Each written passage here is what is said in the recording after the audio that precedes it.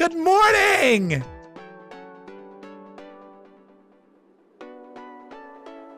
I use the term minor attracted person or MAP in the title and throughout the book for multiple reasons. Yes, sir!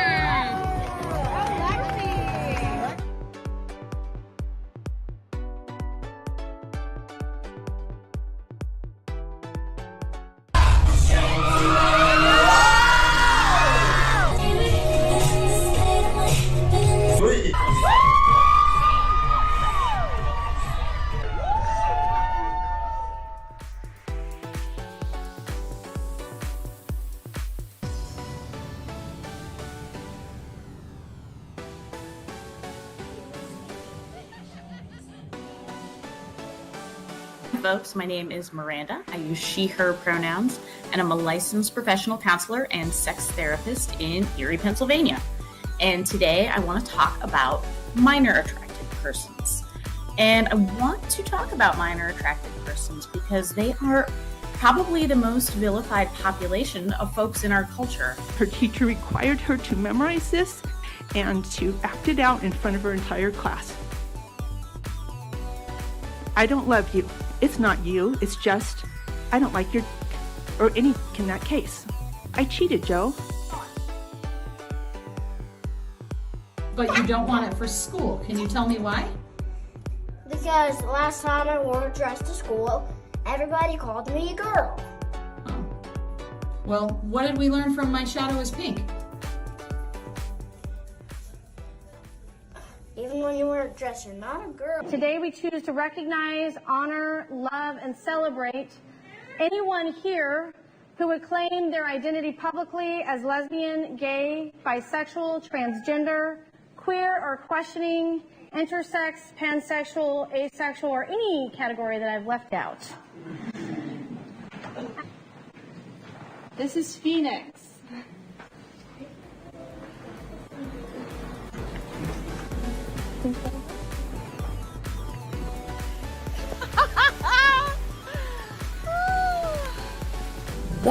Why is it so important to all of you to treat us like we don't matter?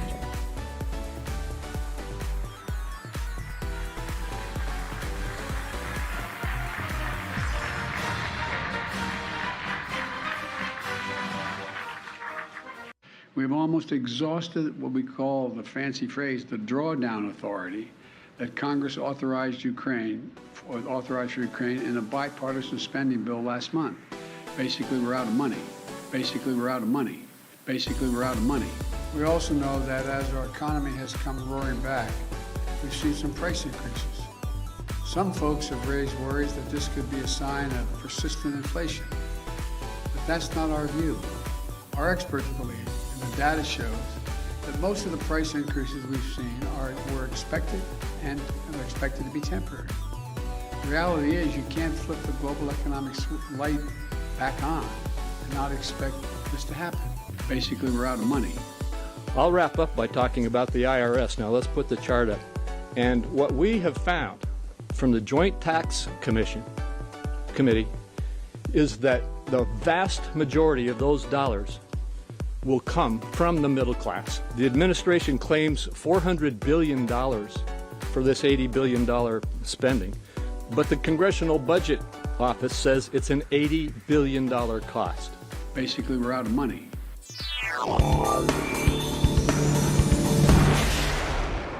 My job title is a special agent. There are days where we do search warrants or arrest warrants, and we start really early with doing a briefing with everybody. And after the execution of the search warrant or the arrest warrant, you see the result of your work. For example, you've gathered the evidence that you need for your investigation, or you've arrested somebody and brought them into jail. So to me, seeing the result after all the long hours that I've put in is the reward that I see. We noticed, Dr. Fauci, that one of the members of the CDC panel that voted to approve these new vaccines, said he voted against it, among other things, because he said it has not been studied in humans. Should that give anyone pause? I don't think so at all, for the following reason. of vaccines that were in the same general category as the BA5 bivalent, which was a BA1 bivalent, has pretty good information that we've got. Very quickly, you didn't want to get involved in the Ukraine conflict militarily for obvious reasons. Are you willing to get involved militarily to defend Taiwan if it comes to that? Yes. You are. That's a commitment we made. It is not about the nitrogen, it's about rearranging the public space in the Netherlands. Let me bring you in there, because both Jérôme and Theo are saying that this is that nitrogen and the impact of nitrogen and ammonia forms a small part of the situation, that in fact this is about a wider issue, that the government is actually wanting to change the land use within the country. What's your response? How do you react to that? My response is as follows. There is no doubt that biodiversity is affected by nitrogen in the Netherlands. There are numerous reports that are indicating that. So something needs to change, and not from an ecological perspective, but also from a legal perspective. And that's why the highest court in the Netherlands ruled that nitrogen depositions in the Netherlands and emissions should reduce by 50% in 2030. It's not true. It's very hypocrite also. Whatever problem you look at, if it's nitrogen pollution, if it's methane, if it's CO2 or whatever, the use of antibiotics, Dutch agriculture is champion of the world. The biggest contributor to emissions is, of course, the oil and gas sector in this country. So we put down a clear track for where the sector needs to go. Emission cuts are a little over 30% compared to 2005, a little over 40% emission cuts compared to where we are today. This will guide us as we develop our plan to cap and cut emissions from the oil and gas sector. You're aware that there's all these memes about you on the internet now? Yes, I'm aware of it. I'm sure not aware of all of them, but eventually people sent me some. So a lot of them came from the New York troll board. We kind of started a lot of this stuff.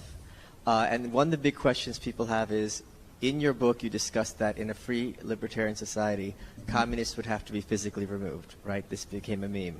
The question everyone has is, when you say physically removed, do you mean they will be physically distant, or that they will be physically picked up and pushed away? They were physically distant.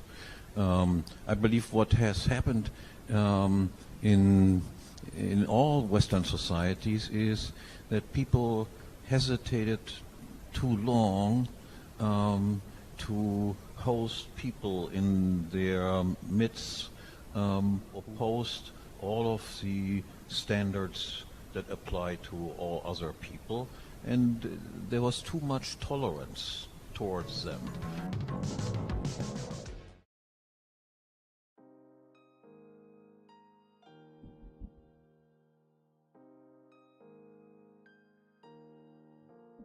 Yeah, boys, we had to. We're here on YouTube. We had to come to YouTube. We're not banned or anything. Don't worry. What the fuck was that, Mark? We're on YouTube. You know, we can't just put videos on YouTube. Sometimes we're gonna have to come here. How do I explain this? So number one, we need to eat. So we're trying to get partner. So if you haven't followed, please follow. We only need like 64 more subs, and then we can apply for the partner program on YouTube. And we get a pretty decent amount of watch hours on YouTube for like our re-uploads from Twitch streams. But also stop it. But also, god damn it, your fucking incessant trolling and unhelpful behavior has completely derailed me with dick swinging cartoons that might get the channel taken down. I don't fucking know. Random emojis. Will you fuck off with that dumb shit? Jesus. This is what happens when you have a stoner for a fucking co-host. Fucking asshole. Fucking hates his job and he doesn't want to succeed. You're not coming through also. Okay, at least that time it was just, I bumped the mute. That time, you mean like 40% of the time that you don't come through is you're like, what's happening? Fucking programs. Oh, I hit the mute button. I know it's not the programs. It's either I have to unplug it and plug it back in, or I hit the mute on accident. And every time you surprises you. But no, so long story short, we tried to make our Twitch like make more sense and also focus on our YouTube a little bit. We don't dual stream because we're not quite big enough on Twitch to like sacrifice the 10 viewers that would go over to YouTube. You know, like it just doesn't make sense as of right now for us to dual stream. Plus, I think your computer might break if we did that. No, my computer was fine dual streaming everything except like Destiny online, where I was like on an online server with graphics.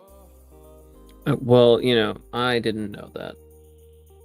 Yeah, you did. You were here for all. Well, I guess you weren't literally here, so fair enough. But yeah, so every Monday through Thursday we'll be on Twitch, and then we'll always have Saturday or Sunday off. You boys can have the weekend off as well. And then like every other Friday we'll be here on YouTube. We may or may not do serial killer nights here on YouTube, so I haven't quite decided on that. But there's some stuff that you just can't do on Twitch too. One of those is like reacting to some Destiny content that everyone is saying is like, oh, this is great, you have to check it out. I don't know why. Pretty sure Destiny's just going to be a dumbass midwit that doesn't understand wokeism or critical theory or any of the philosophy. He just kind of memorizes some empirical data on the topic and then engages in bad faith rhetoric. And when he gets called out for it, he crumbles like the little bitch that he is and then goes and gets something to eat. I have no problem calling out Destiny because, you know, he'll only debate me on a panel and begrudgingly.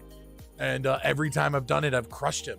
It's hilarious that his editor likes to title his videos like, Destiny can't believe how stupid these libertarians are, as he's getting crushed. Smash that love button. You can smash the like button. You don't have to. Just make sure you sub. All right. We only need like 60 and then we can apply for partnership. We're at like over 9,000 hours, watch hours. You only need 4,000 to apply. So we're more than double the watch hours we need.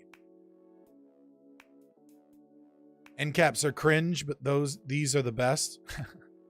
I mean, it's better than being a rhino. Right? Dude, being an ANCAP is better than being a rhino. I appreciate that you think that we're the best type of cringe. I don't recognize who some of these people are, and I know that you're probably my people. You know, like you just have a different YouTube username, and I'm like, who is that? Which is kind of funny, you know? Like I don't know what's going on. Rhinos suck as well? No. We're based. Rhinos are the exact opposite of based. All right? This is not the same type of suck, okay? Now, to be fair, there are a lot of autistic ANCAPs and weird people that call themselves ANCAPs that aren't ANCAPs, to include, you know, people that randomly want to talk about the age of consent, or people that don't understand economics, or you know, people that don't actually believe in the non-aggression principle. They just think that, like, you know, limited government's kind of cool. And you're like, you're not an ANCAP at all. So there's that too. I know you're the same person, Little Bits. Nah, as well as you, Aircraft Sparky. I meant Jace seems like the kind of Radio. person to have like a friend that they share an account with, and we never know. Yeah, that's why I it's could see always so that. sporadic. Little Bits actually isn't a person. What he is he's the most advanced artificial intelligence that has ever been created. And what they realize is that in order to give it a sufficient personality, that they needed real world like anonymity as a means of recording, to understand how an artificial intelligence should develop its personality. Unfortunately, they took recordings of Halo and Call of Duty lobbies in order to create this AI, and Little Bits is the result of that as a personality. So what you're saying is that Tay AI never actually went offline. They just gave it a new name. I don't know what Tay AI is. Or maybe it was Taylor. I don't know. It was the one that got to be on Twitter. and like really quickly became a hardcore racist. Oh, the one that just became super fucking racist towards black people by being on Twitter as an AI bot. What did Destiny do? Just got here? Destiny didn't do anything. I just like shitting on Destiny. I mean, I think everybody in the space likes shitting on Destiny because a lot of these people are clout goblins, right? And he's like a big person to hit up at. But mostly it's just because we're finally on YouTube for a live stream. And like I can't react to any of his stuff, and everybody's been saying that like Destiny did a really good job on this Change My Mind. I doubt it because I don't think Destiny understands the topic he's talking about. He's just better at it than a random college student. But you know, maybe I'll be pleasantly surprised. I'm unlikely, even if I didn't know anything about Destiny, the title of his video is, or the thumbnail is "Wokeism has gone too far." And no, it hasn't. Like that's what wokeism is, right? Like it's a philosophy. You can't put arbitrary boundaries behind a worldview. Like that's not how that works. Right? So like automatically I can tell that he has no idea what the fuck he's talking about, or he's just trying to trigger people with that title, and I have to forget everything that I knew about it. Destiny following in Crowder's footsteps, eh? I mean, dude, fuck IP. Like, you know what I mean? It's a good idea to go to a college campus and talk to random kids and like have random people like debate you. It's good content, and I'm sure it's fun, and it, you know, I mean, it gets you, you know, I mean, like it's fun. People enjoy it. Like, I don't care if he stole it from Crowder. He's beating on college students. You can't think a person who doesn't know how to live in the real world can actually hold their own. I mean, plenty of college kids know how to live in the real world. Like when I was in college, I had a baby and was living in a house and like had already like gotten out of the army. You know what I mean? Like, I mean, I guess, am I not a college kid then? I'm a college adult. But I mean, like I hung out on campus, like studied on campus sometimes to get away from the screaming baby if I needed to get work done. Yeah, but we both know that that's not what he's talking about. Talking yeah, about for like sure. some young, dumb 18-year-old who's like, I've taken an intro to ethics class, so now I know how to argue. Yeah, for sure. Like I'm like, I get it. I'm just saying, like, there are definitely people at college that aren't like that though. You know, that have their head on straight. I mean, some, sure. Why can't I poke fun at Destiny a little bit without people being like, oh, you're poking fun at Destiny? Oh, it must be the same pattern as everyone else. You must have manufactured some drama, and I would love to hear the drama. There's no drama, boys. The drama is Destiny's a midwit, and I don't get to react to his shit on Twitch, and it'll be fun to do it when we come on YouTube. And everyone's talking about how good this video is, so I want to check it out. And because I'm a content creator, I don't get to watch 2-hour-long videos all the time because I'm streaming. So usually if I watch content, like I watch it with you guys. Destiny refuses to have real debates. He openly avoids you and Rob Noor.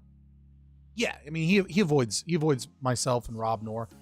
He'll debate people that are pretty good at their topics. But what I've noticed is that there's really like there's two types of content creators in the debate space. There are debate bros, and then there are people that are used to debating in an Oxford style formal debate, right? And so there are really good debaters like James Lindsay, for example, who would do terrible in a place that has debate bro rules, right? And so like what I've noticed is that like, and there's very few people that are good at both. I would say one of the few people, despite the fact that I don't like him and I don't think his arguments are all that good, Ben Shapiro. Ben Shapiro understands like internet and debate bro stuff and like can like talk fast. He can gish gallop a little bit when he needs to. He can like, you know, reframe your argument. He understands when to interrupt you and call bullshit, right? Like he understands how to deal with debate bros, even though his arguments aren't super strong, right? But like, so Destiny will debate big names in debating, but he'll just bring debate bro tactics with him to these places. And like, it's really fun to watch people. I don't want to say fun. It's kind of sad, but sad and fun at the same time to watch moderators that like don't understand what's going on. They're just like, this guy's interrupting a lot. He must have lost. The audience really must must be turning against him. And it's like, oh, wow, you really don't understand Gen Z, millennials, and the internet, do you? Like, that's not really how this goes. Fabian, you should try to get on Adam and Stitch. Adam has blocked me on Twitter, and Stitch has made fun of me for being a clout goblin because I tagged too many people on Twitter, and they are both of the opinion that I'm irrelevant no matter how large I get, and there's no reason to talk to me, to the biggest libertarian in Twitch politics. Mostly, I think Adam, especially, is just a pussy that's afraid that my arguments are better than his, and if he puts me on his show, that I'll just kind of like steal from his audience. Like, there's not really a benefit if like I'm more knowledgeable and better able to make arguments than he is. And yeah, so they just kind of pretend that I'm doing things that I'm not even doing. What are you gonna do? LOL, I hosted Adam years ago. Yeah, fair enough, dude. That's pretty cool. But yeah, no, Adam is just like, Adam blocked me because like we got into like a disagreement about something, and like he couldn't handle the dissent. Like, he's fine with like debating dumb lefties and bringing like midwits on because like they get to maintain like this air of superiority, but like he's not going to bring on somebody that knows what they're talking about. We'll explain them talking to Not So Erudite then. Well, Not So Erudite's not that. I mean, she's another midwit. I mean, I would stop calling her a midwit if she didn't like use her Why is this entire fucking beginning of this stream just me talking shit on people? Is this what you guys want on YouTube? Like, long story short, Not So Erudite and I don't talk because Not So Erudite fucking did a panel with me that was like a really good panel back and forth. It was fun. And then at the end, she just shit on anarchism in her closing statement when I wasn't allowed to like speak after that because I'd already given my closing statement as a means to just attack the entire ideology and call us cringe and call us extremists and how we cause nothing but problems and we're bad people and we're immoral and like just went fucking full on. And I was like, hey, if you ever want to defend those takes, debate me. And she's been avoiding me ever since because she knows that she can't debate me on it. She just wants to do slick little sly shit at the very end because she's a fucking coward and she knows that she doesn't have the arguments to stand by it. She'd rather deal with dumbass fucking red-pilled, fucking red tube dudes that are like, oh, women are dumb, right? Like that's her niche. And I get that's her niche. I got a niche, right? It's like social trans, detrans stuff. But yeah, she's too much of a coward. Blood for the blood god, skull for the skull throne. I mean, like, yeah, right? It's like everybody wants the drama. Yeah, she also refuses to go on the Crucible too. Yeah, she refuses to go on the Crucible and says that they're bad faith interlocutors is her quote, end quote. I'm quoting from DMs with her, right? Which is to say, God, she loves that fucking word. Which is to say there is a group of strong Christian nationalists, strong traditional conservatives, and right-wingers that aren't like these dumb chuds, and she's afraid to engage with them because they make good points and they're difficult to debate against, right? She would rather just deal with like chuds and then be like, oh, look at how dumb conservatives are, and accuse them of being really bad faith. Like Posh is really bad faith. Really? Posh is bad faith? You're too scared to debate Posh? Like, Posh is one of the most good faith people I've ever seen. I've seen him in a couple of debates, and what does he do? He sits back, he listens, he doesn't interrupt, and then he makes a solid argument and usually asks questions. He's almost too nice, right? There's plenty of people in the Crucible that she could debate that are not bad faith interlocutors. The only bad faith interlocutor that I know of on the Crucible, like hardcore, is Synth, and that's the in-house left-wing debater, right? She's full of shit. She won't go up against anybody that she knows can make her look silly. I'm on the Crucible tomorrow night. Hell yeah, dude. Who are you debating? Synth is disgusting. I don't know if he's disgusting, at least not to me. He's a smart guy, but he's bad faith.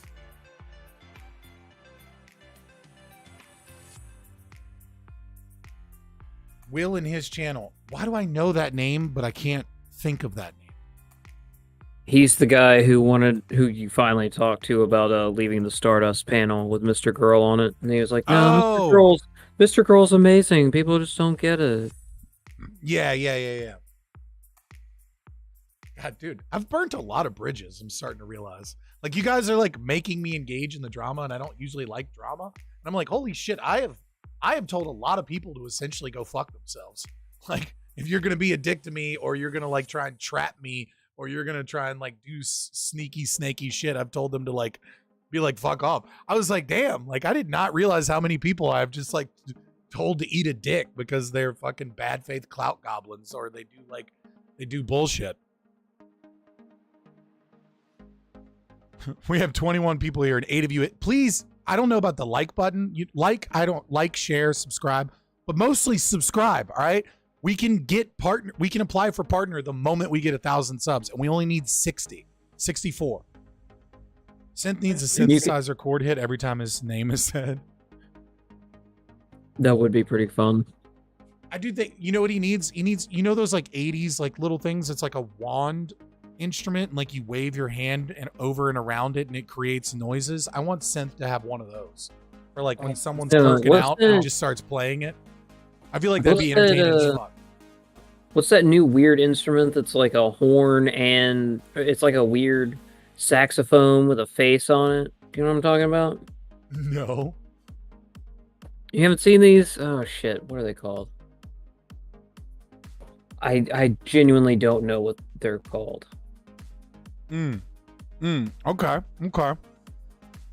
Okay, you haven't seen that, but you know, I think you guys have had enough of a break from the intro video. So I would love to show you guys the cringiest shit the cringiest TikTok in existence. Are you ready to see the cringiest TikTok in existence, Mark? I really hope you didn't see this. Like I was hoping that you didn't like Chinese propaganda, so. No, dude, this is the greatest piece of this is beautiful. This is cringe so good that it belongs in a horror movie, like a B-flick horror movie.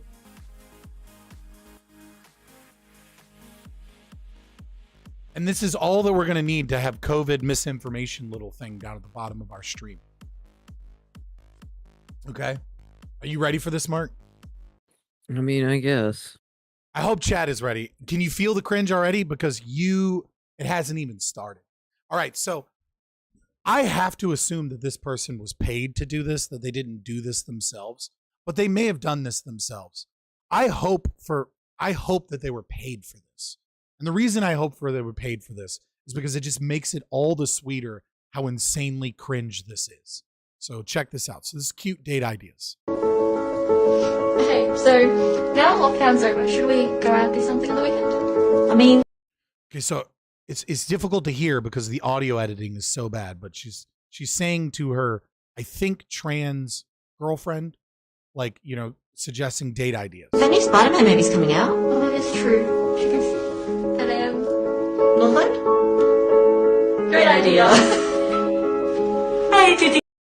Okay, all right. Scene change with the white. What is it called? The white flash. I'm trying to remember what that transition is. It's already bad. All right. So we got. This is all. I don't know. We got a lesbian trans relationship, right? Likely underage. You'll see, right? And they're ready to go to the movie theater to see Spider-Man. What happens next? Take to see Spider-Man, please. Sure thing. Can I just see your vaccination certificates first, please? I'm sorry, what? You didn't say pause, so it was louder than you, and I didn't hear anything. Well, that's because you immediately hit play before letting me say anything. Now, there's a bit of a delay, but I'm just fucking with you. What's up? Is the Spider-Man being the movie like a double entendre there? Like, is someone going to have a Spider-Man moment during the movie? No, that's just a you and Legion of Skanks thing over there. That's Legion of Skanks brain is what that is.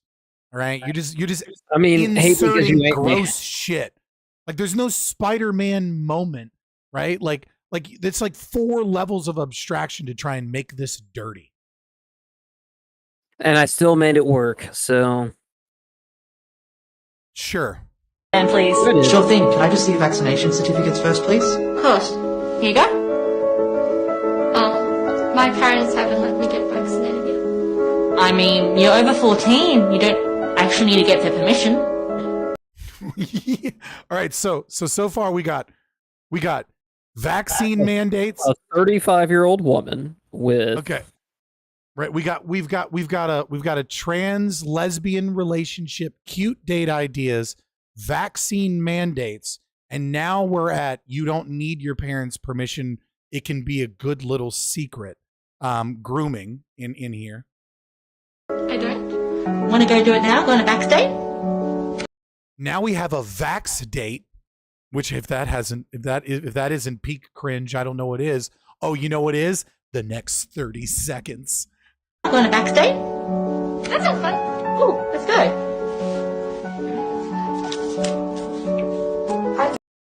After Googling, so now we got instructions to make sure that everybody sees this, can Google and figure out how to get vaccinated without their parents' permission. Okay? Find your closest vaccine clinic today. Hi, darling. Ready for your vaccine today? Yeah. Can I just see your arm? Thank you. All done. See, that wasn't too bad, was it? No, thank you.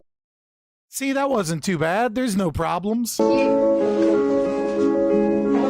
for it. Here you go. Make sure you bring this to your next appointment.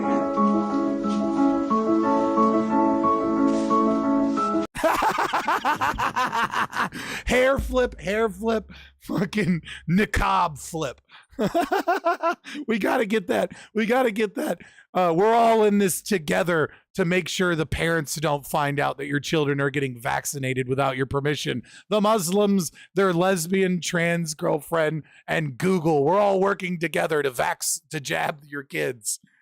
I'm more concerned about live, love, jab. Yeah, live, love. Dude, they're really embracing the jab. Dude, right. Like there's so many levels of cringe in this that like you could watch it multiple times and find like pieces of cringe that you didn't know about. Like I watched it once and I watched it again, and it was on the second viewing that I noticed that her beanie has a heart like rainbow flag on it to like really let you know. But just in case you couldn't tell if this person was trans or not, we got to let you know that this person's gay and or it's not already obvious. We're making it blatant. Right, that this person's both, that this person's gay. I don't even know whether or not you're considered a lesbian or not when you're trans at this point. I don't fucking know. This person just threw letters to the wall until they stuck and then said, those are my letters. Pronouns and identities alike. Oh God, it's so good. And then like the sped up skipping out, just so ecstatic because they went on their teenage vax date without their parents' permission. Well, that was awful. Isn't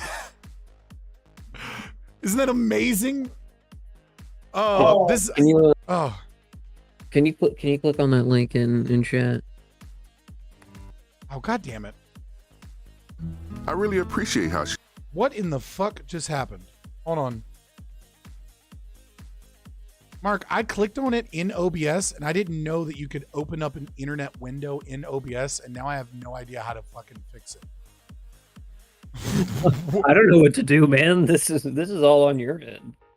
Guys, like fucking it sounds like you done made an oopsie. Oh wow, we are down to 60. Right? Oh, nice. Appreciate it, guys. I have no idea how to do this. I have no idea how to get back to my chat. Is there like a back button? Do I need to like come look now? Dude, there's no back button. What's up, Stardust Crusader? Yeah, it's a rare, and every other Friday YouTube stream now. Yeah, right? Dude, does anybody know how to get rid of this? No thanks. Oh, this is wild. Why did I click the link, Mark? Why did I click the button? I can't see chat. Is that this arrow? That doesn't do it.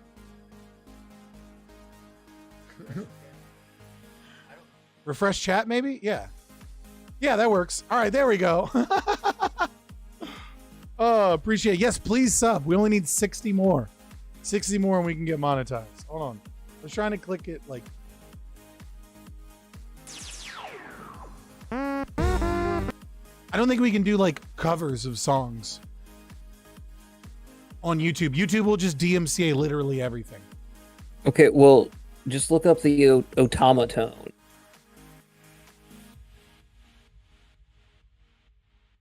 Is this the fucking instrument you were talking about? Yeah. There, America's Got Talent. That can't be copyright stricken, right? No, there's no way. De hecho, soy músico. Was a Spain's Got Talent? Yeah. Oh, dude, it is. hold on. It legitimately is. This is how guitars play it, apparently. Let me guess. They don't.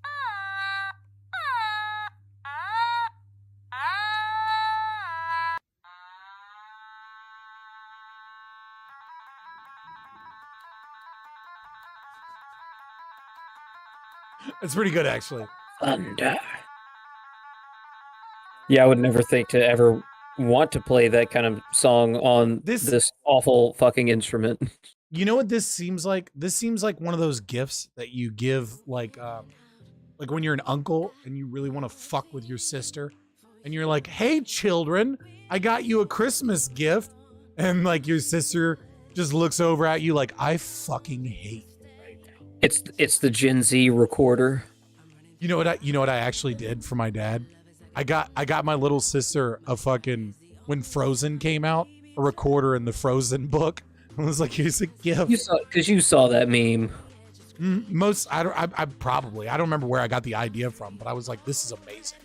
I'm doing this. I think didn't Disney literally make just recorder and the music from Frozen like duos? What do you mean duos? You could buy like you could buy a recorder and the music book. Yeah, like it was like item. Yeah, no, it was literally just like you just went to the store and bought that. Like you didn't have to like do anything special. Pretty funny. Yeah, it's like the worst thing. You're just fucking a child you hate in your life. A child on recorder, just let it go, let it go. You know, all fucking it up, dude. It's the meanest shit ever. I hated the recorder. It was so stupid. You need sleep? Well, you know what? Luckily, we have weekends off now, right? So you do whatever you want to do, Stardust. And welcome back to Twitter. Thanks for the follow on Twitter. I saw that. The thing is, weekend. You only neither. Of Eiffel 65 Blue. Yes, those are words. That was the song. No, that was the song you wouldn't play on that awful automaton. Okay. All right, so you ready for one more piece of cringe? I guess. This is my new favorite piece of cringe. All right. My favorite piece of cringe changed in the last few seconds. So Joy Reid on MSNBC wants to let you guys know some important information about politics and politicians and the Weasley little ways they trick your brains. Okay. What do you if she was about to say something cringe about, let's say, the Republicans' current talking points, what's the most like keep that in mind. So just think, inflation is a new buzzword. Did you just like look it up? No, you like left the title on the screen for a really long time. I didn't leave the title on the screen for a long time. It was a couple seconds. Like, I don't know why you're like reading ahead, you little weirdo. Way to ruin it. Fucking idiot. The people I ever hear use the word inflation are journalists and economists, right? So that is not part of the normal. Did you hear that? Or are you too busy like being proud of yourself for being a fuckhead? Hello? Yeah, I heard it. Yeah, did you hear that? Okay. Yeah, I fucking heard it. Yeah, inflation's a new word. Oh my god, you're so fucking useless. Talked about inflation until now. Fucking make you a Twitch mod and kick you off the goddamn screen, fucker. The people I ever hear use the word inflation are journalists and economists, right? So that is not part of the normal lexicon of the way people talk. So it's interesting that Republicans are doing something they don't normally do, right? Which is not use the common tongue, right? Not use just common English to sort of. Yeah, now inflation is like not part of the common tongue, and nobody ever talks about inflation, and like nobody even we don't know what those words mean. The only people that are smart enough to know about inflation are economists and of course journalists. Journalists and economists, we talk about that because we're better than you. But the rest of you, you never knew what the word inflation was. You don't. This is just some buzzword. Don't even worry about it. It's just rhetoric. It's Republican talking points. That Republicans are doing something they don't normally do, right? Which is not use the common tongue, right? Not use just common English to sort of do on their campaigns like they're doing with crime. But what they've done is they've taught people the word inflation, right? What do you mean like they're doing with crime? Well, she's saying that they're just speaking like colloquially with crime, that there's no substance to anything that they're saying there, right? There's another diss at Republicans being stupid. But now she's claiming that Republican politicians have taught people what the word inflation means. No one really knew what inflation was until these people started complaining about this insignificant thing. It's transitory. What they've done is they've taught people the word inflation, right? Yeah. Most people who would have never used that word ever in their lives are using it now because they've been taught it, including on TV, including in newspapers. They've been taught this word, and they sort of wrap this word around whatever it is that they really want to vote, the reasons they really want to vote. The people I ever And then right at the end, right? What they're doing is this is actually just an excuse to hide the real reasons why they vote, right? So I wonder what she thinks the real reasons are. I'm sure it's something innocent, like, lower taxes or something. It couldn't be that she's hinting to everybody else that if you hear the word inflation, what you really should be thinking is racist. This is the new buzzword that they're hiding and lying behind because the real motivations are something deeper that they won't talk about. Yeah, I mean, I love the projection. Like they're just using like a new word. No one's ever talked about this before. Then they just create. We have xenogenders now. Like, when has anyone talked about this? Oh, they were always there. You were just being too oppressive to notice them. No, she's saying Republicans are fear-mongering about crime and that crime is actually down from last year, even though it was up like 50% from the previous year. Yeah, I mean, it's going down 2%. Sure, it jacked up, a lot during that 1 month. Right. They're not even like purporting bad ideas anymore. They're just making up bullshit and trying to use statistics from their own failures to represent their success. Like the White House had to like delete a tweet because so many people were shit talking them, because the White House put out a tweet saying under the Biden administration, Social Security has gone up more than it's ever gone up before. And like they were and then bragging. I got fact-checked because it was actually part of Nixon's Social Security initiation that it would adjust with the cost of living. And now inflation's gotten so bad, it's the largest cost of living increase for Social Security recipients in history. Exactly, right. In a long time. It's like, so what the tweet basically said is, congratulations, we've ruined the US dollar to such a degree that we're patting ourselves on the back for. I think the new talk is running out of diesel in late November. I mean, we'll see. I doubt that'll be. I mean, like if it is, it's totally manufactured. I mean, the strategic oil reserves are at a critical low. I'm not going to be surprised if there's rationing. You think so? I could see it happening. I mean, I could see it happening. I would still be a little surprised. Like, I wouldn't be like shocked, but I mean, I would still be like, really? Okay. Wow, it got that bad. Damn. Like it'd be more like this. Oh wow! Hey, that's one of your little drawings. There he goes, pole vaults over the thing. Here he goes, and there he is. Oh wow! 7 projects. Wow. Wow, that was quite the performance. I really felt that genuine sense of shock and awe. Mm-hmm. Mm-hmm. It's mostly because you can't tell that I went on the stream deck and did the Owen Wilson wow audio. You don't know that. Well, you know, I mean, fair enough. I think that no. So Discord sent me a nice little message today. This is a screenshot from my phone. Check out that battery percentage. Look at that. Rarely ever that high. Usually because he forgets to plug it in when he goes to sleep. Also, just in case you're curious as to why I haven't responded to you in whatever Discord server you're in, here you go. I'm over 2,000 notifications. I don't check notifications on Discord. All right. So just DMs, which are open, ladies or fellas. I do check DMs. Man, ladies. As well as on Twitter, I check DMs regularly. But not Discord notifications. So Discord sent this to me because they nuked Look Ahead America just before the elections to protect the elections, according to Discord. And also came with go ahead. That place is known to be like pretty like savage though, and then like it's just full of like, I don't know, alt-righters or neo-Nazis or I don't know, whatever the buzzword is now.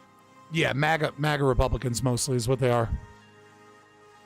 Yeah, I mean, Shadow Warden, lazy fuck. Oh, no. You're calling me a lazy fuck? Just Horror Amarada's Discord alone, the amount of notifications that go out in a day would take up like 3 to 5 minutes of my entire day if I just cleared those notifications each day. Like, Horror, I love you, but you literally every time someone goes live or posts a video somewhere, out of like everybody, like I get a notification. Like just that one alone. You can set it to only notify you about specific at mentions, right?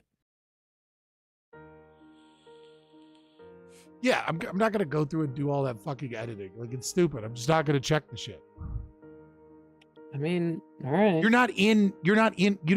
don't network like at all, right? Like you don't do the Twitter, you don't do Discord.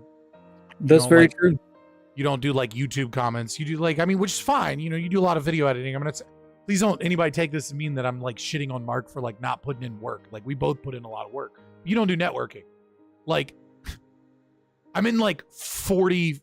I have like at least 10 folders on my Discord that are full of different Discord servers grouped by the type of Discord server. So here's the censorship leading up to the elections that Discord wanted to notify me of. Hello, your account is receiving this notice due to participation in a server that violates our community guidelines. I participated. And by participated, that means like once a month I went into that server when I was looking for shit that had been like censored off of the internet and be like, do you guys have like fucking archives or saves of this thing? And they actually used to help me out a lot. Like they didn't give a fuck to argue against libertarianism against me. They were actually pretty cool people. I didn't go in there very often, but like when I did go in there, they almost always helped me find shit. Specifically, Look Ahead America was engaging in activity that could disrupt or undermine the integrity of an election. Funny, you know, just a couple days before the election, we have to delete the fucking all the MAGA servers because they're undermining the integrity of an election, which, you know, no self-reflection here about targeting specific people and censoring them and making them unable to communicate on election night isn't undermining the election at all. This includes, but is not limited to, the following types of content and behaviors: false or misleading information about the outcome of an election. So now, right, we got to nuke servers if they don't, if the server doesn't go, shut up, bigot, our elections were perfect. False or misleading information that seeks to delegitimize the results of an election. So misleading information, so information that doesn't have enough context, and then we assume the motivation. And if that motivation is trying to delegitimize the results of an election, then like that's a problem, right? Which, for the record, what if the election is not legitimate? What do we do then? Huh? Attempts to suppress participation in an election? Obviously, Look Ahead America wasn't doing that. Attempts to promote fraud in an election? Yes, I'm sure the guys that are upset about fraud are attempting to promote fraud. attempts to prevent the implementation of an election. I'm sure Look Ahead America, I must have missed it, where they were going to try and stop the United States election from occurring.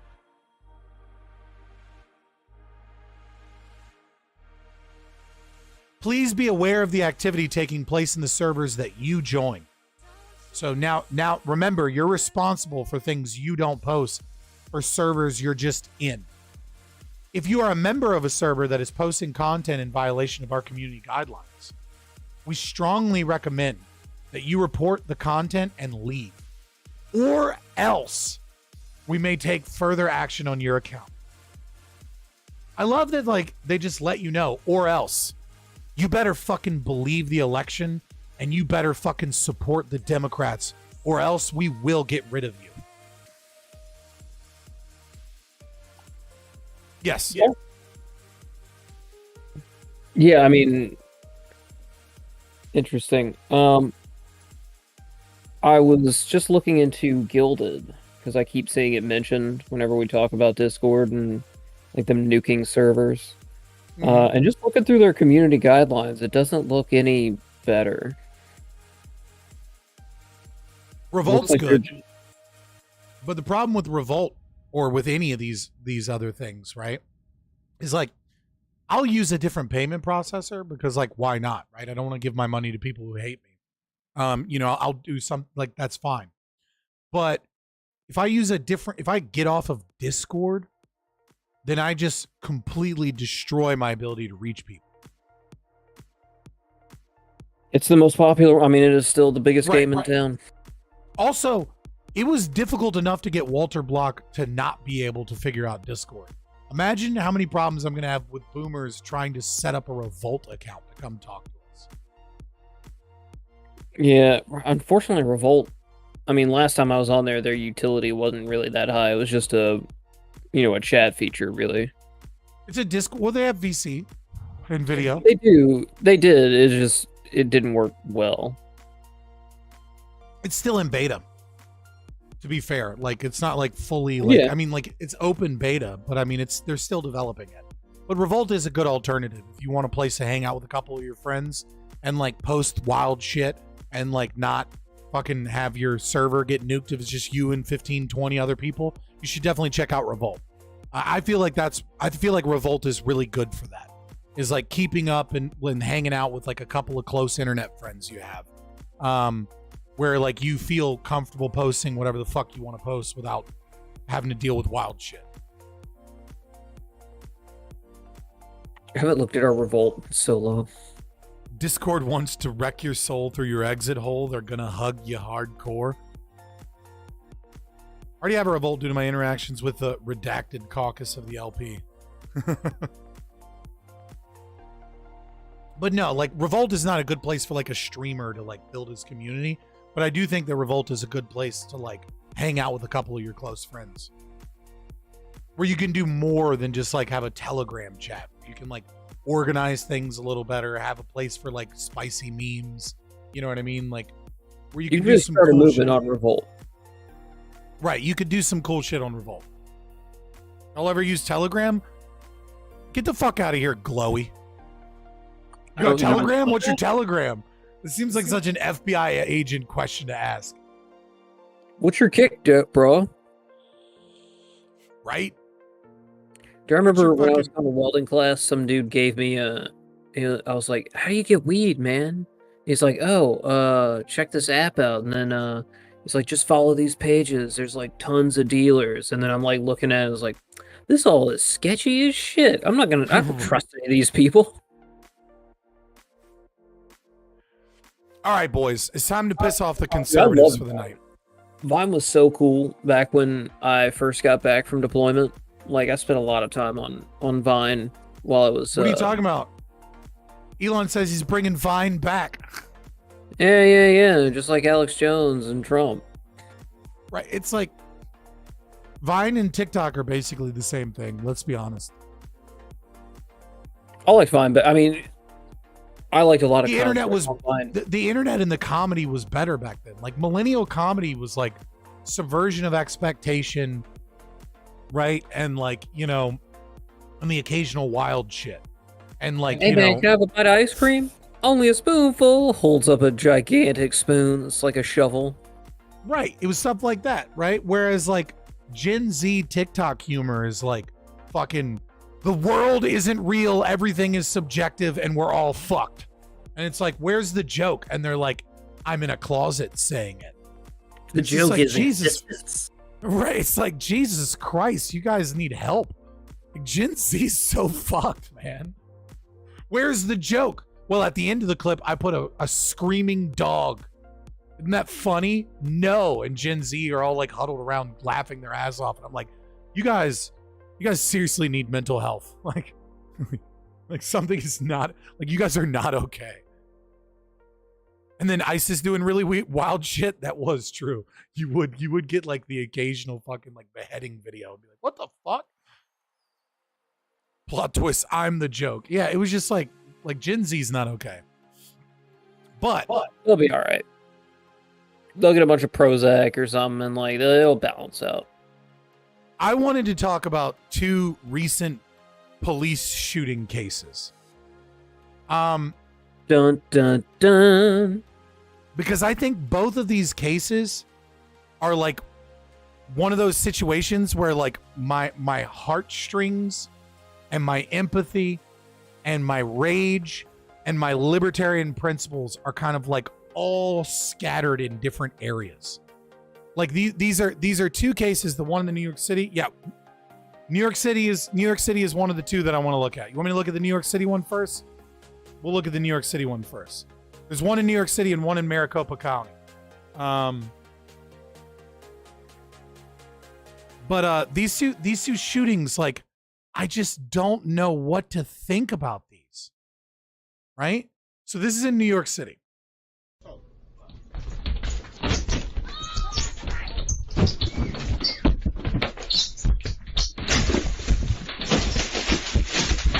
God damn, this is a fight.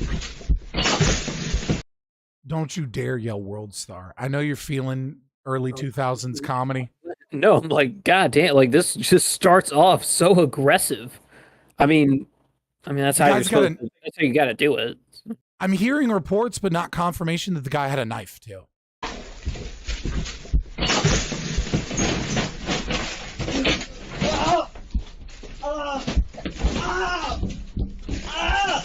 Oh no, this is real. You can see he's stabbing him. Like it's hard to make out in the video, but you get a pretty good look at, like, there's something in his hand and he's stabbing.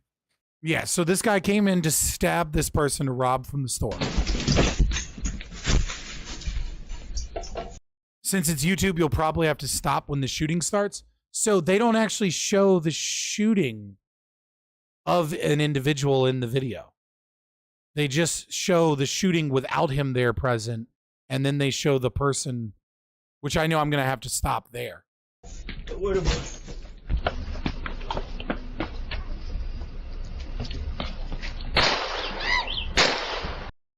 Okay, so he grabs his gun and he shoots at his would-be assailant, not his would-be assailant, right?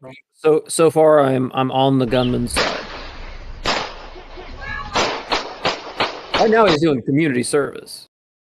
And then the cops show up and start unloading into this dude.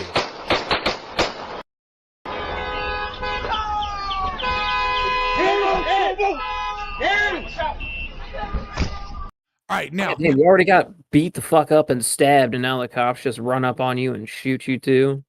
Didn't even say put the gun down, they just shot him.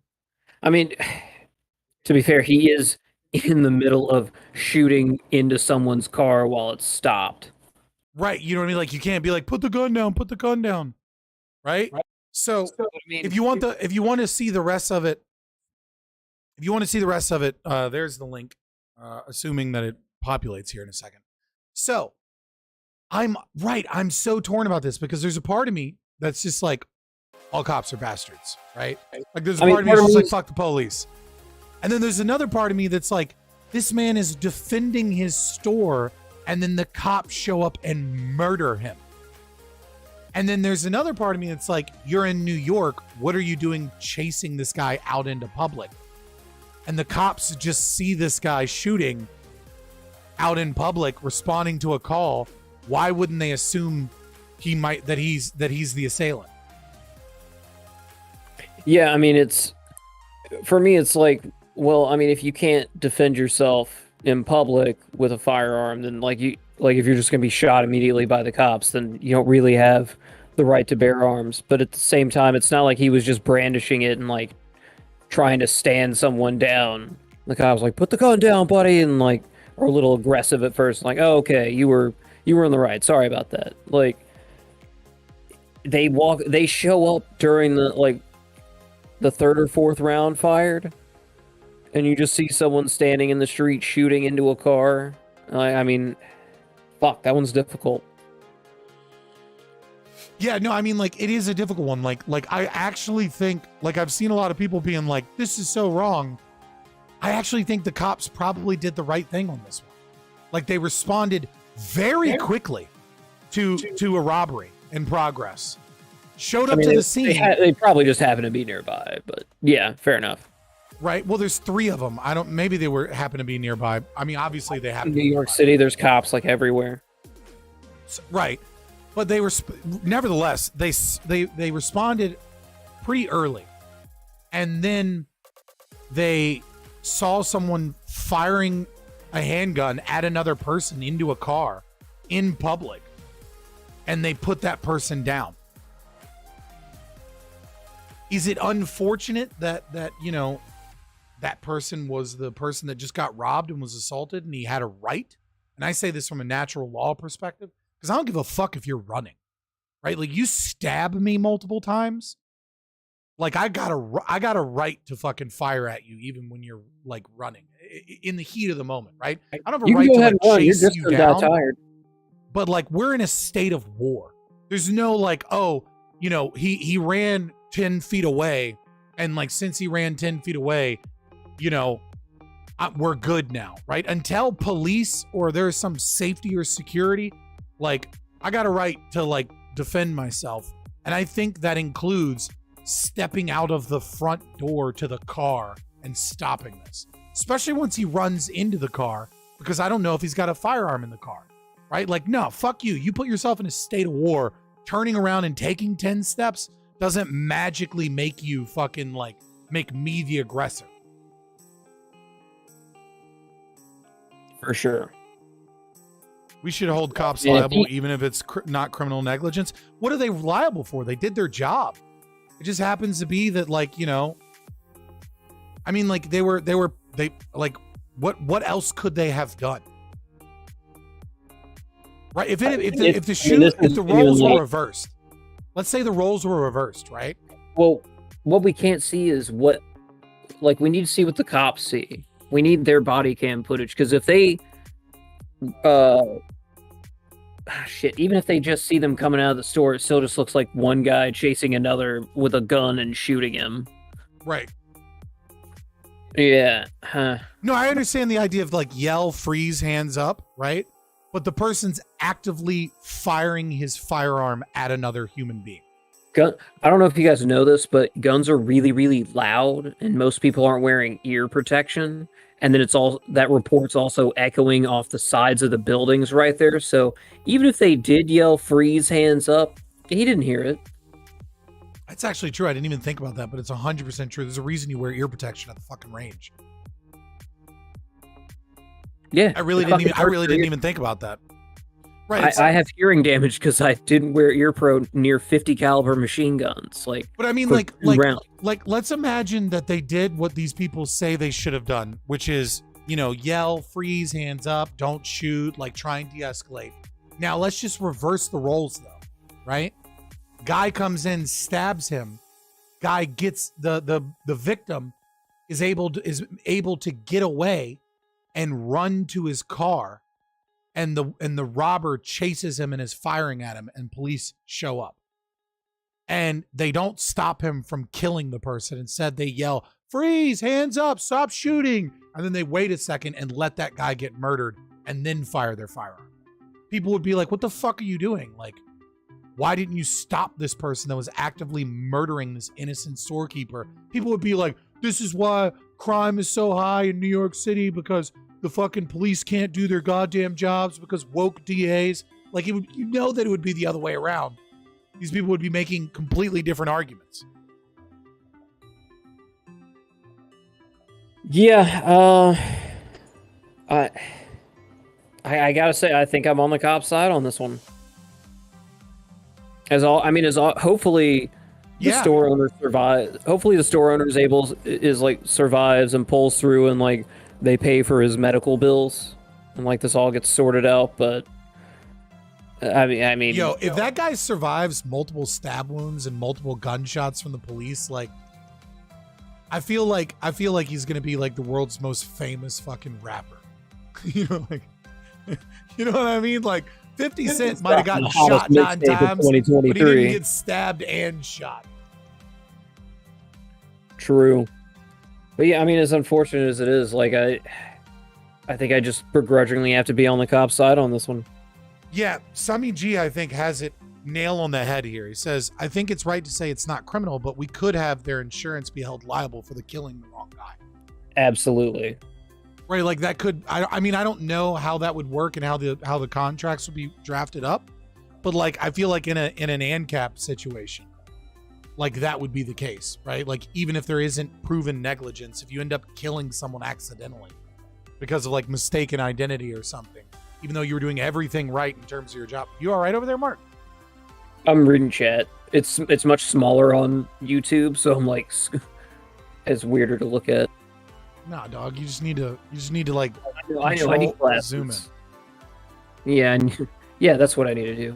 This guy is committing a crime to run after and gun down someone. Yeah, I don't give a fuck about that little bits. I don't give a fuck about your stupid fucking laws that you drafted. It's a fucking crime in the state of Virginia to give a blowjob to if you're unmarried, right? Like that's not a justification or anything. I care about like who's the aggressor in the situation. To be fair, though, in this situation, the store owner does put other people at a lot of risk just opening fire in the street. Yeah. I mean, yeah. And also there is the context that like it is illegal in New York, right? And like that is kind of like part of owning a firearm is knowing the firearm laws, right? So you are taking an inherent risk by running into public. But I mean, like, it's a panic situation. You can talk. Yeah, you just got the shit kicked out of you and stabbed a bunch, and now it's like, oh, I'm going to come kill you. Right. What we just watched was 46 seconds. Yeah. All of this happened in 46 seconds. Cops didn't have the context. Yeah, I don't think they're the blame here. Now here's an even more difficult case. It's just a tragedy. Final thoughts. I was just gonna say it's a tragedy. I think so too. Like everyone or multiple people can do the right thing and it still just have a sad outcome. Now there is a worse one. A much worse one that we're about to watch. Well, it started off strong already. It starts off strong, Jesus Christ, right? But I do want to give the story before we watch the video. Okay? 46 seconds, I don't believe it. Dude, they do in New York, like Mark was saying, there's beat cops everywhere. It's probably not a great neighborhood either. Like, you guys don't remember stop and frisk? Could you imagine instituting stop and frisk anywhere in the country other than like New York and maybe a couple of other like super densely populated areas? Like, yeah, right? Like, not even Chicago, because Chicago's fairly like spread out in a lot of areas. And on top of that, one of the reasons they have such a big crime increase is they broke up public housing and then created public housing spread out throughout the entire city of Chicago. And they thought that they would get rid of gang violence if they just put all of public housing in like nice neighborhoods and in all these different precincts. And what they ended up doing was going, your gang gets control of this area, and your gang gets control of this area, and your gang gets control of this area. Like, it was a terrible idea. So what you're saying is decentralization doesn't work? Well, central planning decentralization doesn't work. Yeah, you could do it in Philly. You could do it in maybe Chicago. you know, in the inner city. Like, you could do it in some places, but like stop and frisk is a thing because there's so many fucking cops.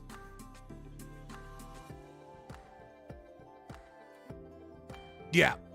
So, before we watch the video, this is the story according to the Phoenix Police Chief, Maricopa County. Okay? Holy shit. My bad, guys. I am so sorry. I was doing some editing and I had to cut that off. Fuck your cookies. So, the two police officers in question in this event were immediately put on administrative leave pending an investigation.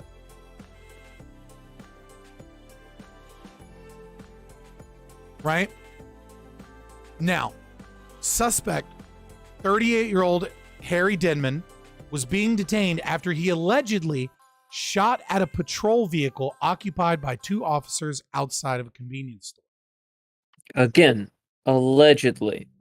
Now, presumably, he was talking to the cops before about something else, and we don't have that footage yet.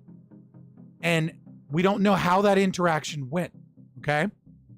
He was talking to these two police officers, and then they got a call that they needed to respond to, so they left him. Then, as they attempted to leave, he opened fire on the two police officers. Now, we don't know why, and we still haven't seen the footage, but he was booked in the jail, several counts. Last line of the thing here. What, like, this is like, we're just getting, like, the investigation's ongoing. A lot of information hasn't been released publicly. I don't know if there are bullets lodged in the vehicle or not. There is another witness, however, which is the convenience store owner. Okay. Now, so after this occurred, he ran into the convenience store and he disarmed himself and put his firearm on the convenience store counter. Okay. And then removed himself from the firearm. But the cops presumably didn't know about it, according to what's going on.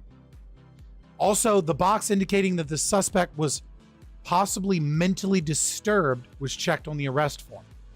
Now, I haven't looked into Maricopa County's like local kind of like, oh my God, like what is it called? Jesus Christ. Local rules that police officers follow. Department policies. Oh. Department policies. So I don't know what this potentially means. Could this mean that when they spoke to this person before the shooting, he appeared to be a mentally disabled person? Or does this just mean that they checked that box after this incident, you know, for reasons we're about to see? Now, he said, I want to correct the record. I've seen a number, so this is police chief talking on the radio. Want to correct the record. I've seen a number of headlines that acted like we reacted to this video, et cetera, et cetera. We acted immediately upon our investigation when it revealed the things that are out in the public right now and immediately instituted an administrative and criminal investigation. I mean, I guess we kind of have to just take your word for it, I guess. I mean, that you would, journalists would very quickly be able to find out if they weren't yeah, it doesn't feel like a lie. Right. He also said that he placed the officers on administrative leave, started investigating their actions after it came to the attention of the department on Friday. The department said Monday in response to media inquiries, quote, I'll wait for that investigation to be complete and see where we go from there. I believe in the process and we'll see where that process takes us. Process. I'll show these locust bitches some process. Now, so what facts we currently have about this case, or at least what is alleged, is that they were speaking to him before. They responded to another call. According to officers, he opened fire on their vehicle and then ran in the convenience store after firing at it. He then disarmed himself and handed over his firearm to the store clerk, or put it on the counter, basically. Right? Then he moved away from it. Police surrounded, came in, apprehended him. Then we're going to watch what happened as they apprehended him. Now, it is the police officers have claimed that and rightfully so, well, not necessarily rightfully so, but believably so. They did not know whether or not he was armed or where his firearm was when they came to get him. And this guy had just tried to murder them.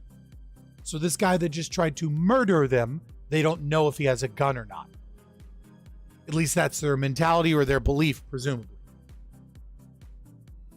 All right. I want to see the officers' cameras to see what it like, why they checked this box saying he was potentially mentally deranged. Like, was he someone? Was there? I want to see why they were talking to him initially, which they haven't stated yet, which is a little suspicious to me, because I suspect from that checkbox and the fact that nobody has stated why they were speaking to him before, is that this might have been some type of welfare check, or this might have been some type of like, hey, there's a crazy homeless guy. Like, can someone come talk to him? I think something's wrong with him. And then they left this guy after maybe potentially harassing him, or, you know, potentially trying to calm him down because they had a more important call to go to. And that this sparked the interaction between them, and that they knew that this person was potentially mentally disabled. But this is how they decided to detain him. Now, the original video, I could show the Facebook video. It's got like 3 seconds before this, where they just scream, get on the ground, and he's like kind of already going on to his knees. And that's the video that has been released. So we'll see how this is interesting, to say the least. Ground, get on the ground. Get on the fucking ground.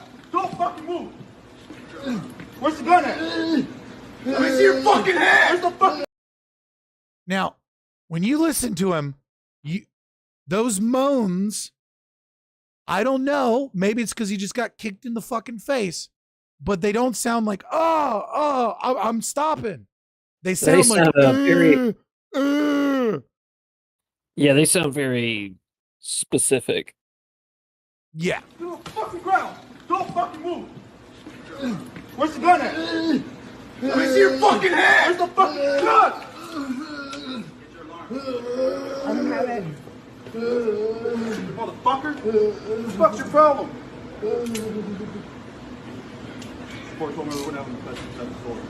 So now he's handcuffed. Hey, can you shut this down? You know where he threw his gun? I don't know where he threw it at. At this point right now, if it doesn't get worse, I can forgive this interaction, considering, yeah, this dude, like, you're just talking to some dude and it's like, all right, well, we got to go deal with this car accident or something. And you're just trying to go about your day, and then all of a sudden you're getting shot at. It's like, oh, okay, well, we were just having a good time, and now you want to try to kill me. Like, I get it. I get being pretty pissed off about that. Not knowing do this. And they should be punished for this. This is not appropriate behavior, but I can forgive it. Okay. The thing the reason I won't give an opinion is that I want to see their previous interaction with this individual first. Yeah. Again, because I'm saying I can't tell if this person, I can't tell if, and I don't know why they were called. And so, like, I don't know if they knew that this person, well, I mean, it's not about piss off. It's about how to disarm the fastest. I don't know that a kick to the face will stun the fuck out of you. Yeah, no, that's bullshit, right? Like, he was on his knees and then he laid down on the ground with his hands not reaching for anything, and then they kicked him in the face. Yeah, I'm just saying, but I kind of get everything we got told, if everything we've been told is accurate, I wouldn't call for them to be fired. Suspension and like some and some training.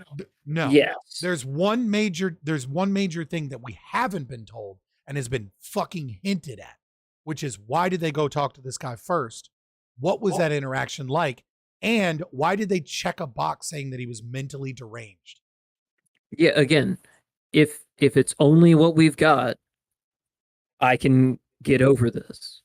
This isn't the absolute worst one. Right, but what we have right now, but my opinion is very subject to change. Right, but what I just mean to say is, what we have right now is that the police are not telling us certain details that could very well change the opinion. But we can't blame these two officers for that But at part. the same time, get shot at and see how you respond to the guy that you think still might be armed.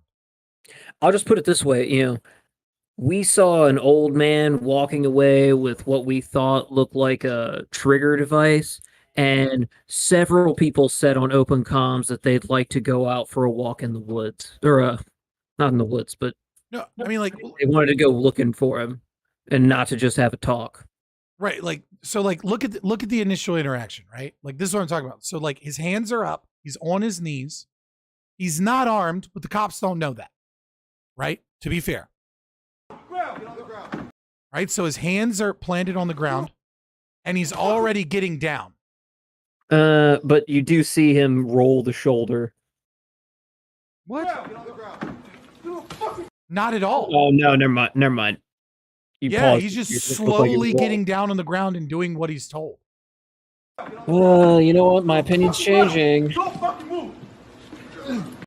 Then they kind of kick him a little Where's bit. the gun at? Let me see your fucking hand. Where's the fucking gun?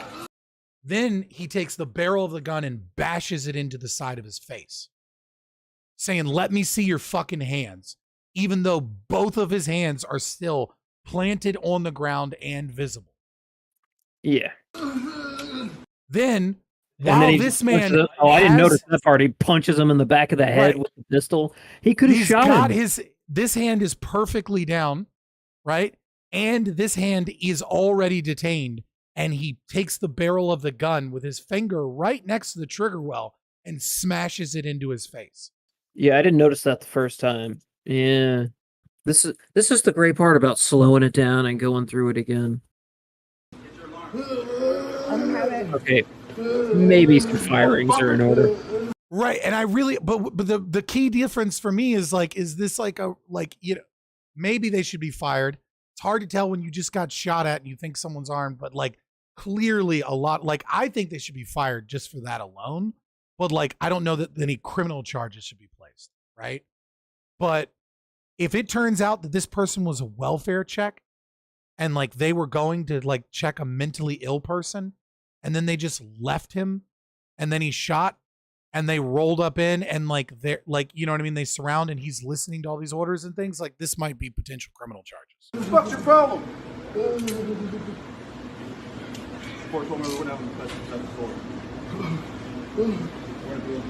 Hey, can you?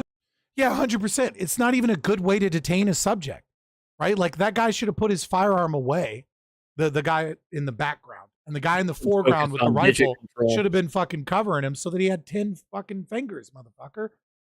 And the guy doesn't look like he fought back at all. I mean, 2 solid kicks to the head. Pretty good at taking the fight out of somebody. I'm just saying. Right, but he wasn't fighting even then. And even then, when he was screaming, "Let me see your hands," his hands were perfectly flat down. He was just going, "Ugh." No, absolutely. Don't fucking move. All right. So you now he's have to let people squirming get in the pain. recovery position. Screaming in pain, and he's trying to, and he was just rolling in pain, and he kicks the shit out of him after he's already handcuffed to scream, "Don't fucking move." It's getting worse. Don't fucking move, man. What the fuck is your problem?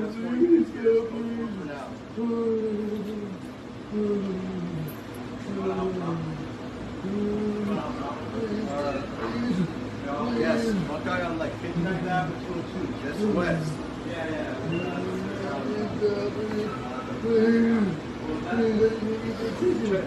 Yeah, again though, I can't tell if he's slow or if he's like missing teeth and bleeding from his mouth from the Right. multiple I want to beatings. see the interaction before, right? Like, what was the interaction like before?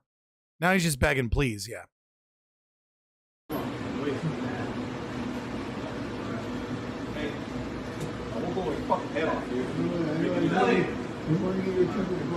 Then he says, I hold on, listen closely.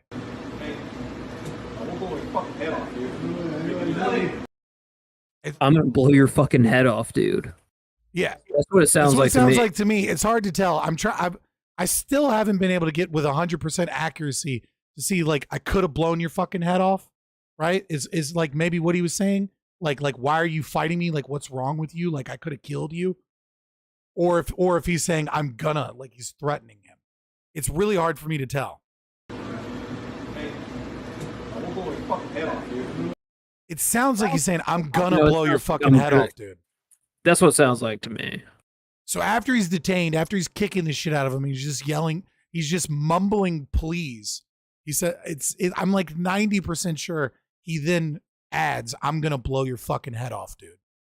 Which to me is actually justification to attempt everything you can to kill that police officer.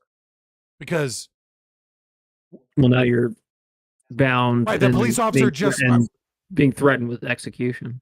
Right, you're being threatened with execution at that point. Like it is perfectly justifiable now for this man to do everything he can to kill this police officer in order to defend himself.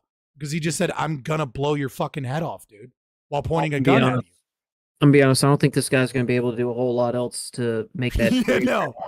But I'm just saying, like, he'd be justified in any action that he takes at that point.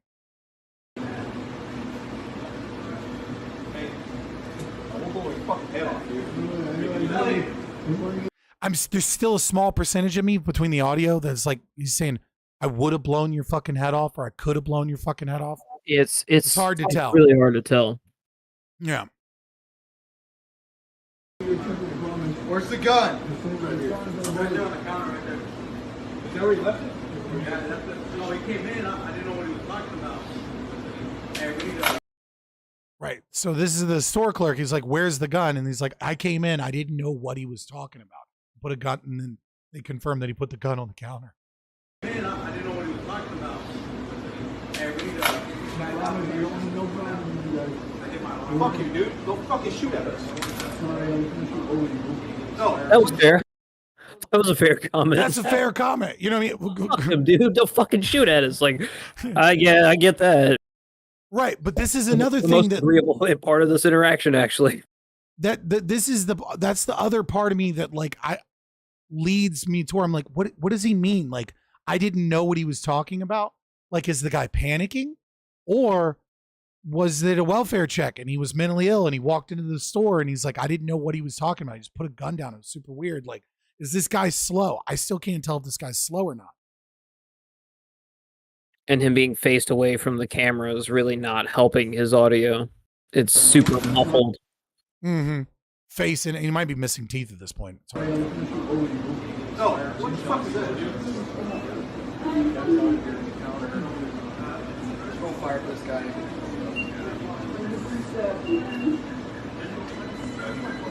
This is not how you fucking hold a gun on somebody, though. Yeah, that's also the worst way to point a firearm at somebody. You want to be like 4 to 6 feet away at least. Mm-hmm. Like, he should take 2 steps back with a gun on him and then have his partner there, like, maintaining the recovery position. Not pressing him in an awkward, like, side position with the barrel of the gun in his spine. Pressing in his spine up above his ribs, lungs.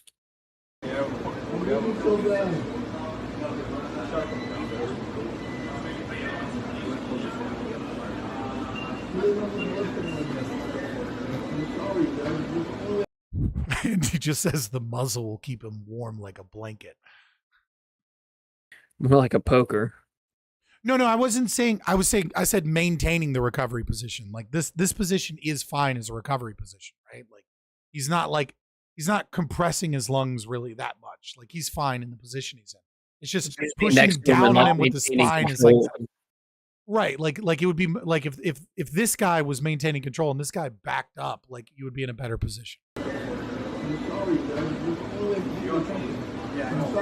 Yeah, they can feel the barrel after the cop. I think, like I said, I'm not 100% sure, but I think he says, I'm going to blow your fucking head off, dude. And then he's got a barrel of a gun on him. Like, it's like, dude, you're begging to make the situation worse. Yeah, I mean, this cop's really trying to blow his heart out. Also, he's now fully aware that he's unarmed. The store clerk has already told him, like, that he has possession of the firearm.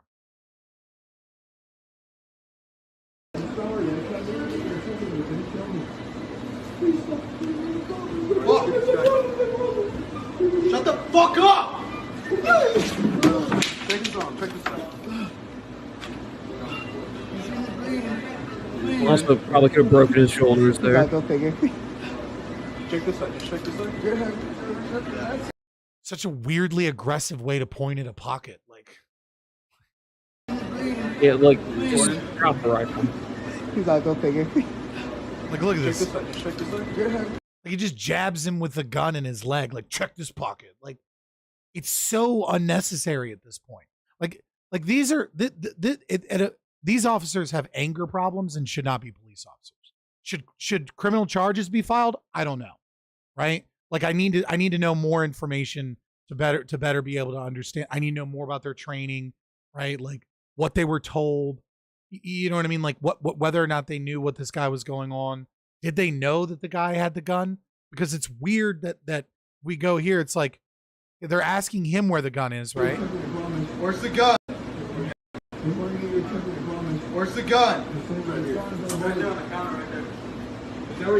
So he says it's right here. It's on the counter right there. I mean, when they did seem you to learn genuinely this not information? When did this police officer learn that information? That the firearm was already not there. This guy is still under the impression that he has no idea where the gun is, where the firearm is. But this police officer seemingly at some point knows exactly where the gun is. Maybe he saw it on the counter or something just a few seconds ago. Like, but I need more information, right? Like there's something weird about this. But these guys are obviously violent people that like are unable to maintain control in these situations of their own emotions and be able to act rationally. Like, I get it. You got, like, what would Carl Winslow do?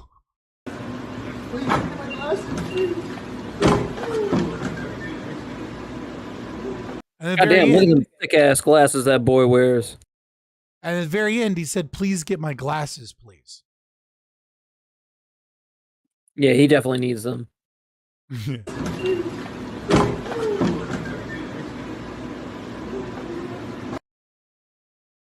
I didn't hear it, but I didn't go back far enough. Sorry. No, that's fine. Check this out. Check this out. I need my glasses. Oh, yeah. And he says, please get my glasses, please. Which, I mean, they might have got his glasses. I don't fucking know. They probably got his glasses and put it in the fucking baggie or something. Probably more worried about putting him in the car. Yeah, I would be too, to be honest. Kind of probably wanting to get the fuck out of there as quick as possible. Oof, that was brutal. Like the first couple seconds, like based on everything we know, I was like, I mean, they definitely need some punishment, but I can probably forgive this with some. Yeah, it's a really difficult case, right? Like this dude and was then, just like, firing at them and they don't know where the gun is. Yeah, but then the longer it goes, it's like, all right, you're clearly losing control of the situation. They lost control of the situation from the very first second. When he was on his knees and they told him to get down and he was getting down and he planted his hands firmly on the ground and slowly lowered himself and they kicked him in the fucking face and then he kept his hands there and then he jabs him in the face with the barrel of the rifle for whatever reason, as his partner still has a firearm, grabs his wrist and then jabs him in the face again, which is a terrible fucking way to do anything. Like, he could have accidentally shot him or fucking accidentally shot himself. Like, it's just not even good firearm safety. Like, they were clearly out of control that entire situation. Like, that's just not how you detain someone. Now, is it excusable, like from an empathy-based perspective, where it's like, I get it, he was firing at you, you don't know where the gun is, you have to do something, and like you failed to properly initiate your training? Like, but I don't know if these, like, if these guys are like beat cops that have been doing this for a while, they probably shouldn't have a job anymore. Because they've shown that they can't control themselves in that situation, and that's part of the fucking job. Is that you're gonna get shot at, and you don't get to do shit like that to people. Because it can lead to more possible loss of life, and it's not a good way to detain someone. You put more people in danger. But as it goes further, it becomes less excusable. becomes less like, I get it, you were just shot at, I understand, like adrenaline is high as fuck. You think this guy might have a gun on him, and like you're not acting perfectly rationally. You're just trying to make sure you get cuffs on this guy, and you're also full of rage. These guys shouldn't have that job, but it is kind of excusable to a certain point. As that interaction goes on, it's clear that these cops are just pieces of shit that were angry and wanted to punish him because they wanted to put him in his fucking place. Well, I mean, wow, so it's a weird night. We have one where it's like, I mean, what can you... It's not really the cops' fault, man. Like, they kind of got fucked in this situation. But I just saw both of these. I saw both of these, and like they were like, oh man, these are not dry, clear cut. Like, who is and isn't the aggressor in this situation? You know, I'm in a similar situation. I would expect banging my head against the floor to avoid getting shot. Yeah, like the initial kick, though probably not best practices. Dude, I get that. Like, you just shot at people and you're getting on the ground and they don't know if you have a gun or not. And they're trying to stun you so that they can get control of it. The rifle to the face one seemed completely unnecessary and was likely caused by him saying, let me see your hands. Instead of, like Casimir said, like, spread your hands apart. Like, move your arms out. Right? Like they didn't give him clear instructions and then they beat him for giving him unclear instructions when he was just trying to comply. And then the third strike is completely inexcusable. There's no way that is like that you can maintain control of someone's hand and then you just beat their fucking face with the barrel of your gun. That's dangerous as fuck. Like, you easily could have shot him, shot yourself. Like, that's terrible practice. Yeah, I mean, I agree. The kick was because his hands were below his shoulders. Is it the responsibility of every fucking citizen to fucking know the perfect way that each individual police department prefers that you detain yourself? I mean, to be fair, there is also the philosophy of the fuck around and find out scale. That shooting a firearm at a police officer is very high on the fuck around portion of the graph, and thus, leads to to let you find out. Right, it leads to a very high proportionate find out number. All right, so I am ready to check out the thing that we can't check out on Twitch. And what's that? I'm ready to watch some Destiny. Who's ready to watch some Destiny? Why is my own live stream being brought to me? Okay, cool, thanks. That's pretty funny. Glad to see we're almost breaking 30 then. Yeah, on YouTube, that's pretty good. So it's got 746,000 fucking views right now. And apparently people are like, oh, this is so good. And like, I'm willing to bet that this is a shit show of Destiny having no idea what the fuck he's talking about, but having good rhetorical skills and like talking to dumb fucking college students. But so the same critiques that people love to levy against Ben Shapiro and like Steven Crowder, like, yeah, they're dumb 20-year-olds. Of course it's easy. Right. But I'll do my best to be as charitable as I can looking at this. But yeah, I just don't see him doing well in this. I see him doing well. I just don't see him having anything meaningful to say. And the reason I say that, before we get started, the title of the video and the topic and the thumbnail, all of it says wokeism has gone too far or wokeness has gone too far. Change my mind. Well, what is woke? Because woke is a philosophy, right? It is an awakening. It is an awareness and an instantiation of critical theory in one of its domains, right? Which is to say, a philosophy of an oppressed oppressor narrative and superstructures and a belief that historical and material analysis, as well as standpoint epistemology, are the best ways to approach things. At all, right? And like these are the critical elements of wokeness. A belief that there are certain mythologies that we will never be equitable and we will never have equality, and the idea of equity as a means of reaching this, that we will never have true equity or equality until that mythological structure is destroyed and no one maintains the superstructure position, right? In terms of like a Marxian kind of perspective. And so that means that whiteness must be destroyed. The Constitution must be destroyed. From the very beginning of like critical race theory, right? Colorblind law and the United States Constitution and the ideas of freedom of speech are directly need to be destroyed in chapter 1 of an introduction to critical race theory by Stefanik and Delgado.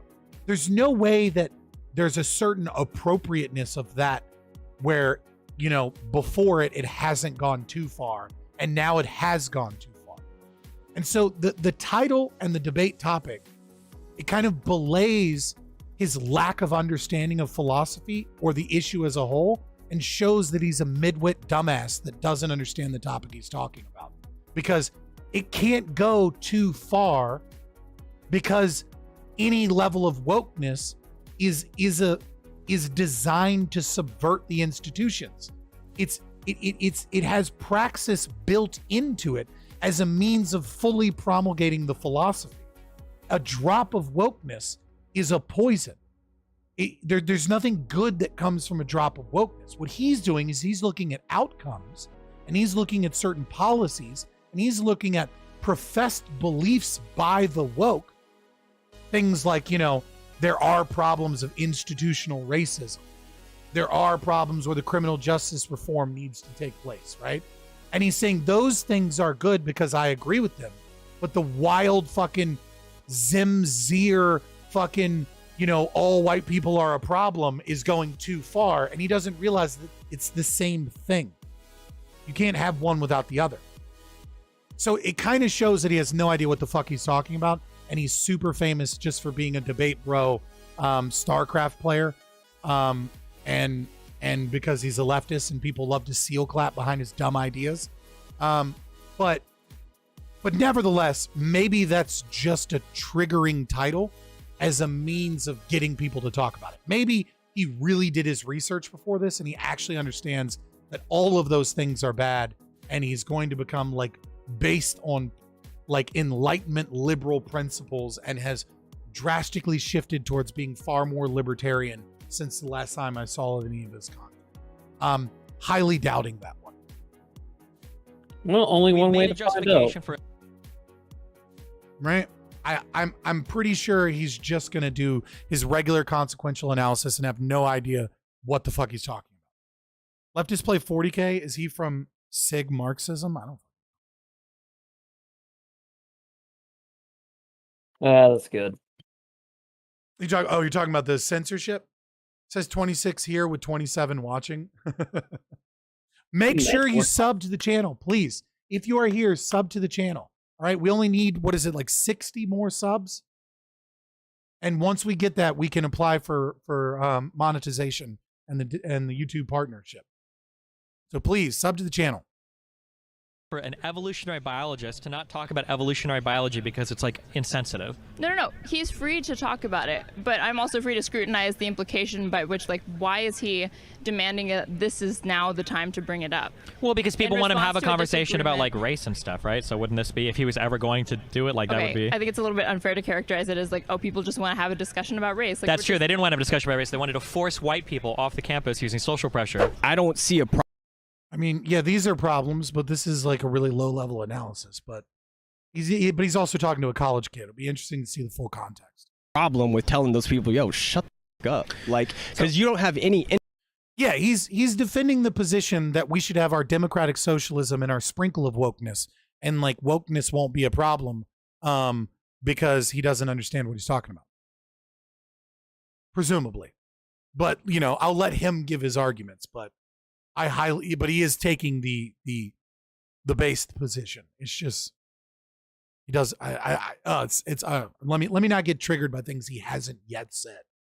Yeah, interest in actually engaging in a debate. If someone's out there and saying trans people should be genocided, and you shoot that person and you take that person off the face of the earth. Destiny's not going to fucking debate me. Like, Destiny will debate me on panels, which we have done in the past, and I've beaten him every time. Why would he do a 1v1 debate with me so that I can poach his audience? Like, he's He doesn't debate people that he thinks can win. He debates people that he thinks will cause a lot of drama and will like create a big story and will get a lot of views and clicks, because that's what he does for a living. And I don't grudge him for it. You know what I mean? Like, you're a drama streamer that, like, you know, talks about politics but doesn't really have like any level of like understanding of a lot of those things. But, you know, he does good. He's like, you know, there's Ethan Klein way down here at the bottom. Then there's Destiny, right? Then there's people like me, right? And then there's, like, you know, people that actually understand the theory and like write the shit. I don't think that's inherently a bad thing. Steven Crowder is funny, but Steven Crowder has no idea what he's talking about most of the time. There's a And he lot of good probably would data not from like his researchers he pays. Like, I would put Steven Crowder and Destiny pretty much on the same exact level. Like, Steven Crowder is no better than Destiny in terms of intelligence, understanding of the problem, understanding of the issues. It just happens to be that Destiny is a dim sock and Steven Crowder's a conservative, sort of. Conservative who likes drag. My name is Aaron, and I am here to debate. Destiny is without a doubt a more skilled debater. I will give you that. I just meant like in terms of like their content as a whole. You're right. Let me take that back. Destiny is an incredibly skilled at debate bro mentality and rhetoric, and turning an audience and being bad faith. You know, like, he's really good at that. Like, for sure. Like, there's a reason, you know what I mean? Like, Sam Cedar is such a pathetic fucking individual, and Steven Crowder was like, I'm not debating you. You know what I mean? It's like Sam Cedar might actually win that debate. If wokeness has gone too far or not. Okay, my earlier undefeated conversation topic was that wokeness has obviously gone too far because I think progressives... Obviously. Okay. Slow down. Obviously, wokeness is currently undefeated, right? Like, he's such a debate, bro. has gone too far because progressives are really bad at engaging other people in conversation topics. I think that there's like way too much of like a ideological orthodoxy that's like enforced around like any area that progressives get their hands on. Go. Okay. So the reason wokeness has gone too far, right, is that the leftist orthodoxy has difficulty engaging in conversation. That's all? Right. That's why it's gone too far. Like, doesn't have to do with like all the people getting banned constantly and being unable to, you know, speak their mind freely. Destiny, I would like to invite you to come have a conversation with any of the D-trans people I've spoken to. And tell me if the reason wokeness has gone too far is just not enough conversation. You know, you guys are staying in your own echo chamber and you're not discussing the issues. Like, you know what I mean? Like what? You know, like, I don't know. Like when 15-year-olds are getting double mastectomies and then detransing later because wokeness has completely infected the ideological bent of the pseudoscience that we now call the APA and the AMA. Like, there are other reasons wokeness has gone too far, man. So I'm less interested ask him anything. in making any sort of, I guess, like positive argument. I'm just going to say that I think you're basically the one putting forward the positive argument that this has gone too far. I'm not even going to make any prescriptions as to that. I'm just going to say I think that premise is entirely false. And the biggest problem that I have with this conversation is that can you concretely define what you mean by wokeness? Yeah, so I think that progressive. Oh God, this is gonna be fun. Let's listen to his definition of wokeness. Do we have the clip of that one lady saying, "Well, define wokeness for me," and then if they define it any other way than this, then I dismiss with them. Well, she didn't say. She just said you had to define it. Yeah, but she also put on and then if they say certain words, then I judge them. Your audio changed. It got weird. It got like really like. I haven't done anything. Oh, interesting. Through a lot of arguments surrounding. Have you ever heard of the paradox of tolerance? Yes, that if you're too tolerant of intolerance, you're going to create a society like Nazi Germany because you're going to let it be overrun by people who would take advantage of that. Exactly. That through that argument of the paradox of tolerance, progressives have essentially created a system that allows them to get rid of all dissenting opinion because the dissenting opinions themselves represent like a threat to discourse or democracy or woke values. What the fuck is this definition of wokeness? This is an aspect of the vanguard. Like, this is such a low level analysis. Like, he hasn't talked about he hasn't even talked about where the term woke comes from. Like, it means to have awakened to a philosophy. And then you must explain what that philosophy is that you're instantiating by waking up to it. Like, this is just talking about things that people are woke do in one domain. Like, this is a terrible fucking definition.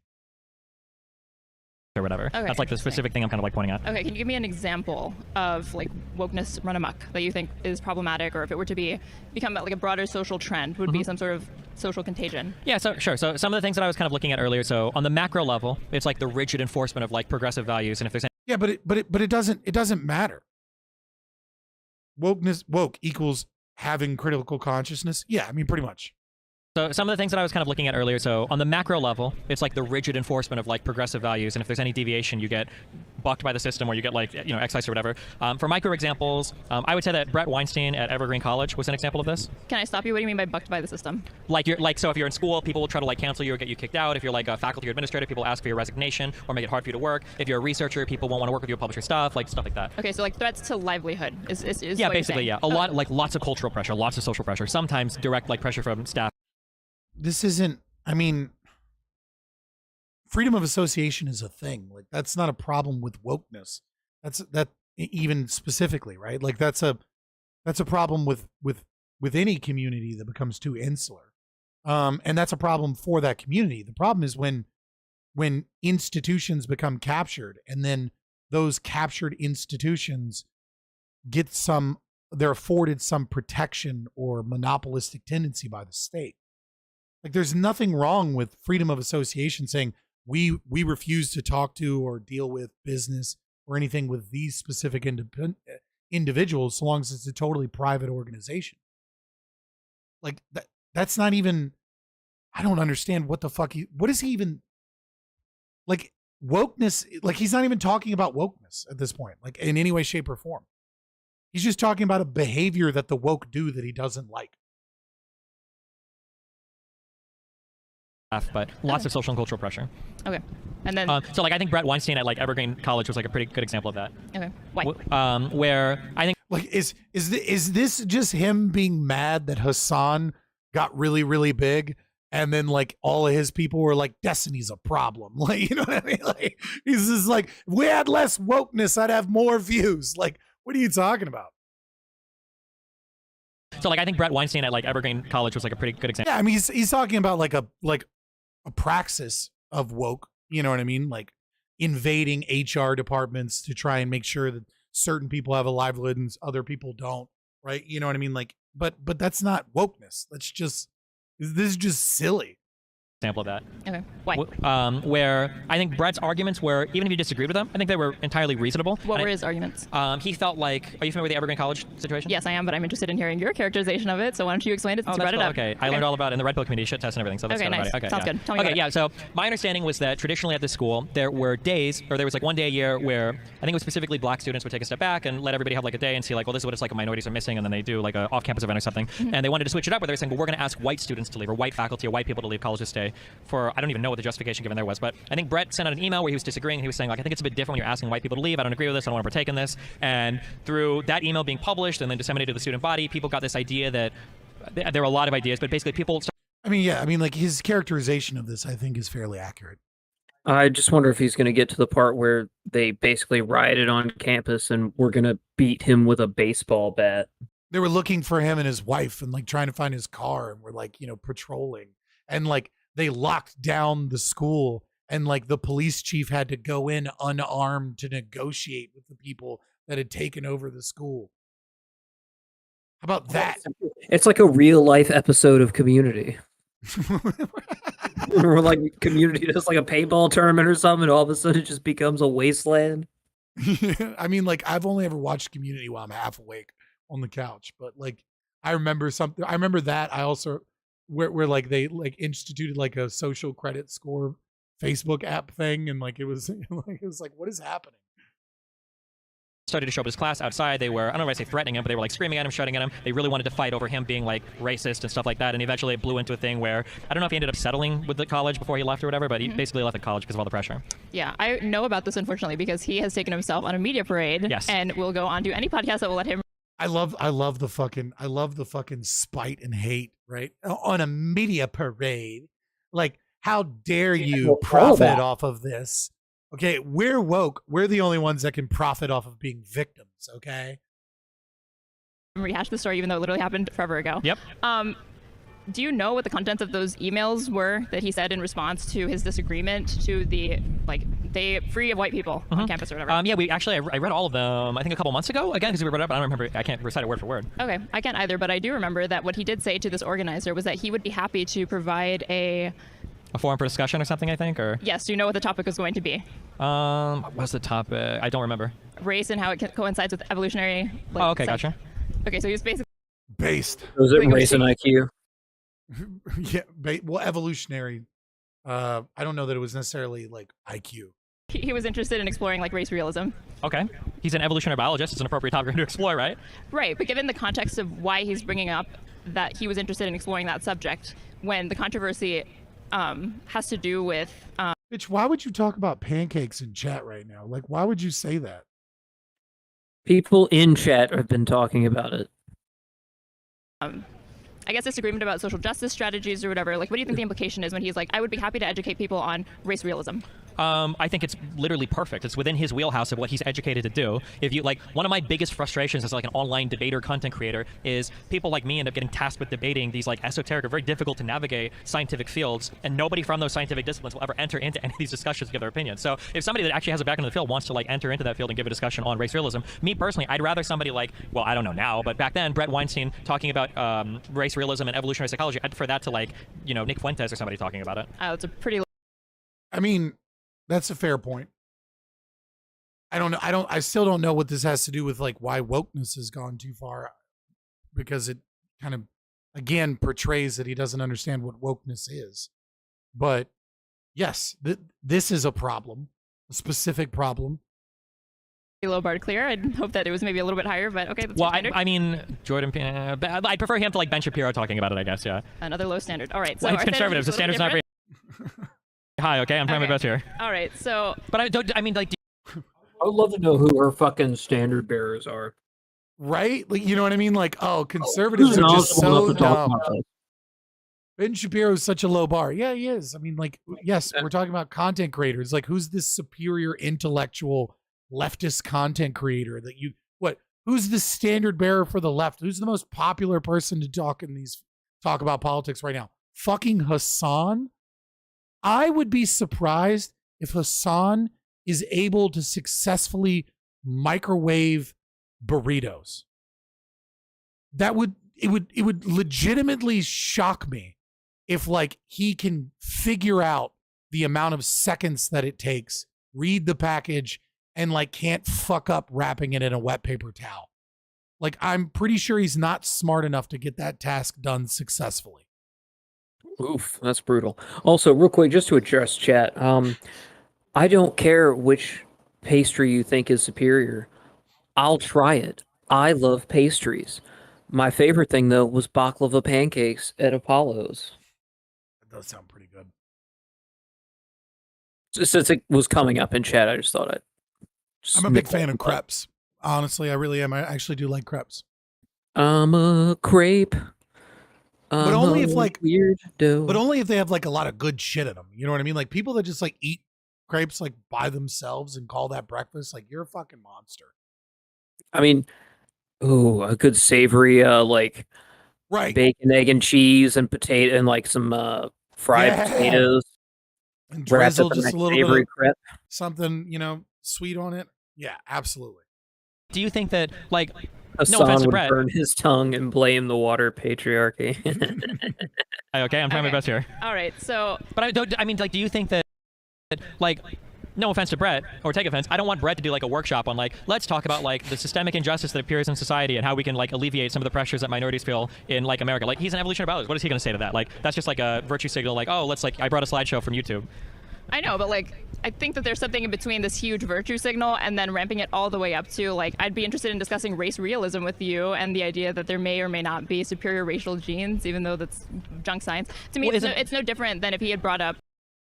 Well, then you shouldn't be afraid of it. It should fall flat on its face. Right. That's the funny thing is that it's pseudoscience and it's all garbage. Anything the race realists say, but it's funny because you're not allowed to say any of those things, and you're not allowed to study any of those things. You're not allowed to look at it. right? Man, I would love to take this girl back to like the late 1800s to the pamphlet wars. You know, I wasn't going to bring this up, or I wasn't going to show this, but there's a really good thread I want to show you guys, because I think it really actually elucidates the thinking of the left and the far right, kind of third position. Well, I'd say third positionist Nazi types. Let me see if I can find it, assuming it hasn't been taken down. It has not been taken down. So I'm gonna read this thread to you, because oh man, it does a perfect job of explaining the way the left actually views this shit. Thread on Jews by a Jew. Multiple things can be true simultaneously. Jews are overrepresented in media, finance, and academia. And number two, this is mostly a consequence of meritocracy. Progressives and Nazis are united in their opposition to number two, albeit for different reasons. Nazis think that Jewish success is symptomatic of Jewish conspiracy. Progressives think that meritocracy is a myth that enables white supremacy. Therefore, neither can accept number two. Right. You heard her flatly deny any form of like racial differences, even though Ashkenazi Jews obviously have a higher IQ than the average population. Yeah, just watch Ari Shaffir's special Jew. He covers it really well.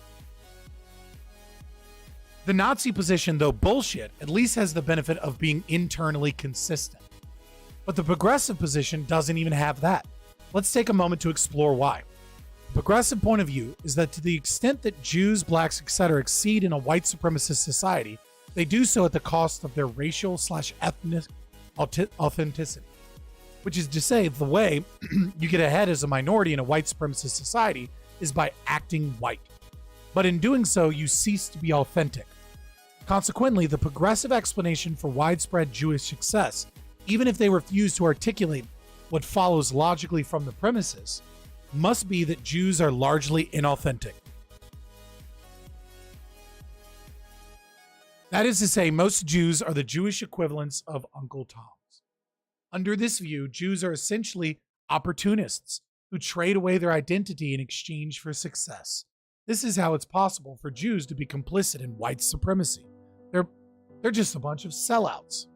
Keep in mind that despite the fact that progressives seldom express this view in public, it follows necessarily from their premises, and the real reason for this is that they refuse to acknowledge meritocracy as mostly real.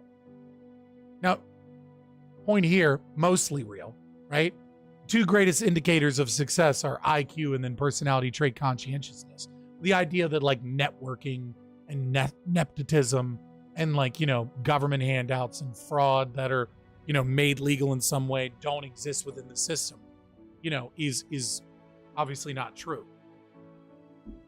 This is a straw man of the more elaborate anti-meritocracy arguments. Time for an academic agent reference. Okay. I hate that Casimir is probably one of the worst Twitch and YouTube chatters in existence, because like he always references other things and then makes claims without backing them up. And often his claim doesn't even tell you what his claim is about, because he'll just say this. He starts with this and no one knows what he means by this, and then just says, this is untrue. I love you, man. But like as a chatter, dog, you're the most infuriating mother. And he does it while I'm debating, which is the worst. He'll be like, this is wrong. Don't say that, Scott. And I'm like, what's wrong? What should I not say? Like, even when he's helping me, I'm so infuriated. I'm like, fucking help me to help you. I don't know what you're talking about. As a result, their only recourse is to deny. If progressives would just acknowledge that Jews got to their positions of influence fairly, there wouldn't be any drama. But they can't do that, because they're championing an ideology whose core premise is that meritocracy is a pretense that justifies white supremacy. Oh, the whites. Mm-hmm. As a result, their only recourse is to deny, censor, and reprimand those who acknowledge disproportionate Jewish influence. This in turn lends credibility to Nazi narratives about malevolent Jews in power. As it has always been, the far left and the far right are united in their hatred of Jews. The far left is just less overt about it, because if they became openly anti-Semitic, they would lose the moral authority to continue opportunistically wielding their favorite rhetorical weapon against their political opponents, the Holocaust. The Holocaust carries real emotional power for reasons that should be obvious, and that power is something that progressives positively salivate at exercising at every opportunity. No remark or event, no matter how unremarkable, is too trivial to compare to the Holocaust. Mexican kids made to live together in a facility that provides meals, shelter, education, and even PlayStation 4 games while their unauthorized immigrant parents get their misdemeanors processed. That's literally Auschwitz. Trump calls the media the enemy of the people. He's literally Hitler. I've had family sent to Auschwitz and Treblinka, and I've had family butchered by that word and their Slavic collaborators. I have people buried in Babi Yar, and I've never been amused by progressives who use the corpses of my fallen as a political props. They desecrate the memory of our fallen by turning the Holocaust into a stick with which to beat their opponents. I wish more Jews would understand that when progressives condemn the Holocaust, they're not doing it because they love you. They're doing it because they love the Holocaust. Specifically, they love its rhetorical power. And when the day comes when they finally succeed in erasing Jewish identity by insulating that we're all sellouts who get to our positions of prestige by collaborating with white supremacists, when they finally accrue enough power to have no more need for Holocaust's rhetorical power, when they finally succeed in making Jews white, they will join their Nazi brethren in the belief that Jewish success is symptomatic of Jewish conspiracy.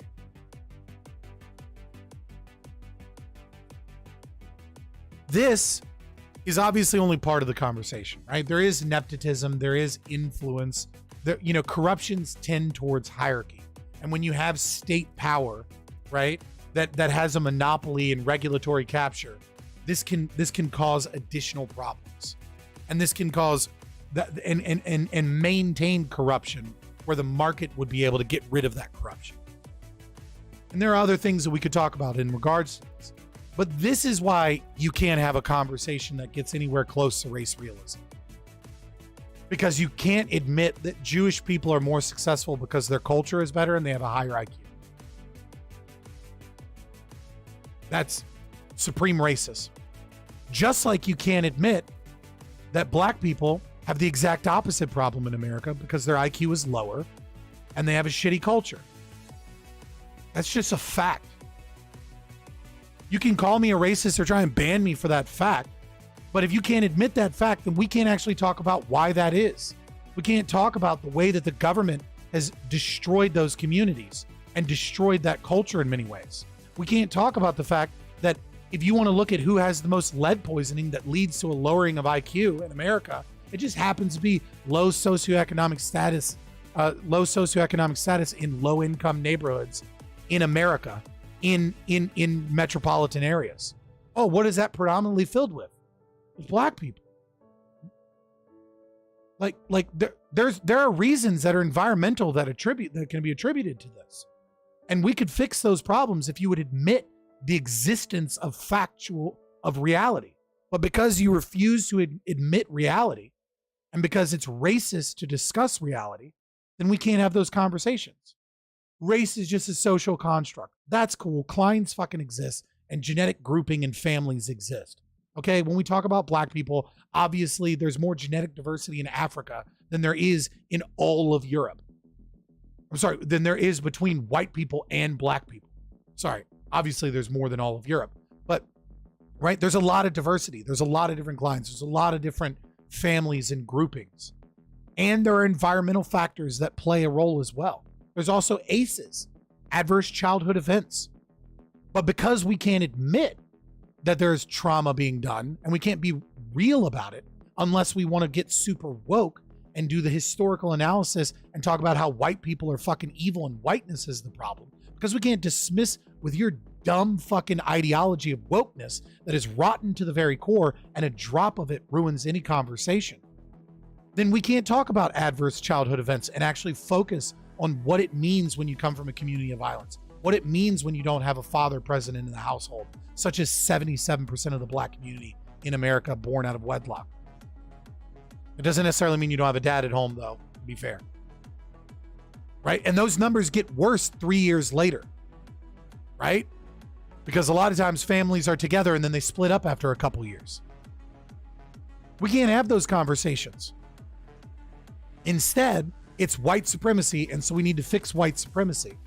And so we can actually correct some of the environmental reasons why black people, for a fact, in America, have a lower average IQ. We can't address it. Because to say that is like you're a fucking race realist racist. You won't engage with the science. It's tough being a racist. Right? It's tough being pro-science in a world full of wokeness that is anti-science. Yeah, that's what I said. It's tough being a racist. Since they're apparently synonymous. Soul's middleman minority argument, I believe. Here's an article of two alt-writers debating each other about what they should do with the JQ for their ethno-net movement. Here? What do you mean here? I don't understand. What is it when they like skull shapes? Phrenology. Phrenology. If he said I would be happy to, I'm not happy to participate in this anti-racism exercise, whether or not it's good is. Why the fuck are you bringing up phrenology? Like phrenology is actually, believe it or not, phrenology is coming back a little bit because of cranial stimulation is a form of transcranial stimulation to treat depression. Jesus Christ, a tongue twister. So they actually are looking at skull shapes again, but like not just for the microdose reasons they were back then. Yeah. Huh? Just microdose. Most of the clinics that do that do both. Now, the clinics that do the transcranial stimulation are also do ketamine and things like that. Is that just mild shock therapy? No, there's evidence to suggest, like pretty good evidence of people that have had their depression cured by like small electric impulses in specific areas of the brain from the outside, with like repeated treatments have like cured their depression. Okay, so it's low grade shock therapy. I mean, sure, but it's targeted, so it's different, right? I mean, it's definitely better. I'm not doubting it works. It's interesting that it's like, yeah, they fucked a bunch of people up with electroshock therapy, and then now it's like, if we do it right, it's fine. Yeah, here you go. Transcranial magnetic stimulation. Oh, well, if it's magnetic, it's not electric. All right. I don't fucking know the science on it. TMS. Non-invasive procedure that uses magnetic fields to stimulate nerve cells in the brain to improve symptoms of depression. Okay, that sounds pretty cool, actually. Yeah, but they're like studying skull shapes in like areas of the brain and things like that to figure out like where to put it, and they map your skull and shit, like to your individual skull. But it is interesting. Yes, please like and subscribe. I don't really care so much about the likes. I mean, likes are cool. They do help us, but yeah, I'm really trying to get to 1,000. I'm really trying to get to 1,000 so we can get YouTube partner. We're almost at 1,000 on YouTube. We're almost at 1,000 on Twitter. That is true. We're almost at 900 on Twitter. We had fair enough. You're 119 away on Twitter. Yeah, 119 away on Twitter.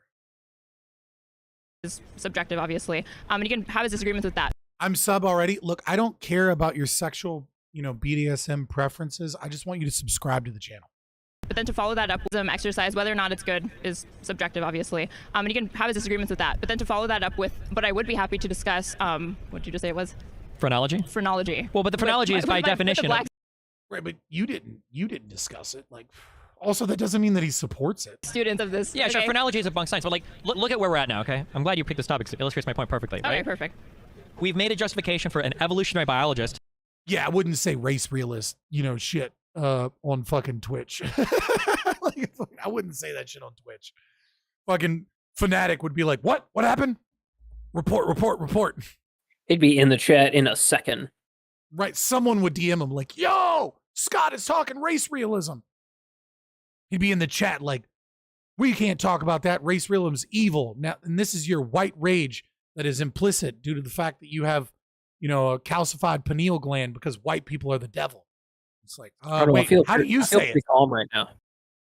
to not talk about evolutionary biology because it's like insensitive. No. He's free to talk about it, but I'm also free to scrutinize the implication by which, like, why is he demanding that this is now the time to bring it up? Well, because people want to have a conversation about like race and stuff, right? So wouldn't this be if he was ever going to do it? Like that would be. I think it's a little bit unfair to characterize it as like, oh, people just want to have a discussion about race. Like, That's true. They didn't want to have a discussion about race. They wanted to force white people off the campus using social pressure for right, and reasons. I'm not even going to defend that.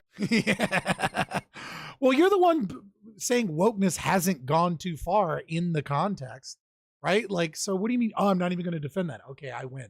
Easy Destiny dub on the college kid. But of course, Destiny still hasn't defined wokeness and still isn't talking about wokeness. He's just talking about praxis done by the woke vanguard.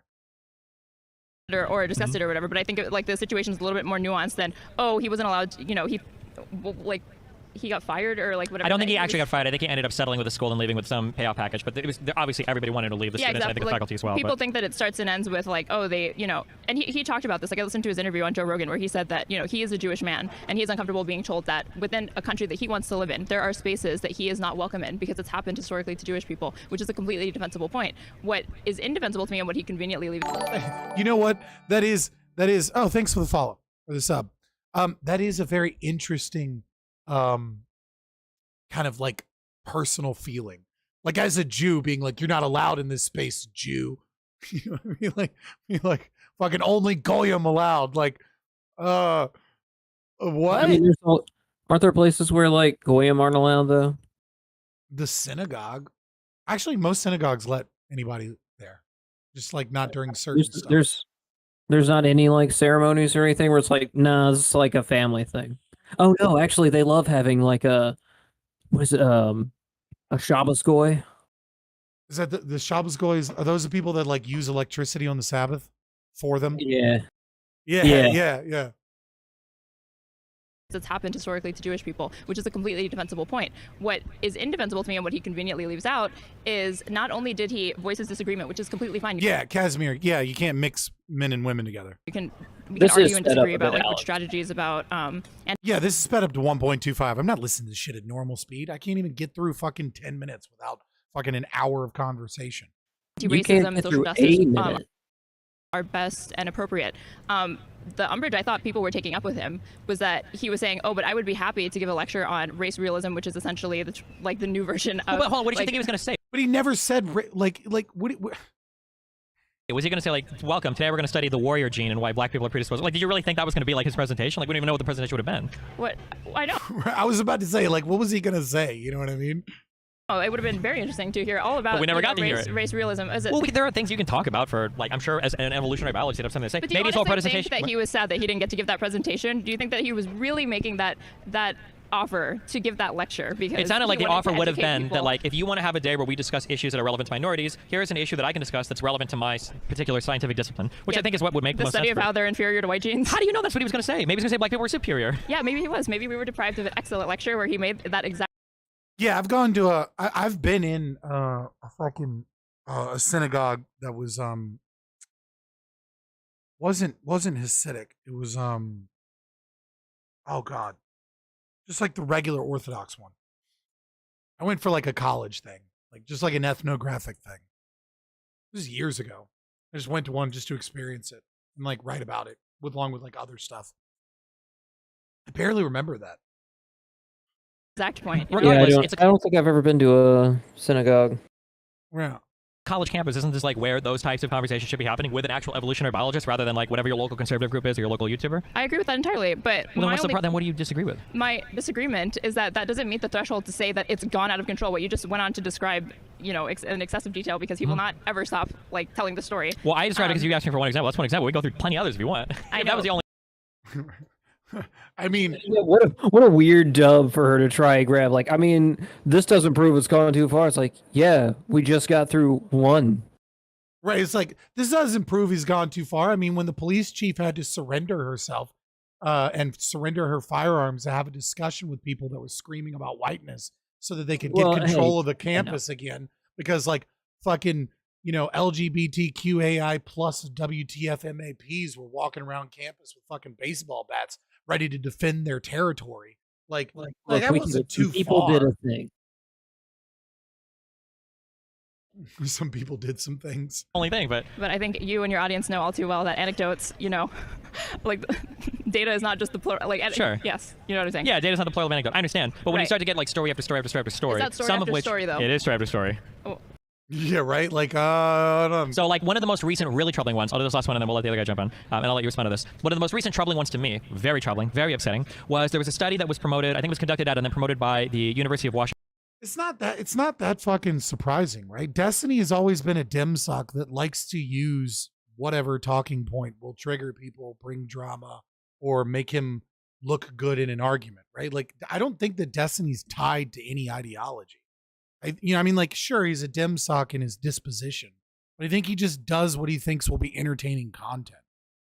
Like, I don't think he's like married to a political prescription that he's trying to promulgate in society. I don't think Destiny does this because he has an ardent belief in like democratic socialism will make America better and will make our lives better. He does this because it's entertaining and he gets money and he gets fame and he gets glory and he gets to have fun. And I don't have any issue with that as a premise for why somebody does something. But I just wouldn't say that it's shocking that it would bring up something that's popular with conservatives to try and trigger the fucking the lefty pro woke people on a college campus.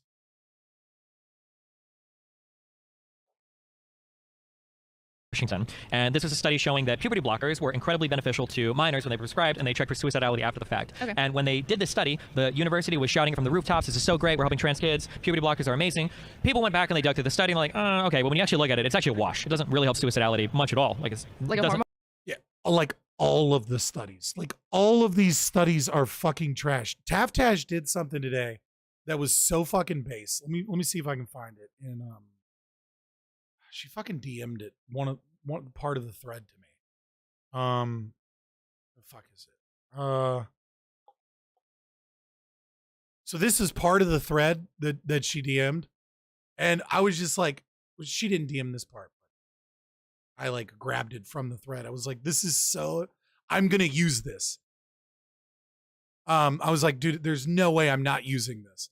So she tweeted, like in this thread, she just goes, just post your strongest evidence for the benefit of gender transition for kids, and I will explain why it's weak in one tweet. We don't need to have a whole conversation. And I was just like, that is an amazing way to engage with people. Like, just give me your strongest possible argument or study that you have, and in one tweet, I'll explain why your strongest thing that you have is pure fucking trash. And then she DM'd me like this portion, which is, she was like, in value of 89, like out of 3,494 respondents. And I was like, yeah, like an in value of 89 can be statistically significant. It depends on like, did they do a randomized control? Like, is it comparing to a control? All these other things. But like, it's not so much that 89 is bad per se, but like the way that like the other kind of factors in it show that it's like kind of really just anecdotal evidence from like a self-report survey from like LGBT organizations and things like that. They're already kind of primed to, you know, to give positive results anyways. But I was just like, dude, that is such a baller way to engage on Twitter. Like, there's no way so I told her, I was like, there's no way I'm not stealing that. Like, I'm saying this to people all the time that re-at me. Like, just give me the strongest piece of evidence you have to support your claim. And we don't really need to have a debate. I'll just explain why that's trash in one tweet. She did that shit. I was like, God damn it, Taftash, I love you. We know. Hey, she's got a girlfriend. Relax. I wish I was smart enough to do that. I mean, I'm smart enough. I'm just not smart enough to come up with that. Like, I get blinders and I'm ready to like argue with like, you know, 16 fucking tweets with somebody. And then eventually I just have to like wait till I get a dub and then back off because it's not worth my time. But like, no, that's a perfect fucking way to engage. All right. Hormone wash? like, okay, well, when you actually look at it, it's actually a wash. It doesn't really help suicidality much at all. Like, it's like a hormone wash? Stop. No, it doesn't help much at all. Okay, we're not doing that. Okay. But when the university found this out, when they were internal emails got leaked when this was brought up, and they were like, okay, well, actually, it looks like this wasn't true at all, but we're not going to really talk about it publicly because people were so happy with the last headlines. It would be kind of shitty to announce now that it didn't actually do much at all. This was like not verbatim, but this is more or less what the contents of the email were. And it's like, holy shit. Well, now we're actually talking about like scientific literature being published and promoted, and now we're talking about picking and choosing which scientific literature we want to promote based on the social.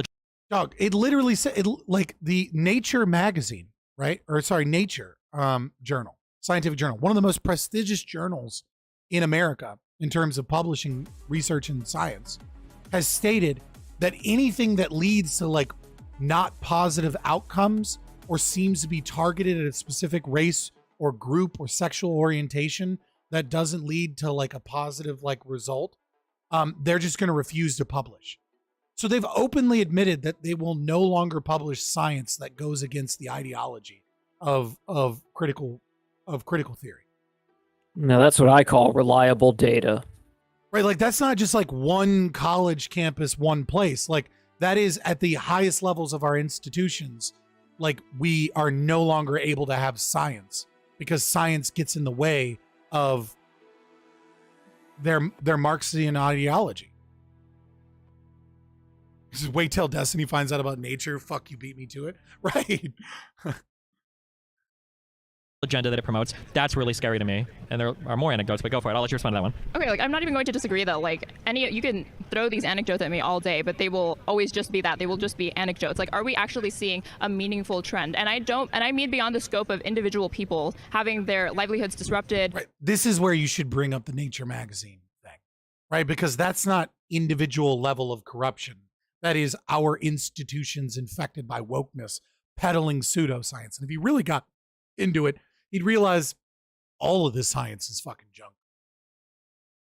Losing their income or whatever. Honestly, for the most part, I would disagree, or like I would agree with you that like in each like discrete example that you're going to bring up, there were inappropriate measures that were taken to HR to get them removed from some campus where somebody should have been able to speak where they weren't able to. But I'm saying, can you see this borne out in any sort of meaningful policy that's been instituted at even at a municipal level or possibly state or federal? And I just don't think it's ever met that threshold. And I think that alone kind of negates your entire premise that it's gone too far, because we would see it happening in Congress, happening in state legislatures, happening, well, Congress is federal, or at the Supreme Court, that because wokeness has gone amok, we must make these corrective policy measures that could potentially, do more harm than good. And I guess that's mostly what I'm worried about. The Supreme Court could just strike down a law. Right. But also, like, nature. This is where you need to bring up nature in regards to what you said. Do you know of any policy? Yes, Biden had a farm loan plan for black farmers only. Yeah, true. About like the policy implications of saying that, like, That's okay, called even if equity, though. What's that? It's called equity, though. Yeah. So she would just say that's not wokeness going too far. That's good. And he would probably agree, to be honest. He'd be like, yeah, like, they were fucked over from a lot of subsidies before, and these big corporations get all these subsidies, but poor black farmers weren't getting these, so like it's a good thing that they get these, when the problem is the fucking subsidies to begin with. And I guess that's mostly what I'm worried about, like the policy implications of saying that, like, okay, even if wokeness has gone too far, fine, like for the sake of the argument, I'll concede like it has gone too far. Like, what do we do about it? Cut the bother. Okay. Oh, did you ask me what I do? Oh, I said I even lost word. Well, I understand that it's not there like in policy positions, but in schools and in the response to what's happening in schools, it does seem to be there. Now, for whatever reason, progressives are really bad at getting people elected and getting their will enacted in Congress. But I think across like college campuses, like when you look at like, man, what was the last place? Like the ideological leanings of like professors and stuff, it's like 85%. Like wait till Destiny finds out about SICUS, the National Sex Education Standards. You know what I mean? And like CASEL. I mean, I'm sure his left-wing researchers will never bring him this information. I don't know how much research he does on his own, but like, wait till he really fucking finds out what's going on. Like, it's in our schools, our colleges.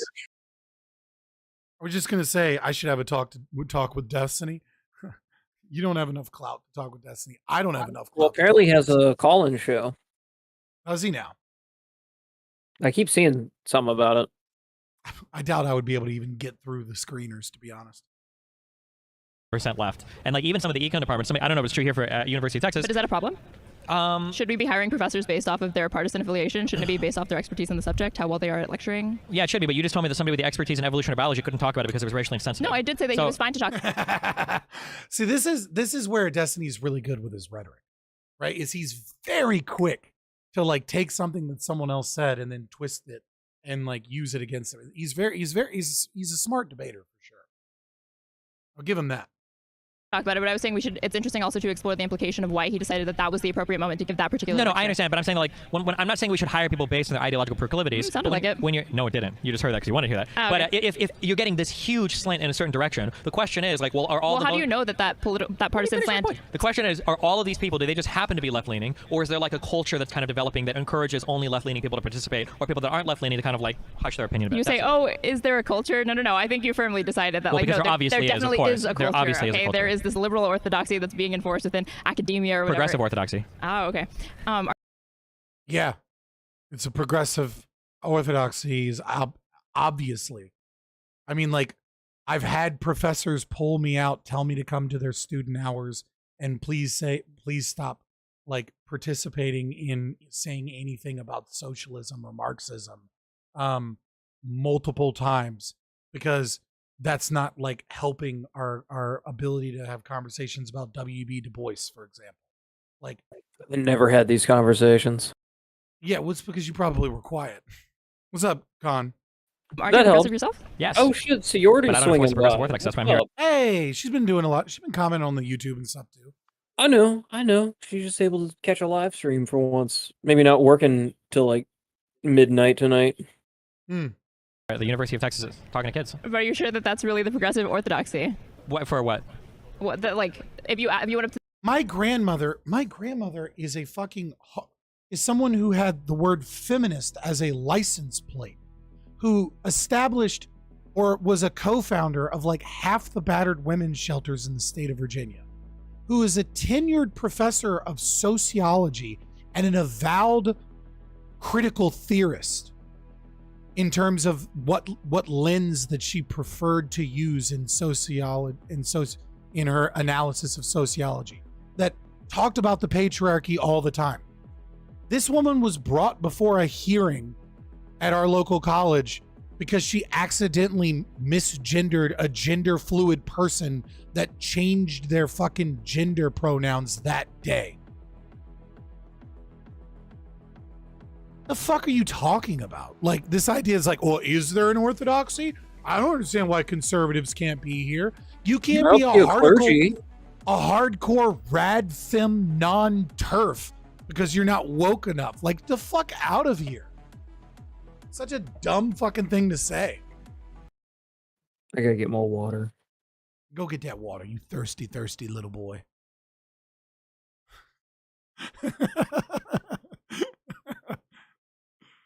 to the majority of progressives and you gave all these examples, do you think they would wholesale start endorsing like any of the repercussions that happen in all of these like awful anecdotes that you're giving? Yes. Where somebody's like you're positive so. on that. Okay, just over wholesale 50, disagree on over that. I think 51%, you would be able to find plenty of liberal and left-leaning people who would be able to condemn any sort of actions that were taken. Like, I know there probably would be some, but I think that over half of like progressives would be in favor of like viciously getting rid of like certain types of thoughts that they feel like don't belong on college campuses at all. Like what types of thoughts? Like sombreros mostly.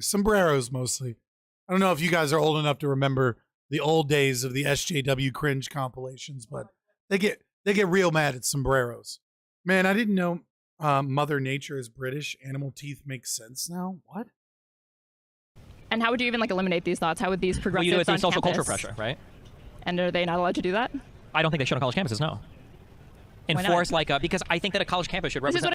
Yes, so true, Casimir. Where did I hear this argument before? It doesn't happen. And if it does happen, it's smaller than claimed. And if it didn't happen, you deserved for it to happen. Oh, the Nature magazine? Yeah. Hold on. Let me find something for you guys. Oh, did I exit out of my Twitter? Hold on 1 second. I want a perfect example of this. I'm going to find something for you. Just got to find my own fucking comments. Are you over here talking about UFOs without me?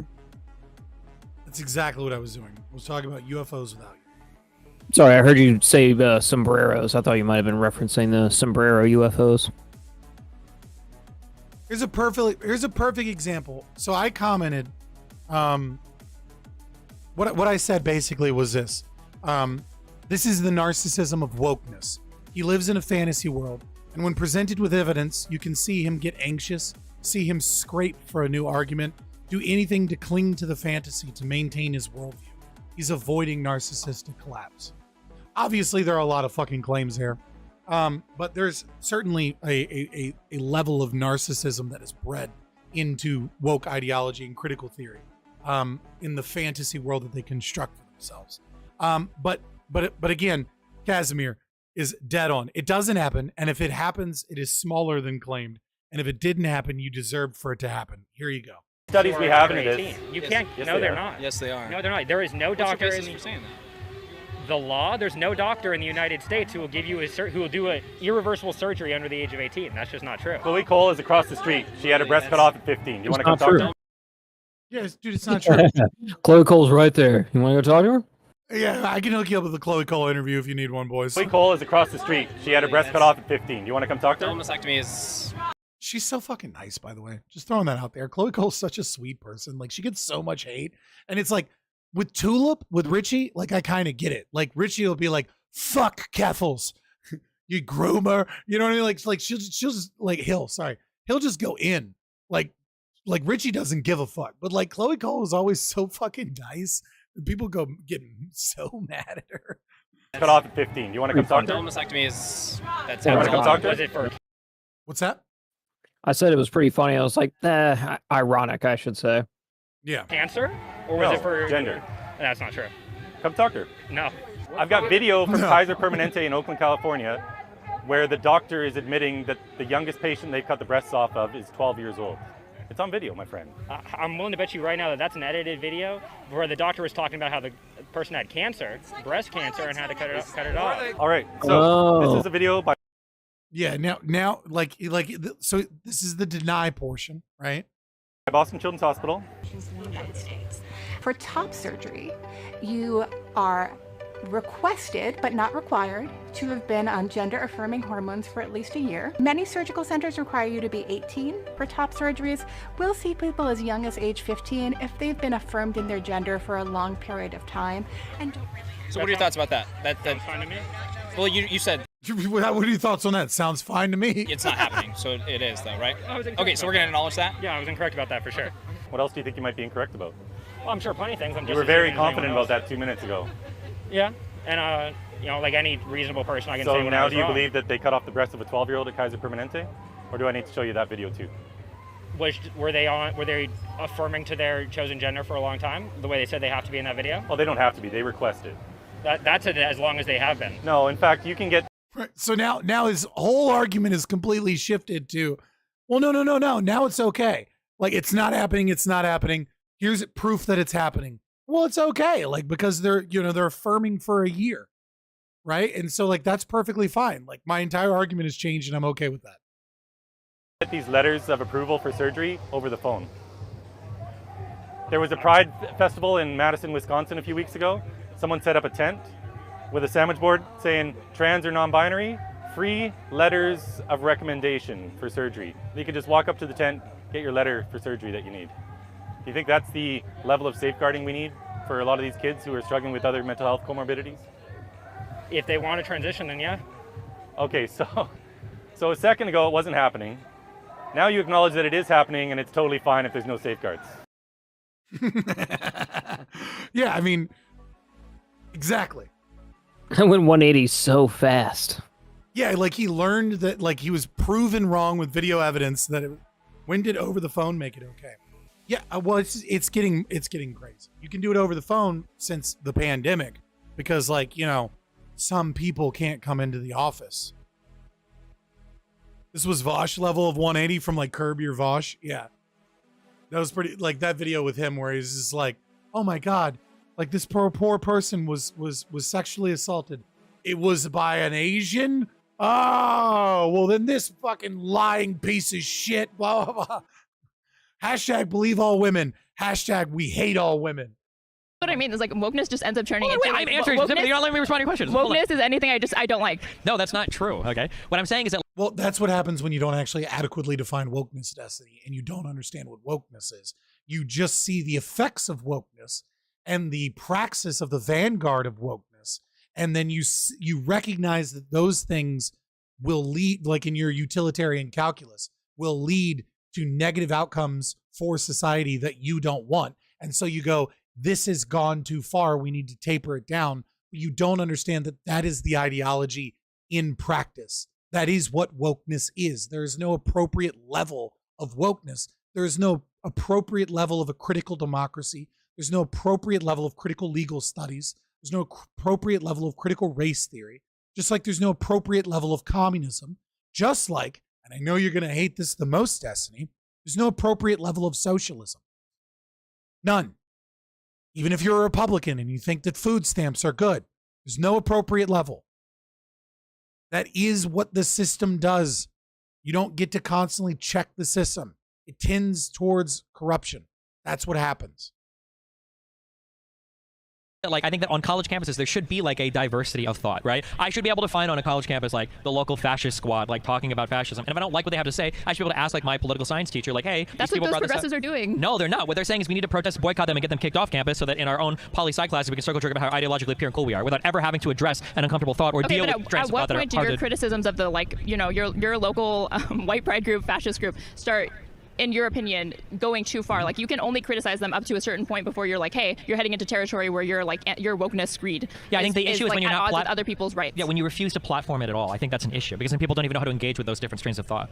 I know, but you know who was proposing stuff like this? It was liberals, not progressives. Like back in 2019 during the presidential campaigns, Kamala Harris was the one who was going up on the debate stage and saying that she was making it up like a policy promise that she believed that Trump should be banned off Twitter. This was back in 2019. Kamala Harris is a progressive.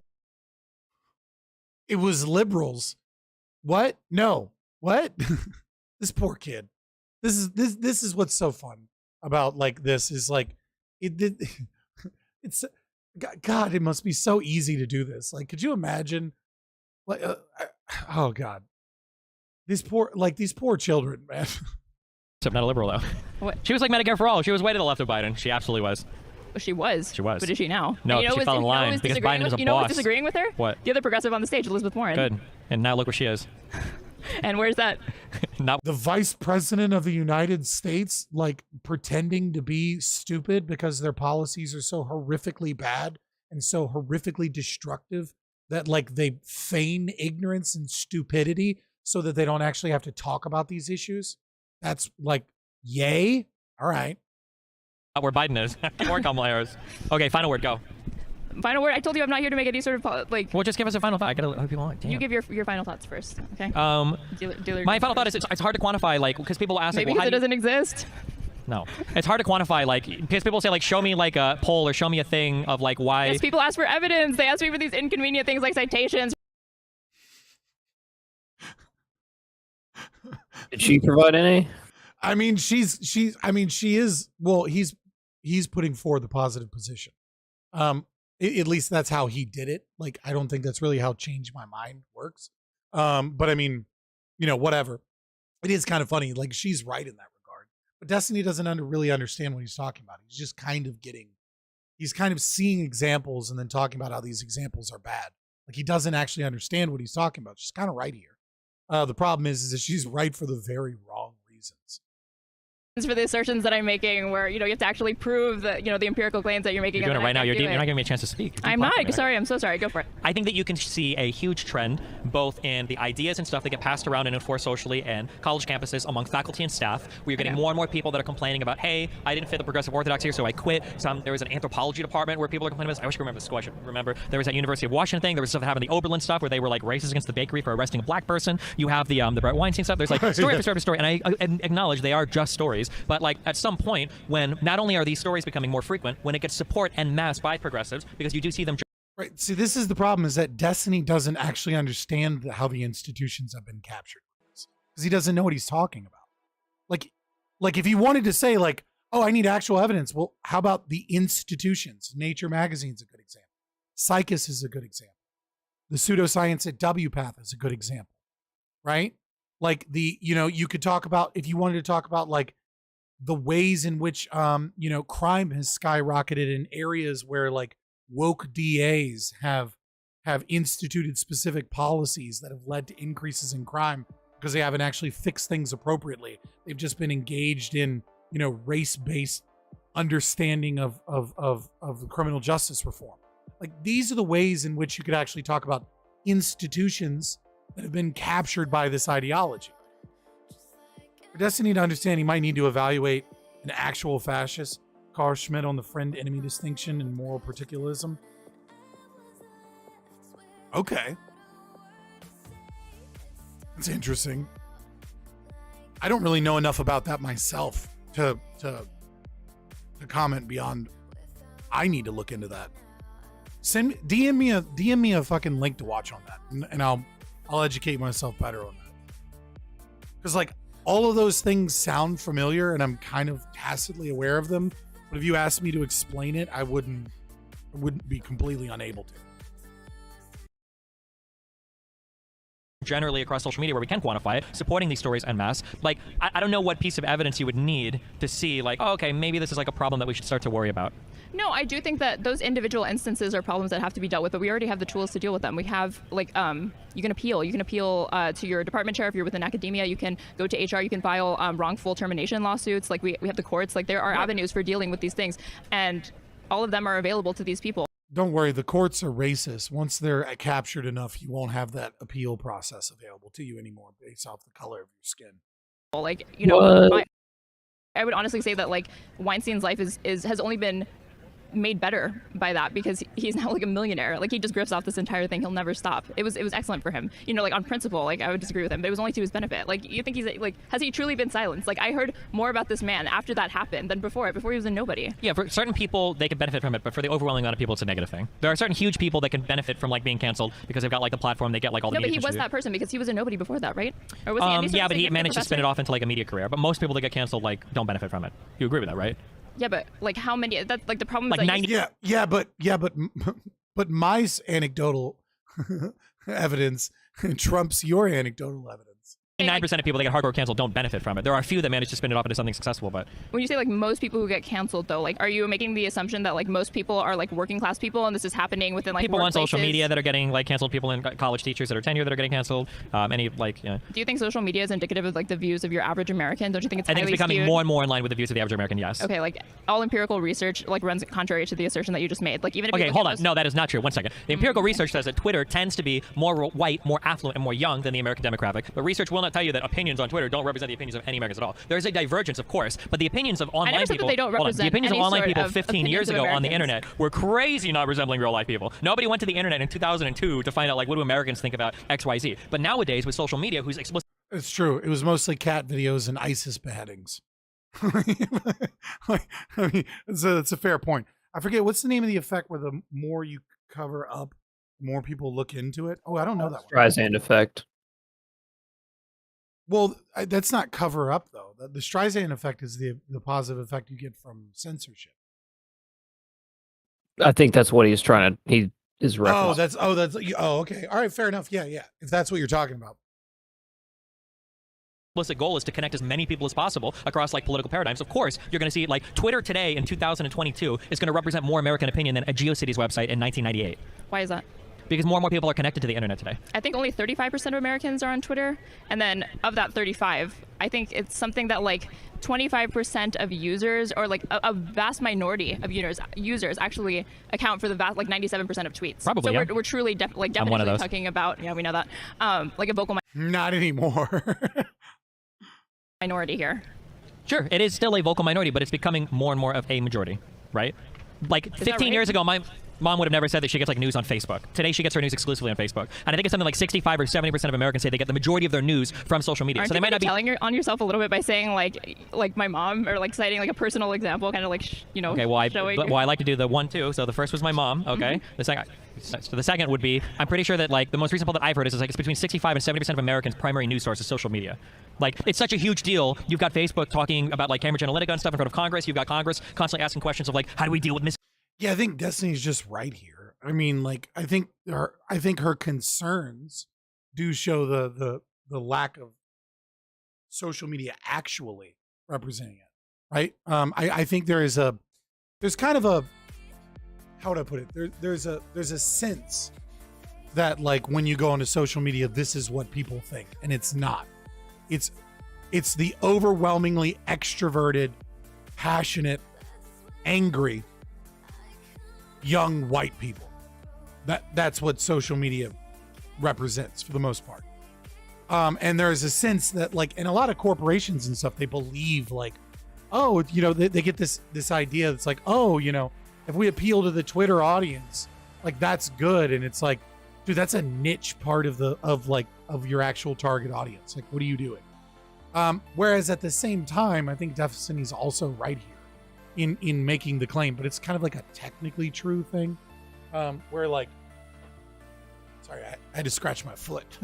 Where like, yeah, the internet is becoming more and more representative of like what people think as more and more people utilize the internet. This information online, you've got some people that would assert that maybe you're like, on one breath you're telling me like, well, social media, does it really represent much? And then on the other hand, you've got people saying, on the other hand, you've got people saying that like Russian interference in different social media platforms was so important, it might have been the tipping point for the election in 2016. So I mean, it seems like it probably matters. Oh, I'm not. Except that was made up, and the DHS and the FBI have been proven to have intentionally interfered in the election to make sure Biden got elected in social media. So, you know, fourth kind of, you know, the cathedral, the deep state, whatever term you want to use, actively conspired against Donald Trump and committed treason. And these people still have jobs, despite the fact that the only punishment that fits the crimes that they've committed is death by firing squad. Like I'm just talking about United States law, not what I think is right or wrong. That it's, you know, one of those things that they deserve according to the law. But of course, those laws won't be used because they were done in the interests of, you know, large corporate neoliberal power base that is utilizing wokeness as a means to consolidate its own power.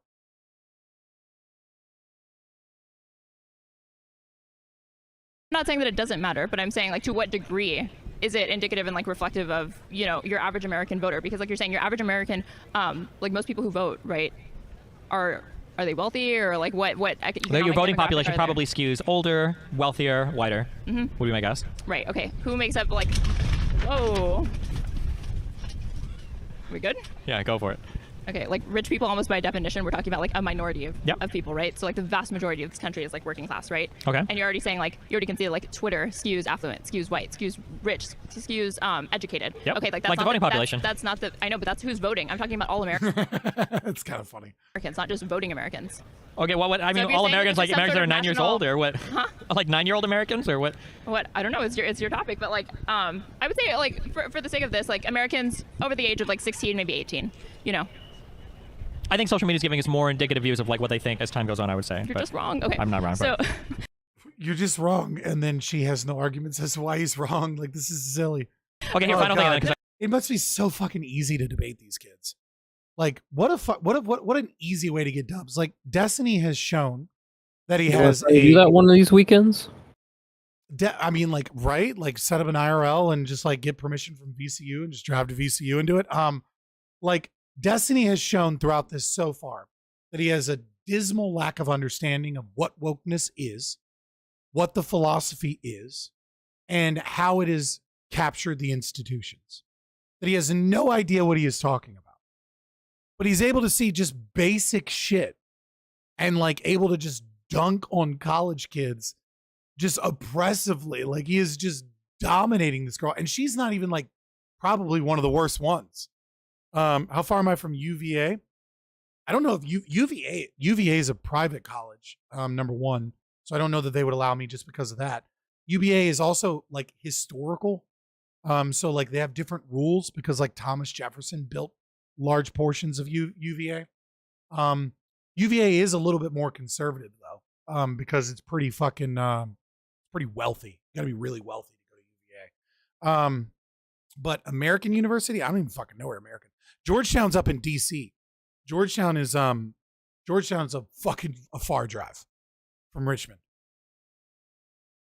I mean, I'm willing to do it. It's just, guys, I don't have enough money to like buy groceries that I want to buy, much less buy streaming equipment to do IRL streams and like recording equipment and things like that. Like, is UVA public?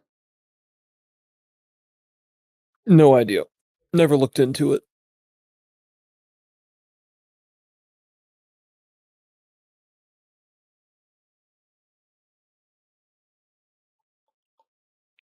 Are you looking it up now? Yeah, I'm looking at his. Oh, it's a public. It is public. It's a public ivy. What am I thinking about?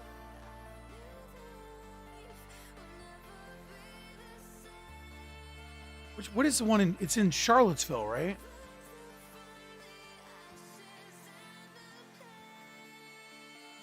What fucking college am I thinking about?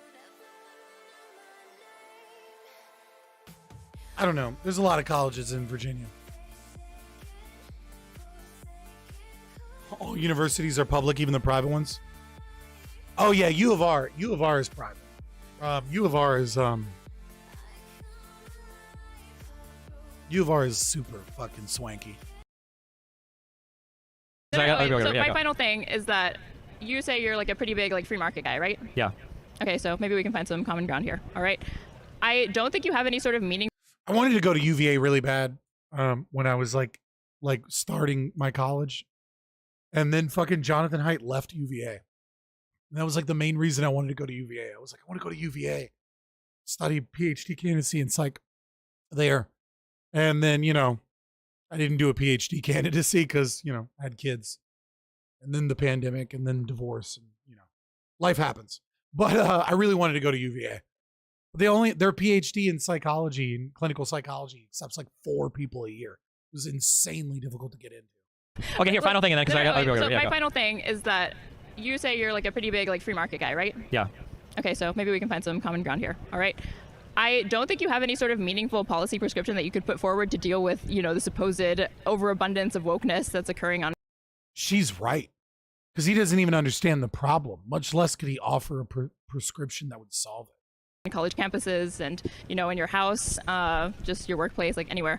But like, okay, like this is the common ground is like maybe to introduce like antitrust. I mean, unless you want to go like fascist, like you could just burn it, just ban it, and just go full totalitarian. You'd get rid of it. And that's the thing that honestly scares me the most about wokeness is not the commies. I mean, that's not like the woke fucking like people like dudes that are like fucking taking a bunch of estradiol that are non-binary furries on Twitter. I'm not worried about them.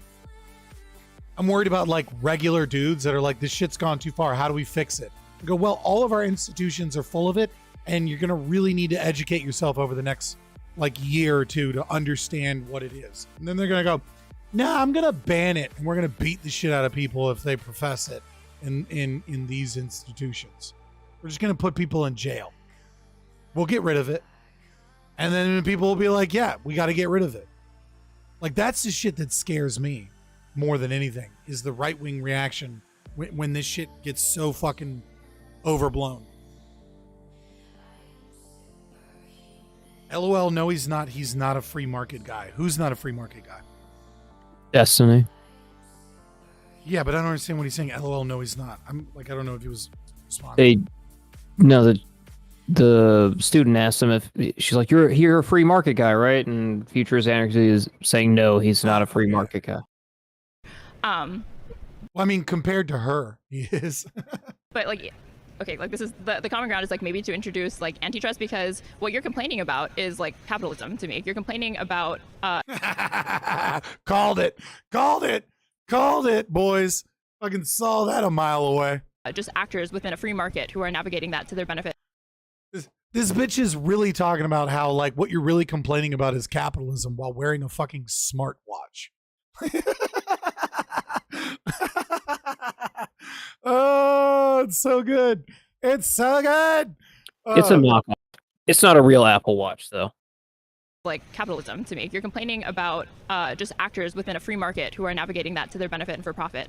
I wonder if that's like a real Tiffany's bracelet too, like of all the memories of all the places in the world she's been. That'd be hilarious.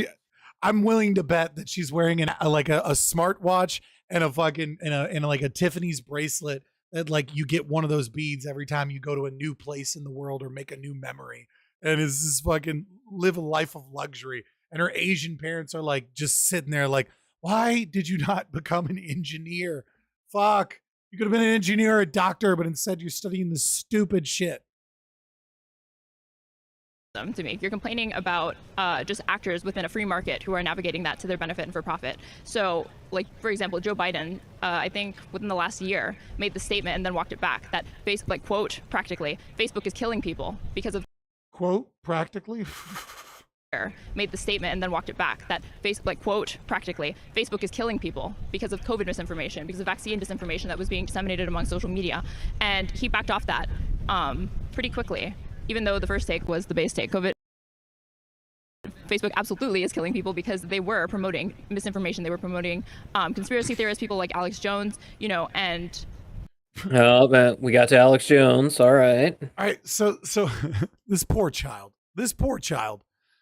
We can't put him. We cannot put emotes in until we can apply for monetization YouTube partnership program, which means you guys need to sub because we're almost there. How close are we? We need 56. Yeah, we need 56 more subs, and then we can actually use our emotes from Twitch. I don't know that you can use animated emotes, but like we could get a still version of it. Why is that argument even used? What, you hate capitalism? Why did you buy something? Well, they're coerced into it. I mean, like, yeah, I don't.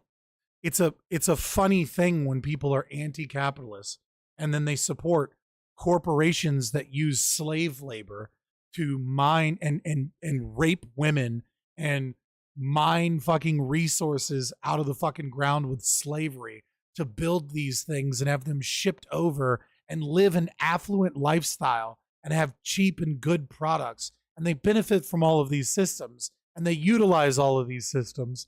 And then they're like, that's the capitalism. It's just funny. It's irony and hypocrisy. Improvise, adapt, overcome. Quickly, even though the first take was the base take. Facebook absolutely is killing people because they were promoting misinformation. They were promoting conspiracy theorists, people like Alex Jones, you know, and... Yeah, real quick.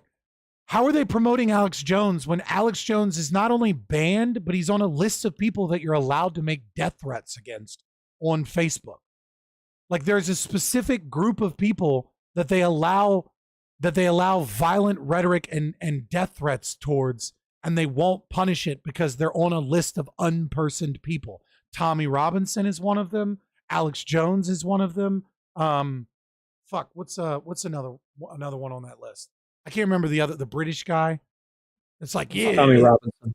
No, different British guy. Oh, fuck. Okay. He's always got like a short trimmed beard and he does videos with like a global map behind him. What is that guy's name? I can't remember his name, but he's on the list too. David Icke? What the question is, like, okay, if that's happened, what are we going to do about it? Okay, and Joe Biden backed off that statement because he has no solution to it, because his entire neoliberal ideology is predicated upon making sure that these actors within Paul the free Joseph market Watson. Thank you. That's who it is. Paul Joseph Watson is another person on that list. Ideology is predicated upon making sure that these actors within the free market who have a coercive power that he doesn't like be allowed to do as they please, you know. And at this point, they control probably several percentage points of web traffic.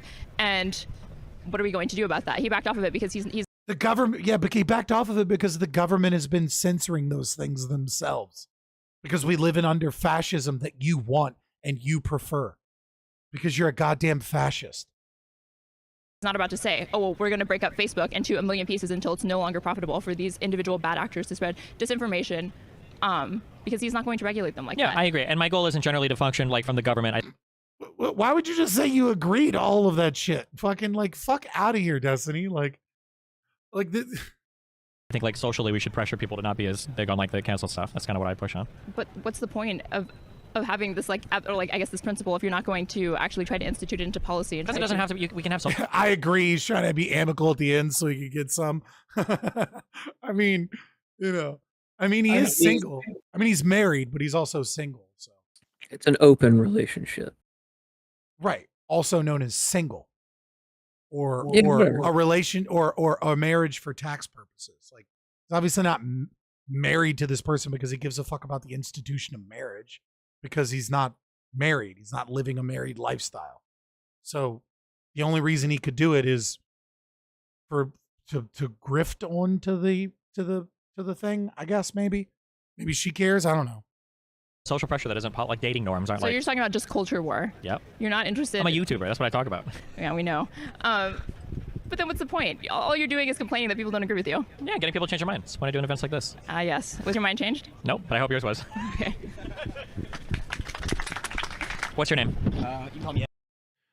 All right, so the first girl, not bad for a college kid. I mean, you know, not actually that bad. She'll be a. You can hold her own on a Twitch panel. Yeah, oh yeah, she's better than half the people on these Twitch panels, to be honest with you. But I mean, that's a really fucking low bar. What's the point in having principles if you're not going to enforce it onto others? What? Alex Jones can sue her for quintillion for defamation because she stated Alex Jones practically kills people. We can just take damages based on how many likes this stream gets. I appreciate that. Yes. X. Right? What if your principles don't involve that enforcement? Then what? No slave names here. No slave names here. Okay, gotcha. So, yeah, what do you want to start? Do you want me to start? Or you want to start? I mean, I guess I'm confused as to why you're taking the permanently online definition of wokeness so much. It's like the way you're presenting wokeness, I feel comes from like all these dudes who get their political information from fucking memes. You know what I'm saying? I don't know why, but I kind of like this guy. Even though he's probably woke, like I kind of like this guy. Like he's just calling him out for being for not touching grass and being like a dude, bro. But this guy has all of the energy of like, if I say the right things and stand up for the right people, she'll totally suck my dick. Like I know this guy. You know what? Not about crushing puss, dude. It's not about crushing puss, dude. Yeah, like this is 110% that just like, oh fuck, I can't think of the right way I was gonna say it now. But whatever, you get what I'm saying. Like all these dudes who get their political information from fucking memes. You know what I'm saying? I don't think that's what wokeness is. Sure. That being said, now I think. What do you think wokeness is? Because as of right now, Destiny has no idea what the fuck wokeness is. Do you know what it is? I doubt it. There's nothing wrong, inherently wrong with canceling people for saying stupid ass shit. You know what I'm saying? Gotcha. Like, if someone says, if Yeezy's out there saying, I hate Jewish people, and we're canceling him, is that being too woke? The yay stuff is it's very complicated. That's what I'm saying. Yeah. Like, in my mind. He won't go, fucking Destiny's doesn't have the balls to just be like, yes, like that's too woke. Like, stop canceling people. He's like, oh, you know, I might lose some subs on this one. And that's where it goes. Is all these people want to say hateful stuff. Sure. Right? They want to say like, I don't like black people. I don't like women. And then they kind of, you like to use the term dog. All of these people want to say hateful stuff.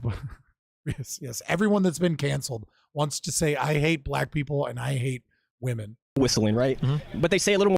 I don't want to say I hate black people or I hate women. I just want to be able to say fucked up sexist jokes while playing video games online. Like, that's different. Right? You know what I mean? Like, I just want to be able to call someone slurs, but not actually mean it because I'm teabagging them after I shot them. People, I don't like women. And then they kind of, you like to use the term dog whistling, right? But they say a little more subtly. And then they get canceled and they cry. Oh no, I'm not. My free speech is being suppressed. It's like, no, you're just being an asshole. So so let's. My free. Oh no, free speech. No, you don't have free speech. You're an asshole. You're mean. You're mean. Oh fuck. So taking apart some of the things you said earlier. So the first thing you said, you mentioned like the terminally online thing for people that get political information from memes. Do you know anything about my background or would I do anything? A little. Like, is he just gonna bite that bullet? Because that'd be funny. Bit like I watch you occasionally. Okay, that's fine. I'm just curious, just so I know. Yeah. So like 5 or 6 years ago, I used to debate against a lot of conservatives, alt-righters, centrist people that were really like right people masquerading as centrists, right? For sure. And oftentimes the argument that I would use is like, you are attacking and vilifying and going crazy about these opinions online that like nobody really believes in. You know, you've got like YouTube videos with like 20 million views attacking a tweet with like 4 likes. There's like no reason to do this. It seems really silly. But it seems like a couple things have happened. Over time, the online stuff has gotten a lot more popular, and also the online stuff is like permeating into real life more. So for instance, you made that reference earlier to like, it feels like you're arguing against people to get all their news from memes. And I would agree that I am, but it feels like, I don't know how old you are, but I'm 33. When I grew up, my parents constantly told me, don't get information from the internet, don't trust anything you read on the internet. In school, we weren't allowed to use the internet as a resource, and they told us that constantly, and now my parents get their news exclusively from Can we send all these guys combs and coupons for supercuts? I cut my own hair, I trim my own beard, all right? There's no excuse. Facebook memes, such that they don't even watch Fox News anymore. And I want to say the recent polling in that was like 64% of Americans get their news from Facebook. So insofar as we're addressing people that get their news from memes, is it sad? Never. Yeah, but I think it's actually become the majority of Americans that get their news from memes or comedy-like material, you know? And I think there's even a precedent for that. Like how many young Americans, I guess of my age, I'm still young, how many people like my age would have said like, oh yeah, I got my news back in the day from The Daily Show, right? Which is like a comedy show. Yeah, for really, sure, like, for sure. Online memes, yeah. So I feel like there are a lot. That's probably true. A lot of people did watch Daily Show with Jon Stewart and like learn about news from that. All right. More of that is kind of happening, where people are online, they're getting their information from online, they're getting their news from online, and then they're amplifying stuff online. That's the first part. So that's why I'm kind of addressing a lot of the stuff that goes on in that realm, because I see a lot of it bleeding over in the real world. The second part is when you talk about like who should be canceled for saying, you know, certain things. If you want to go online, you want to say things like I hate black people and stuff. I think that's totally fair to like for people to blow back against you, like you should. The issue that I have is it starts to get a lot more subtle. Like you brought up the dog whistling thing. I don't know if we talk about dog whistling as much, but I remember there was a period in time where it was like an online scavenger hunt to try to find anybody that made the OK symbol. And if you found them ever doing it anywhere, it meant they were like a closet secret Nazi. And people were trying to find out like any piece of information about them to like shut them down from their jobs, get them kicked out of whatever. And a lot of people were just doing it because of like either dumb meme shit or they just like naturally did it. There was I think a staffer in Congress that people were trying to say was like giving secret Nazi salutes like on camera when she was probably just like making a symbol or whatever. So yeah, those are kind of like two areas. So one is that the online stuff has gotten a lot more into real life, and two is that the canceling like. I don't even understand this. Like this is so silly. I think we're gonna move on to the next content after this, dude, bro. People can kind of cancel like Kanye West over saying some crazy shit, which I agree with. But like for normal citizens, if somebody's wait, why do you like? This is the problem, Destiny, is that you don't have any fucking principles. You have none whatsoever. It's okay for the things that I personally don't like, but once it gets into the domain of things that I do like or that that I think is going too far, then I think we should stop it. Like, oh God, just now saw Destiny show the OK sign, clear white supremacist signaling, screen cap and cancel. He's starting to say some weird stuff. I think we should be able to engage them in conversation, try to pull them back from the brink, rather than cutting them off as soon as they're kind of like leaving the mainstream, I guess like progressive opinion. I guess where I'm confused is like, what do you mean by canceling someone and take like, if anyone out here wants to say some crazy racist stuff, I'm not going to be like, hey, you're not allowed to be around me, I'm going to fucking kill you. If they're open to engaging in a conversation. The issue is a lot of these people who say this no, you'd probably lose your shit. Stuff, they're not interested in conversations. They're not interested in engaging. A lot of it is them trying to sway people to their opinion as subtly as...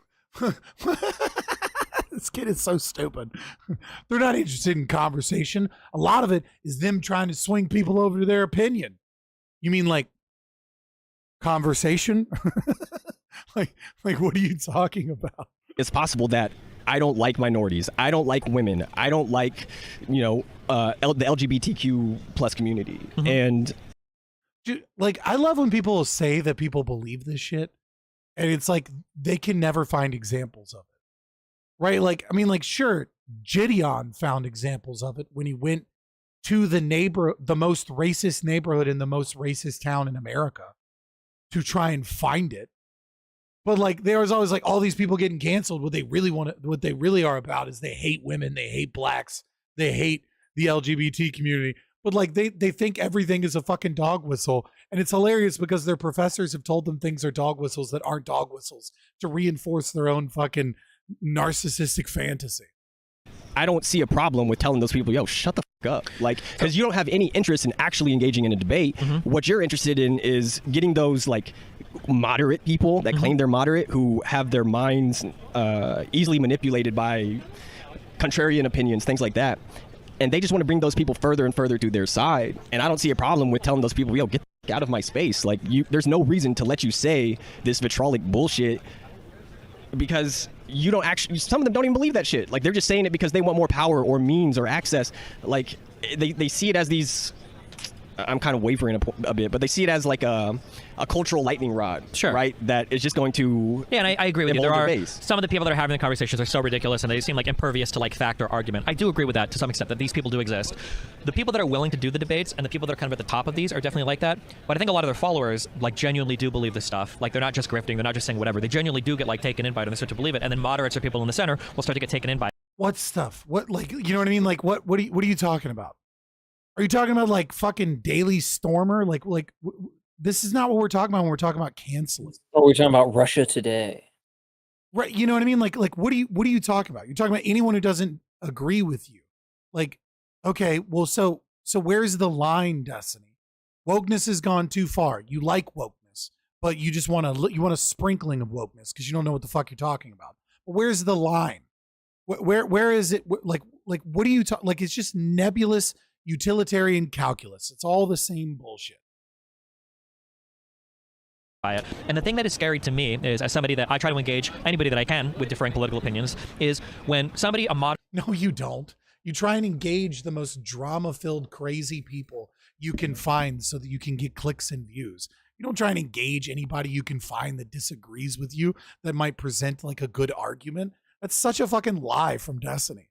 Why are you bullshitting this kid? Like you like drama, and you're an entertainer. Like you don't give a fuck about the politics. You're not passionate about any of this shit. Hey, he did some door knocking down in Atlanta. I mean, did he do the door knocking because he really cared, or did he do the door knocking because, it gave him a sense of legitimacy? I don't know, maybe. But like he doesn't care so deeply that he like tries to find people with dissenting opinions to like have a good conversation. Like, no, he finds people that he thinks will pop off and like create drama and create clicks and create entertainment and create relevancy.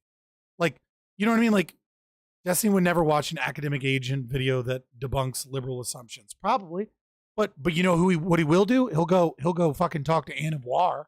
He'll go talk to Mr. Girl. He'll go talk to people that are controversial for controversy's sake, whilst talking about like, yeah, I do believe that there are these people. Like, come on.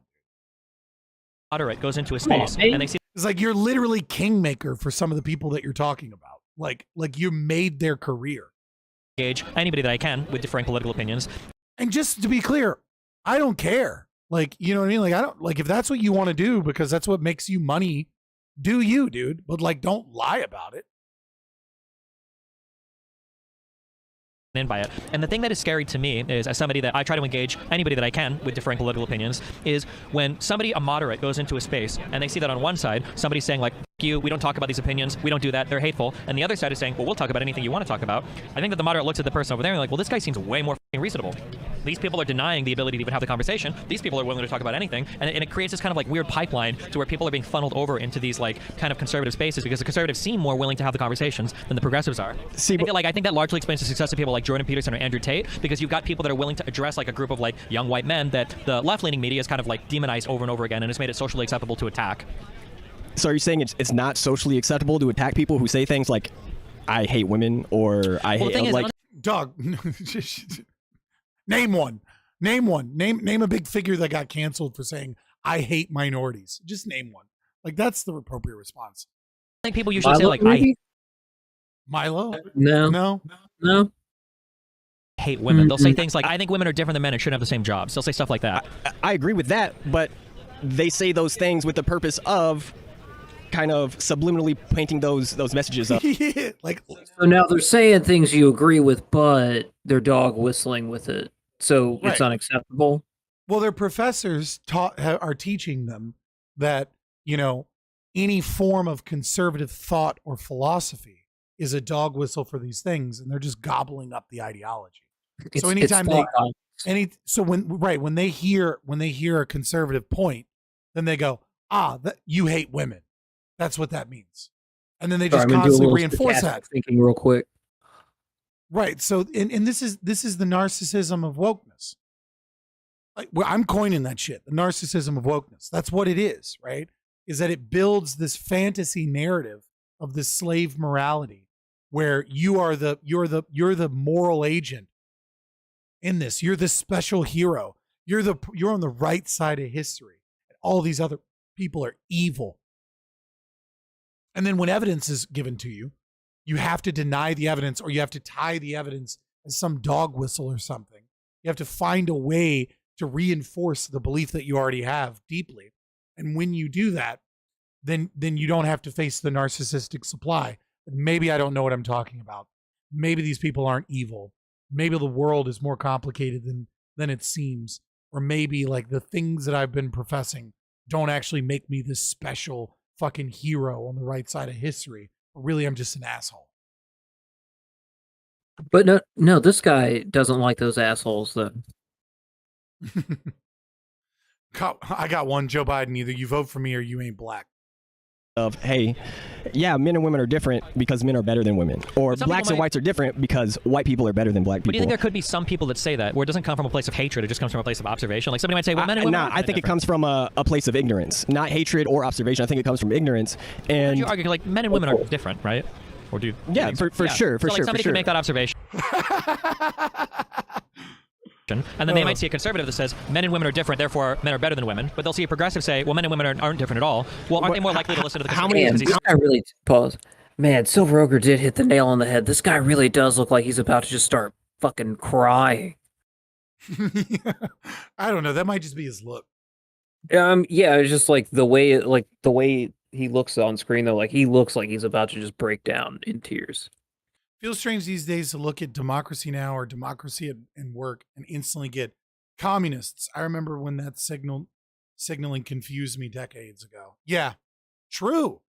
But I think they've gotten more overt, to be fair. For men are better than women, but they'll see a progressive say, well, men and women aren't different at all. Like AJ plus or whatever. Like it didn't used to be like that overt, I don't think.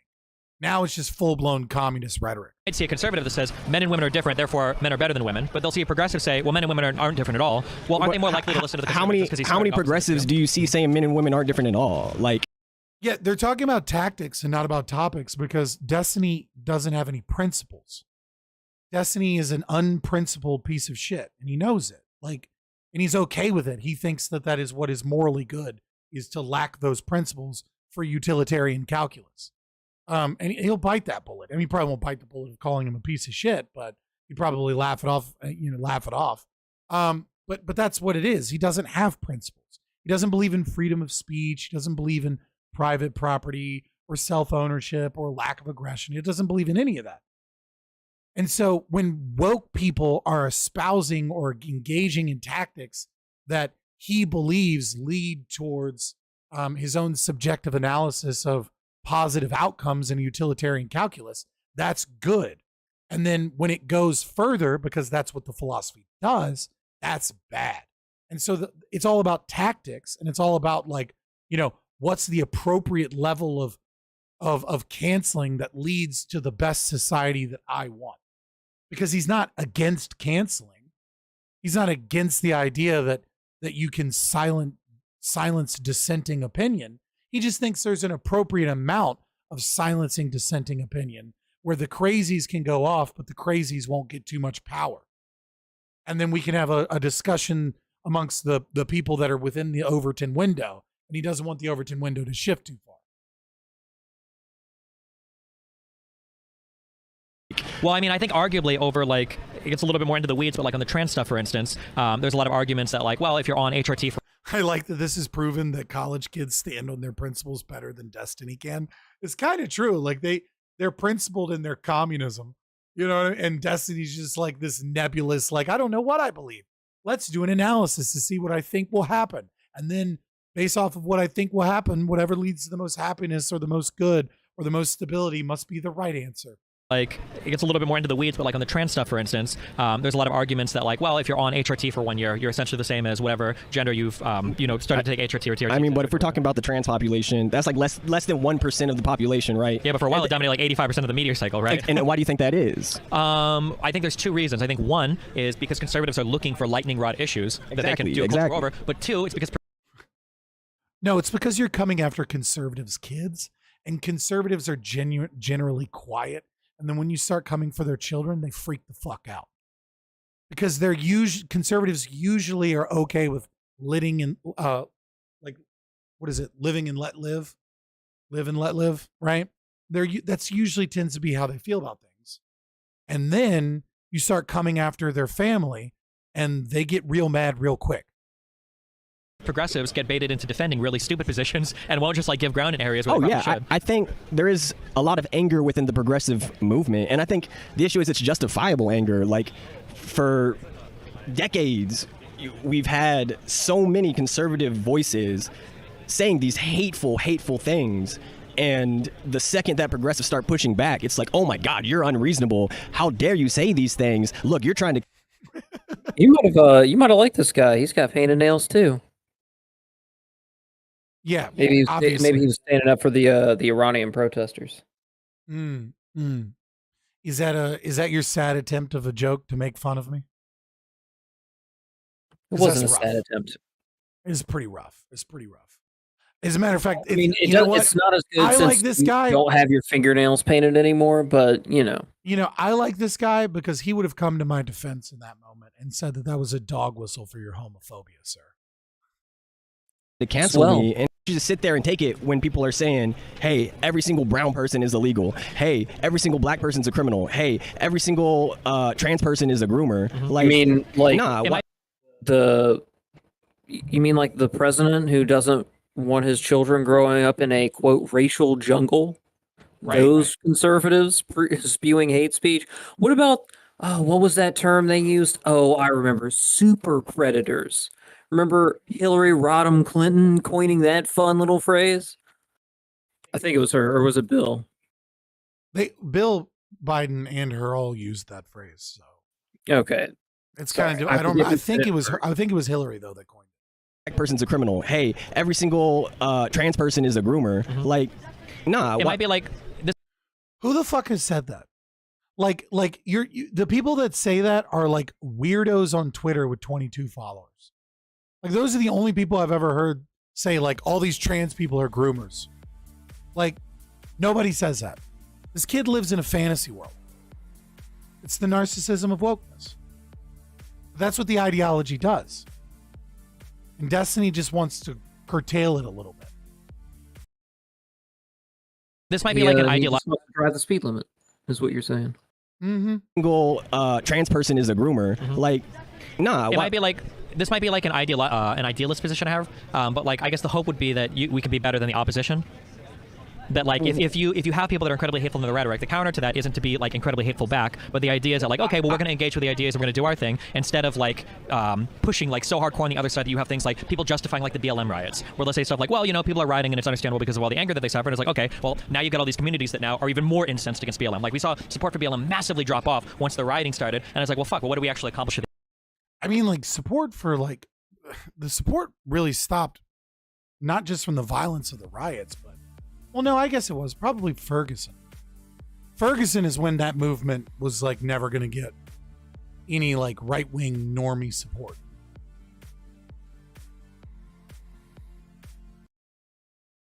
At the end of the day, like they were angry, they did dumb shit. The conservatives, which they have, I agree with you, but now we got angry and then we did dumb shit, and now like everybody's back at ground zero. And I'll give you the last word on that for the response. Go for it. So, are you saying? I know you said I get the last word. But yeah, go.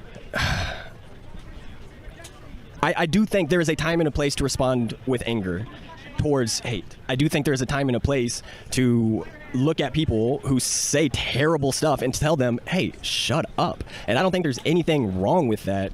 Like, I'm gonna pull the Hitler card, right? Like, if someone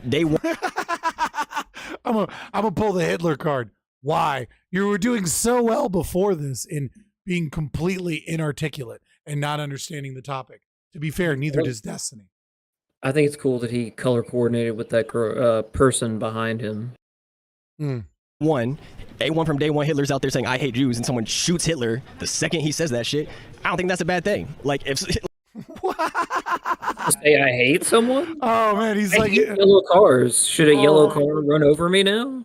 Oh, my God. I don't want to bring it back to the Hitler thing, but just in case you're curious, I think people should shoot Richard Spencer tomorrow. Like, what are you talking about, kid? Like, I don't see how that is a terrible thing. If someone's out there and saying, trans people should be genocided, and you shoot that person and you take that person off the face of the earth, I don't think that's inherently a bad thing. Notice how it went from I hate a group of people to we need to genocide them. Right. It went from these people are wrong and it's okay to silence them in some regard so that they can stay out of our spaces to we should shoot people that disagree with us. Okay, well, I obviously I completely disagree, but thanks for the chat. I really appreciate it. Thank you. I appreciate it. Thanks for coming up and disagreeing. I appreciate it. I'm Atanu. All right, so this is getting boring. These kids, like Destiny has shown a great skill in rhetoric, great skill in being able to converse with people, and a complete lack of knowledge on the subject. And these kids are they're trying their best to have a conversation. They're trying to speak. It's it's not quite working out for them. This is classic. He's dehumanizing class enemies. Yeah. But like at a certain point, it's like, how far am I going to push this? Like, this is honestly, it's just kind of boring content. People said this was so good, but it was just like, it's multiple conversations with two people that don't know what they're talking about. Just stumbling through the dark. One of them's really good at talking. Yeah, but I mean, what do you think? Who do you think made better change my mind so far? Steven Crowder or Destiny? I would say Steven Crowder only because Steven Crowder triggers more people and you get the entertainment value from that. And Steven Crowder's show does much better editing. That's fair, I think. Right? Like, so I think it's inherently more entertaining, but not because Steven Crowder is like better at argumentation per se. Yeah, Crowder did prepare better. I'll give him that on most of them. Like when Crowder will be like, oh, that study? No, let's talk about that study. But I don't know. I mean, Destiny chose a change my mind topic, but honestly, he needs to read for like 6 months before he knows what's going on. Right? It's a much, much more complicated topic than some of the other ones. I'll never forget the change my mind when Steven said that you have the freedom of speech but not freedom of expression. What? I don't remember that. Chat is crazy here. It's the way we like it. Yeah, no, it's been fun. It's been fun doing a YouTube stream. I'm gonna be happy when we come back 2 weeks from now to do another one on another YouTube stream. It'll be a lot better when we get monetized and can have our own emotes. Yeah, I mean, you guys could super chat me. That'd be dope too. But the emotes are cool. I mean, there's a lot of benefits that come with us, hitting 1,000 subs. I can say simp here. You can say simp here. There's nothing wrong with saying simp or thought or e-thought. These are words that you can say on YouTube. Can we talk about docking on YouTube? I mean, for educational purposes, maybe. I don't fucking know. All right. So the way docking works is, it depends on the type of ship. For submarines, it's much harder because no debt. All right. So there are a couple of things that I want to look at. Last kind of story for tonight. A little bit of things I want to react to. I'm going to try and go through them a little. Gals, me Mudahar, and hey, bitch. You make. I hit pause, and then the autoplay function kicks on again. Oh my goodness, Bill C. Yeah, I had that problem. YouTube does that. I mean, it's like, yeah, I opened it. Okay, now I hit pause, and it's like, no, you didn't hit pause because I'm still not finished loading. All right, so the reason I want to talk about this is I saw this. People were talking about this video a lot. Why I might have to leave Canada from Some Ordinary Gamers, right? And so it's been a couple months, and now Bill C11 is now law in Canada. Now, what is this law? Because I don't really follow Canadian law, and I thought we already had Bill C16 and shit like that. So this one being a lower number is strange to me. Well, yeah, I don't really care about any specific streamer and whether or not I have respect for them. It's just very interesting that he might need to move. So what Bill C11 does, in essence, is how we have the FCC in America? Sadly, yeah. Basically, what Bill C11 does is it takes their version of that and includes all social media in those regulations. Or basically any online interaction. Right. So Canadian content creators are under this system. And what this does is there are programs and a lot of rules and a lot of regulation. It's pretty complicated. But basically what it does is Canada picks a certain group of people into a program that it believes to be pro-Canadian or have the right opinions or necessary equity requirements for Canadian content. And if you don't meet those requirements, you must be algorithmically deranked, though it says that you're not allowed to be algorithmically deranked. But the other content creators must be put forward ahead of time in those countries. So if you're a Canadian content, if you're in Canada and you're a viewer of ours, we're going to be deranked as Americans beneath the preferred Canadian content that needs to be algorithmically promoted under these regulations. And if you're a Canadian, basically all of your audience, unless it's American, you're having to do that. So for our Canadian audience, there is certain requirements that we be put underneath other people. Kind of like how, like how YouTube, you used to be able to like YouTube something that happened today in the news. And now if you search for it, all you get is CNN, MSNBC, all of that. Imagine if that function existed for all of the content in Canada. Not just like a specific news thing that you do.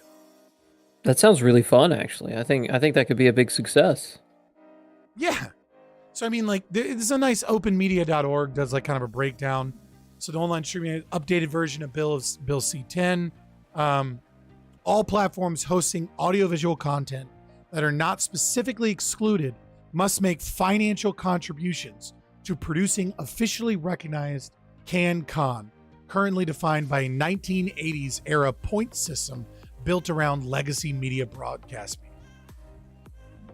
Under Bill C-11, platforms must also make CanCon discoverable by filling our feeds and search results with a mandatory quota of official CanCon content or face stiff financial penalties from the CRTC.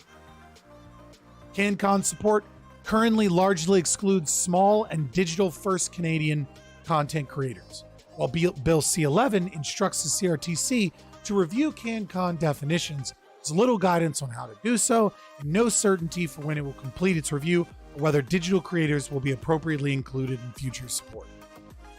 Oh, they'll definitely be included. So will it give the power to regulate your posts? Short answer, yes. Like C-10, C-11 gives the CRTC unprecedented regulatory authority to monitor all online content. This power extends to penalizing content creators and platforms, and through them, content creators that fail to comply. This is already law. It's been law since like June, I think, is when it passed like final Senate reading, in Senate Parliament reading. In Bill C-11 establishes a limited exemption from regulation for some types of online content. Unfortunately, most audiovisual content will still be subject to CRTC regulation under the current draft of the bill. One of the problems is like, even if you're immune to it, like in order to like not be immune to some of these issues and some of these regulations, you can only be on one platform. So you can have a YouTube, but you can't have a TikTok or like a Twitch or like a Twitter. Like if you have a brand across multiple platforms, like you're not fucking immune, period. So there are exclusions for the small creator, like sort of. So reestablishes CRT regulation of most content discretion based on 3 content criteria: whether the content generates revenue for someone indirectly or directly, whether any part of the content has been broadcast on a more traditional broadcasting platform, whether the content has been assigned a unique identifier under any international standard system.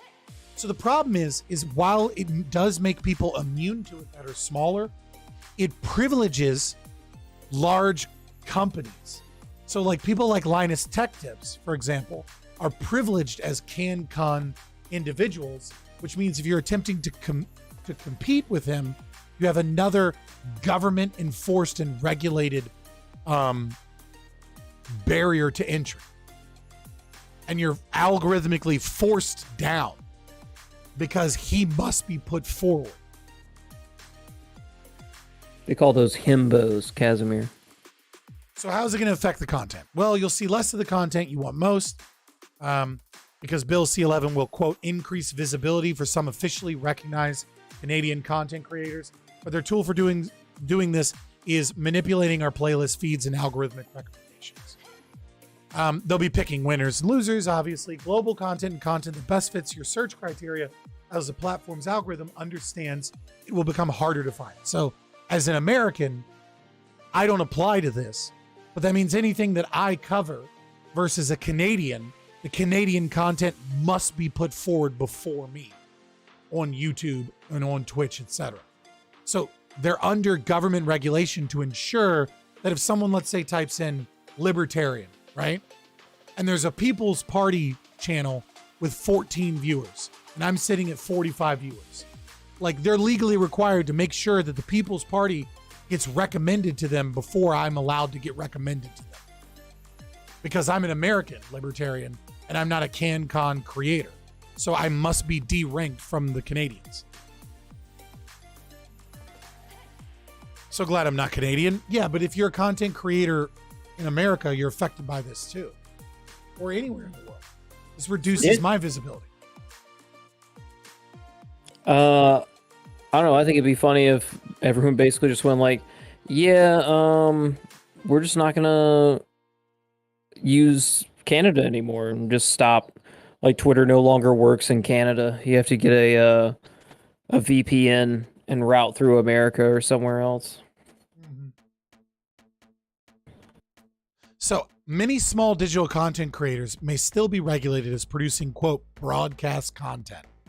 C11 attempts to distinguish between professional and amateur content based on an unspecified quota for how much money your creators make, how much money creators generate from a certain platform, and what kinds of brand deals they are involved in, etc. As written, C11's baseline assumption is that small digital creators are not professional enough to be regulated.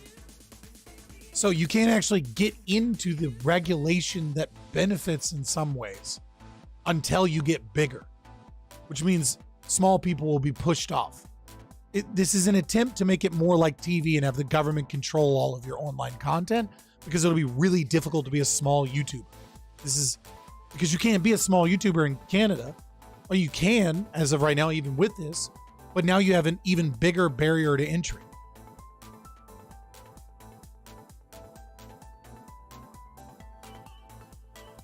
And of course, there's going to be financial support and gain and grants and things like that for these creators. Oh, and how will that work? Right. But you have to be big enough in order to be able to get access to that money, so that we can create a two-tiered system to intentionally and artificially make it easier for good content to be made by people that have more money. Prove you're Canadian enough or watch your views drop. Bill C-11 establishes a two-tier system for Canadian content creators. Those who can find algorithmically manipulating content to be categorized as CanCon will mean those creators who don't meet CanCon requirements will be pushed down on feeds, while those that do meet the requirements will be prioritized. Of course, you're opening yourself up to more regulation. So these are kind of just like the basic things. And I saw this video going around and I was like, oh shit. But I want to start with Linus this is from 4 months ago, talking about what it would look like, right? So maybe a little bit more history of like what they thought it would look like and why they have problems with it. And then we'll look at an example of like what it's doing to large creators, the people that it's presumably the most beneficial towards, like the people that should be the happiest. Let me speed this up. You're about to listen to some Canucks in super speed, boys. 11. Yeah, we missed that last week. At least Linus doesn't talk super slow. Digital First Canada has a pretty good summary of it. For those of you who are not in Canada, this could still have an impact on you, because essentially the Canadian government wants to step in and regulate online platforms like YouTube in the same way that they regulate traditional media. So that could include things like forcing a platform like YouTube to serve a certain percentage of Yeah, I mean, it's all about making sure the appropriate narrative is told and making sure that the appropriate people are popular and to make sure that like people stop being YouTubers and, you know, go back and live in the pod and eat the bugs and go do other things because we need a new form of the elite. Go back to that we're Target. gonna regulate and control. Yeah. Types of content that the Canadian government deems Canadian or deems that Canadians must be exposed to through their recommendation engine. Essentially, what it's going to do, in as far as I can tell, is clutter up your feed in a nutshell. And part of the whole push, and I haven't actually looked into C11 as much. I did a ton of reading about C10, which was the predecessor to C11 that didn't end up going through, including talking to the like deputy whatever who was working on the legislation. And yeah, I mean, you guys but you gotta love it. Like, oh, you defeated it. Well, we'll just put it back in until it goes through. I got to tell you guys, essentially, as far as I could tell, it was for now. This is a story of the not United Nations, European Union. On the legislation. And I got to tell you guys, essentially, as far as I could tell, it was a government cash grab so that they could take money from digital platforms and spend it funding content that no one wants to watch and then jamming that content down your throat in order to justify the money that they took to produce that content. And it's such a I love the non-libertarian, non-anarchist people that like are just normal. Right? That like don't actually understand. It's like, no, dude, it's just a justification for more power for the state. More power for the state to control the narrative. Like this isn't about like a circle jerk of useless money. Like, I mean, governments do that, and that is an aspect of it. It's just like a cherry on top. That's not really the main goal here, though. I mean, it is kind of how government functions, is they create problems and then create solutions to the problem and tax you for both of them. Last decades, like not even last decade. Yeah. It's last century's solution today, because it used to be that, yes, there were voices that couldn't be heard because of the structure of traditional media, because of the cost of creating traditional media. But YouTube already fixed that. Literally anyone with a $40 phone off of... As long as you have the right opinions. Yeah, I was about to say, like, yeah, that's the problem. Anyone can do it. Right. But I mean, like, yeah, like this is the state in search of a problem that doesn't exist to cause the very problem that doesn't exist. To then, well, it is a problem. To fund themselves. And that, well, yeah, it's a problem for them that people have free speech or something akin to it in Canada.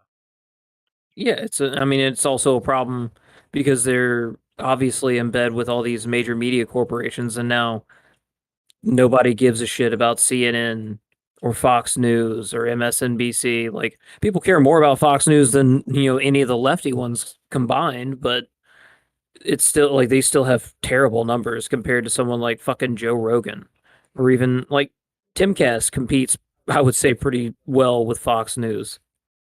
Yeah, I mean, this is also going to be a great way to make sure that everything the CBC does ends up on the feed. Funny how that works.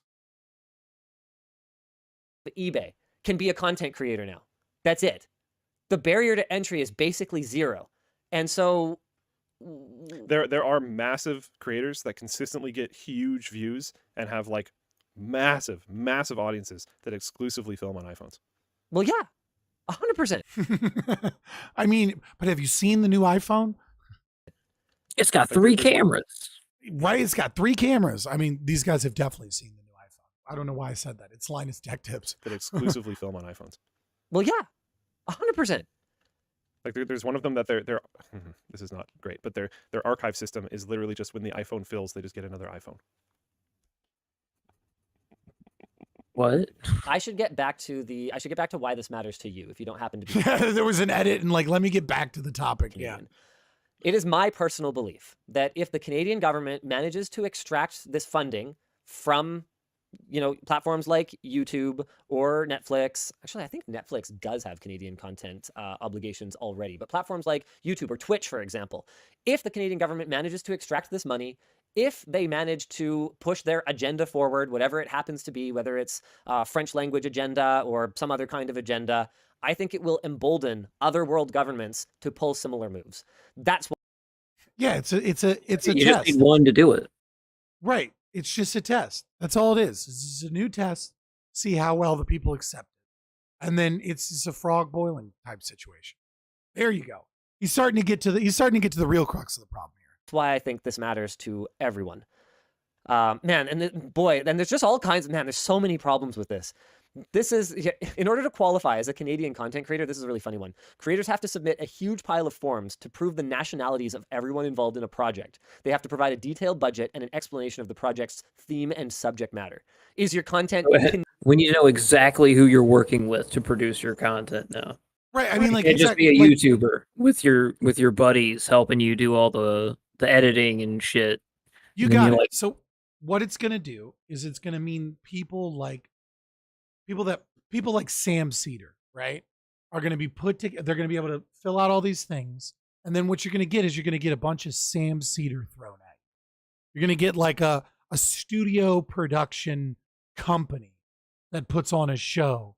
And like, that's going to be like, and then it's going to be regulated and they're going to force it down your fucking throat. When you get up to take a piss and your YouTube video is ended, you're going to come back and the autoplay is going to be Sam Cedar. And it's just going to be that over and over and over. Cable news, fucking YouTube now. Yeah, or all of them. It'll be the same thing with yeah, obviously all. But I'm just saying, like, that's the one that it made most sense with. Canadian enough to qualify. And of course, our content will always be deranked in Canada after this. Consideration by the CRTC. It currently is. This is already exists, but.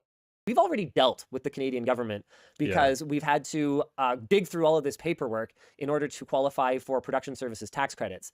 And they have so many other more important things to deal with. Basically, these tax credits are supposed to be to subsidize like new media, essentially, right? That's why they were created in the first place. But it is so onerous to actually go through the process of applying for and getting approved for them and actually receiving them that no new media startup can actually do it. You can't afford to do it. We were only able finally to afford to go through these processes a few years ago. And I can tell you even now, even today, I don't think we have our 2019 do we even have 2018 fully processed yet? I don't think so. I think 2017 was the...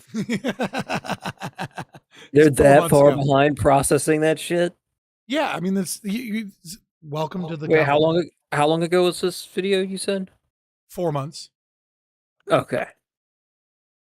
I just wanted to make sure it wasn't from like 2019 and they were still insane. They'd be 2 years behind, but better than fucking 4 or 5 now. Yeah, no, it's July of 2022. They don't think they've gotten their 2018 paperwork done processing yet. Yeah, that's insane. Yeah, that's government for you. Everything else is like still sitting in this. You can't afford to do it until you've grown a lot, and then you're not going to see the benefits from it for years. Potentially years. So you have to sustain yourself through that whole thing. So it's really not helpful unless you're a large company. Yes, with big pretty money, much. which is what it always comes back to. And like, I mean, I brought this up. I think you did as well. And nope, there's like almost certainly nothing that's going to change to make it more attainable. So it is what it is. On the other hand, Riley writes, local community-focused content has clearly taken a hit in the internet age. That's fair. I mean, one of our writers, Jonathan Horst for MAC Address, actually used to host for Shaw. I think you can still find these old videos. It was like a community channel that Shaw produced. Jonathan. I will be honest, when I am on social platforms and I see things that are much more local and I can tell that platform is feeding me stuff that is local, I do like that. Do you? I will say I do like that. I mean, but to be fair, this is also coming from the same guy that has like never shopped at Amazon. Had like that even when he buys things online, he like does things, finds the product code, finds the original distributor, and then buys it from them if he can. That's pretty fucking cool, actually. And that's just like a principle that he has. He's like, Amazon could go fuck themselves. I'm not going to do it. I give zero Fs about that. I give Fs. Not a ton, but okay. They exist. He didn't host this one, but here's an example of something that Jonathan Horst produced when he was working at Shaw. This is Shaw's Shaw Spotlight channel. My understanding is that this is part of Shaw's obligation. They have to produce this like small towny content. Shaw Community Link. Here are some mental health services that are available in Manitoba. I can't believe he doesn't use dark this kind of stuff. 3-year-old in Michigan. Right? Like, how do people not? He's using dark mode here. Is battling a disease. But not his other chat. Local news, local content. You're right, Riley. There's been... And in a dark room, too, by the way. There's been a big hit to what really matters in your own community and having access to that information right in front of you compared to just more easily making your way to the lowest friction. Right. You know what that sounds like? That sounds like a market void. That sounds like if, I don't know, we had some repeal to appeals, or if we just interpreted Section 230 appropriately in the lower courts, that, like, I don't know, we could build other platforms. It almost sounds like something that another company could do if it was a competitive market. But the more you regulate and the more you have regulatory capture, and the more companies are going to get sued for not, the government's going to fine them for not following CanCon, regulations appropriately. And the more we just have these giant corporate teams of lawyers that allow, Twitch and YouTube to be able to get these massive subsidies that other people aren't able to get, the more you push the competitive nature of the market completely out. And then there isn't able to be a website that could, I don't know, have some type of thing that you put in your zip code or something, and it creates a social media site that that is specifically designed for your community, and de-ranks things the farther the zip code is from your community, so that you can get national news, but you can get local news and local services and all these things locally. It's you could start that company, but there's these barriers to entry that might be caused by the very fucking thing this person is presumably supporting. Do you think it's going to promote CCP videos, pro-China videos? Who knows? Who knows what the fuck it'll promote? Most bombastic content on the internet. Yeah, and I find if there's a news outlet that is hyper local, they are not always going to have just the most negative possible things to talk about. Yeah. So sometimes they will talk about positive things. But if you are completely global with your news, it's the thing that's going to trend to the top is just the worst possible thing at every point in time. And that is super true. If you watch local news, it'll be local man saves 4 puppies from burning building. And you're just oh, right? You don't get that on global news. It's just Florida news. It's just 300 people were killed today in a stampede in a Halloween celebration in Korea. And you're Jesus Christ, these people that I have no connection to and have never met and have no family about, I now feel the need to feel the pain of their suffering. I just want to look at Florida news headlines now. There's always going to be bad things going on. So it's just negative all the time. And if you look at hyper-local stuff, you see some good news things, which is kind of nice to hold back the brain rot. This is one of the closest polls we've ever had. Hold on, we'll talk about the poll in a sec. Okay. Riley also writes, YouTube's algorithm, as far as we can tell, it's a black box, so I don't know, but doesn't appear to be designed to consider locally native content over any other kind of content. He says maybe that's something that should be changed. But I can tell you, as a Canadian content creator, I don't want my content served preferentially to Canadians. And I don't want Americans to not have access to my content because what? I happen to live, 40 kilometers? Sorry, excuse me, 25 miles from... I think it's a content difference. From a border, from an arbitrary line that some people with, presumably big wigs or whatever, drew on a map 200 and however many years ago. How arbitrary is that? Linus is always almost libertarian. He's every time I hear Linus talk, I'm oh, you're there. Then he says something. I'm you're not there. Almost there. Yeah, he's like a runner that trips at the last moment. In the global era, yeah, I think it's a content difference. If there's a channel on YouTube that did news in the Lower Mainland, why would someone from Utah care about that? Sure, but I think it would be kind of neat to see myself. So I would like it to expose me to that. Dude, I don't know. That would be kind of cool if I just randomly saw some news story from some place that I was completely unaware of. That might actually be something I click on at 4:00 in the morning, being I don't think it should be applied to everything. I don't think the approach... Vancouver. There's already solutions to this. That's not YouTube. Well, yeah, but who cares? People will surface stuff and you can go find it there. It's crowdsourced. Not really how that works. What do you mean that's not how that works? That's literally... Right. Yeah, the market will provide. Just stop regulating the shit. And if you want local shit, then search for local shit. You'll find it. how r/Vancouver You're works. not allowed It's to full of local self-promote stuff. on r/Vancouver. No. If it's good, someone else will find it and put it there. Then you don't have to look at anything that's garbage. Don't want to hang out on Reddit? I fucking love Linus is like, dude, the market has fixed this. Like, stop. Really what I feel like doing? I mean, you don't have to hang out on Reddit. You can just go look at it once in a while. I find local news when I need to. I'm just saying I would like to see this stuff on YouTube. And I don't think it should be a ham-fisted approach to everyone, and I don't think the bill is good. Like I said, I don't think your stuff should be localized. That doesn't make any sense. You're not making content local to Canadians. There is no value in that. The majority of stuff I watch on YouTube, there's this Australian channel that I've been looking into recently called I Did a Thing. Right. Yeah, it looks like Canadians will need NordVPN. Yo, Nord, fucking sponsor us, motherfuckers. Hilarious videos. I don't need to be an Australian to enjoy these videos. Okay. There's no value in that. That does not need to be localized at all. But it would be kind of cool if maybe like creators had some amount of control. Like, is my content more localized? Because maybe you don't want your stuff showing up in recommendations to someone when yours is like hyper localized news. I don't want it showing up to someone in Australia when my news is hyper localized to the lower mainland. They're not going to like it. They're going to click off quickly. That's going to hurt my channel metrics. I just want it going to people that might actually care. Super true. Super true. Like the one of the best things you can do to It'd be fuck nice to yourself just over. do that at all right now. Right? Like that's the bet. Like shorts, for example. Like if you don't have 80% plus retention in your shorts, like they will just kick that shit out if you're a small creator. But it's like, dude, I'm describing libertarian and anarchist shit. Like, of course, 80% of people aren't going to want to watch the whole fucking thing. And then they're like, well, then we're not going to fucking recommend it. It's like, what if you recommended it to more fucking libertarians? Like, maybe that wouldn't be a fucking problem. They have 80% retention. Right? It's like if we look at our metrics on like our shorts, you can see the ones that initially did too good. And because they did too good, they got put in the shorts feed randomly. And then they get like 500 views and then they dis-a-fucking-peer. And they get recommended to no one ever for always. And they just sit at like 520 views. And then there are videos that had like 65% retention, and they just slowly grow and constantly get like sent to libertarians. Like new people that like might actually watch our content.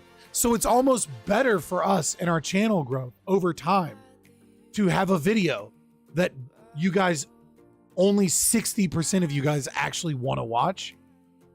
Because then that means it will like onesies and twosies get thrown into the short feed to people that watch similar content, as opposed to like our content being too good initially and then getting sent to a wider audience and then getting fucking nuked and it stays dead forever. It's like their algorithms are so fucking stupid sometimes. I'm just saying.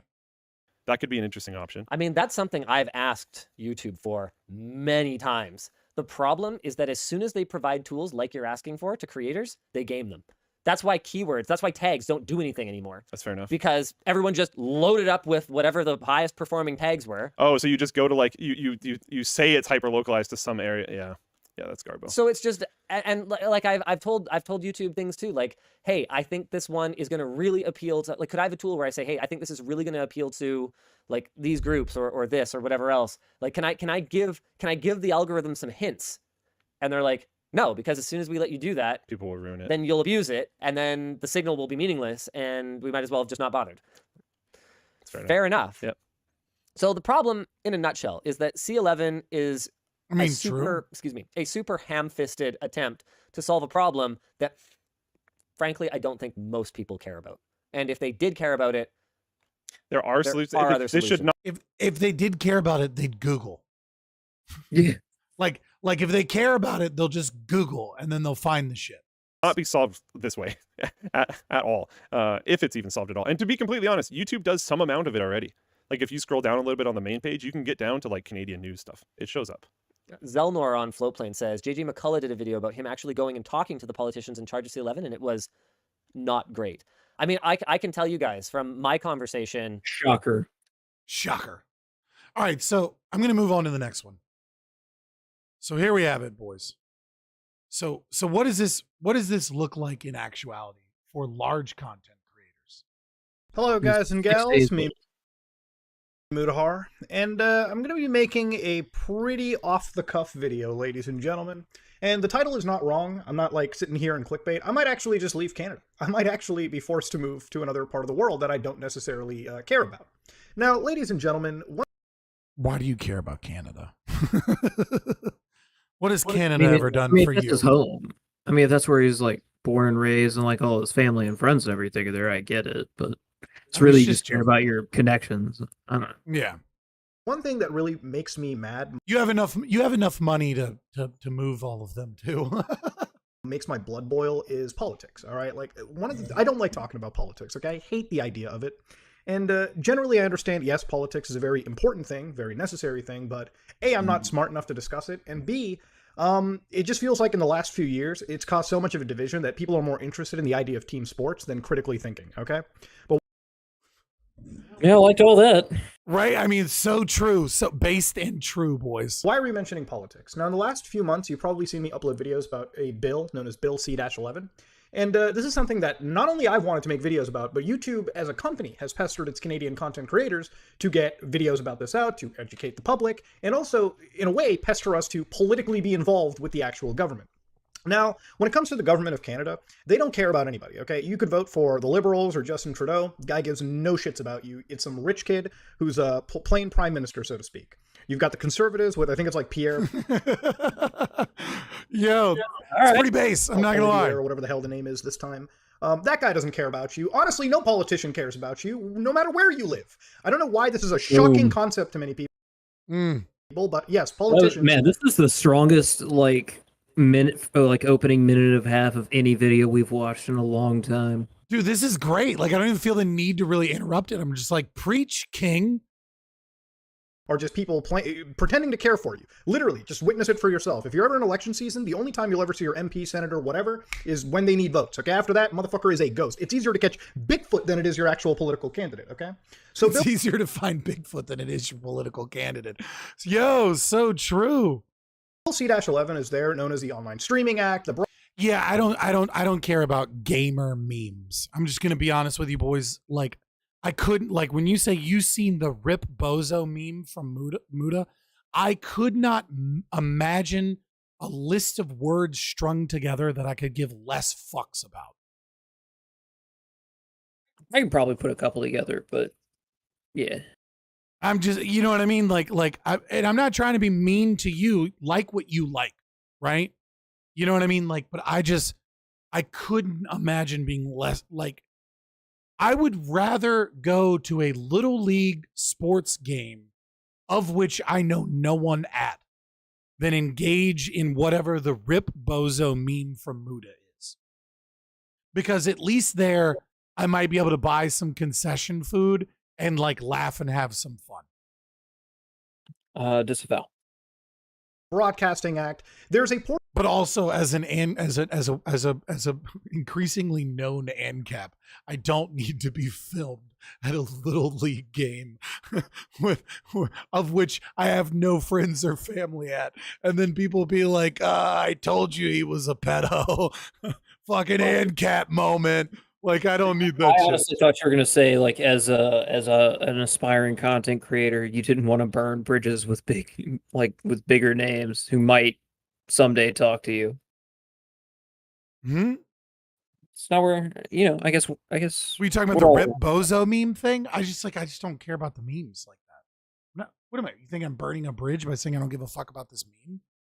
Yeah, I don't know. Man. I don't know. I just said that I thought that's where you were gonna take it.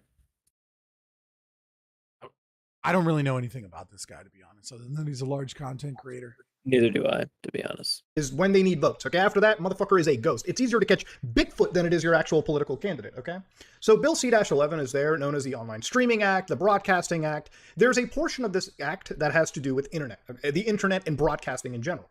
Now, the way that this man has such a beautiful fucking beard and like really needs to trim his mustache, and it's bothering. Like, he's so well groomed, and then he's just got like this parts of his mustache that are like hooking over his lip, and it doesn't look good. And he said it was off the cuff, man. Like, you forgive him for not grooming to your high standards. Yeah, I'm just saying, like, you know what I mean? It's so close to perfect. My hair off to make sure I couldn't upset him. He wouldn't just. Yeah, I'm just saying, like, we watch Destiny. Destiny's just unkempt in general, always. But like this, he looks so good, so well groomed, sexy. Just trim that mustache a little bit and it would have been perfect. There's a portion of this act that has to do with internet, the internet and broadcasting in general. Now, the way that broadcasting in Canada works is there is a basic concept known as CanCon, which is Canadian content, okay? Are you Canadian enough for the content that you produce and the country? Now, generally, this law or this act or this regulation has never really applied to the internet simply because when they made these laws, they made them back in the year like 1991, early 90s. So this is when like the internet wasn't even around, or when it was like basically in its infancy. So we're talking the ARPANET era, okay? But nowadays, there's a lot of people who... Right, ARPANET, fucking like you better fucking follow CanCon content. Broadcast stuff on the internet. It's not just us. We're not just content creators. We're more specifically talking about companies like Amazon with Amazon Prime Video, Netflix, obviously. You've got Google with their own like video, and I believe YouTube TV as well, which is like a live television component. And you get it. Nowadays, the broadcasters have shifted to the internet. And a lot of the old school companies, the TV cable companies, are losing millions of dollars a year and subscribers for people who are buying cheaper internet-based services. It's a lot cheaper for somebody to have a Netflix subscription than a cable TV subscription, because for cable TV, if they're watching it for the news, the weather, a lot of that is given to them via their cell phone anyways. A lot of people get their news these days from TikTok, Twitter, you name it. And when it comes to movies and entertainment... Dog, real quick, if you get your news... I was about to say, my sister does this shit. Well, she doesn't do it as much anymore because she's a freshman in high school, so she's figured out how dumb that is. But is she a freshman or is she a fucking sophomore now? No, she's a freshman. My sister did that shit like a year or two ago. She's like, I get most of my news from TikTok. And I would just be like, sis, no, that is not a place you can get your news from. No. But like, Well, the why White not? House, I heard it's so reliable. White House does TikToks, and they like hire content creators all the time to put out political propaganda, and like news media does the same thing to push narratives on TikTok. Like these little like kids literally follow on TikTok people that are like paid for by the government to give them news, propagandized in 60-second clips where they're told to believe whatever narrative they want them to believe. The idea that like it's basically state-run media. Like America has state-run fascistic media. We just don't have a CNN version. It's like, but if you get your news from TikTok, fucking you need to fix yourself. Entertainment, a lot of people You just get your news from AOC. I mean, she's right there in the thick of it. She'd know. Mm-hmm. These days from TikTok, Twitter, you name it. Emphasis on thick. And when it comes to movies and entertainment, a lot of people just buy the entertainment service they care about. So for some people, they'll buy Disney Plus, they'll buy Netflix, Amazon, whatever. Nowadays, the act wants to basically treat these companies in the same way that companies domestically in Canada are treated. So that basically means that they need to have a certain requirement of Canadian content. Now, all in all, it sounds good. And the government has made it sound like, hey, a lot of those marginalized voices, so I guess minorities, people like me who have trouble at the airport, so to speak, I bet you do, though. I bet you do, though. For real, though. Like, real talk. Like, I'm pretty sure you do. Get a bigger say. Especially if you dress like a traditional Sikh. Mm-hmm. As voices, so I guess minorities, people like me who have trouble at the airport, so to speak, get a bigger say in the world of media. Now, it all sounds really nice, okay? The government and... No, it's not nice to specifically pick classes of people based off of their fucking skin color and promote them. As a guy that doesn't get that special treatment, you're forgetting about somebody. Like someone like me that's trying to fucking, make this work. I don't get the Gappy V treatment where they make a fucking TV commercial about me and fucking blast me all over Twitter and make sure that I'm on the front page every day so that like you get to force people to enjoy Gappy V because he's an Asian Pacific Islander and like you have to watch his content. But like, fuck this white guy. He must be a piece of shit.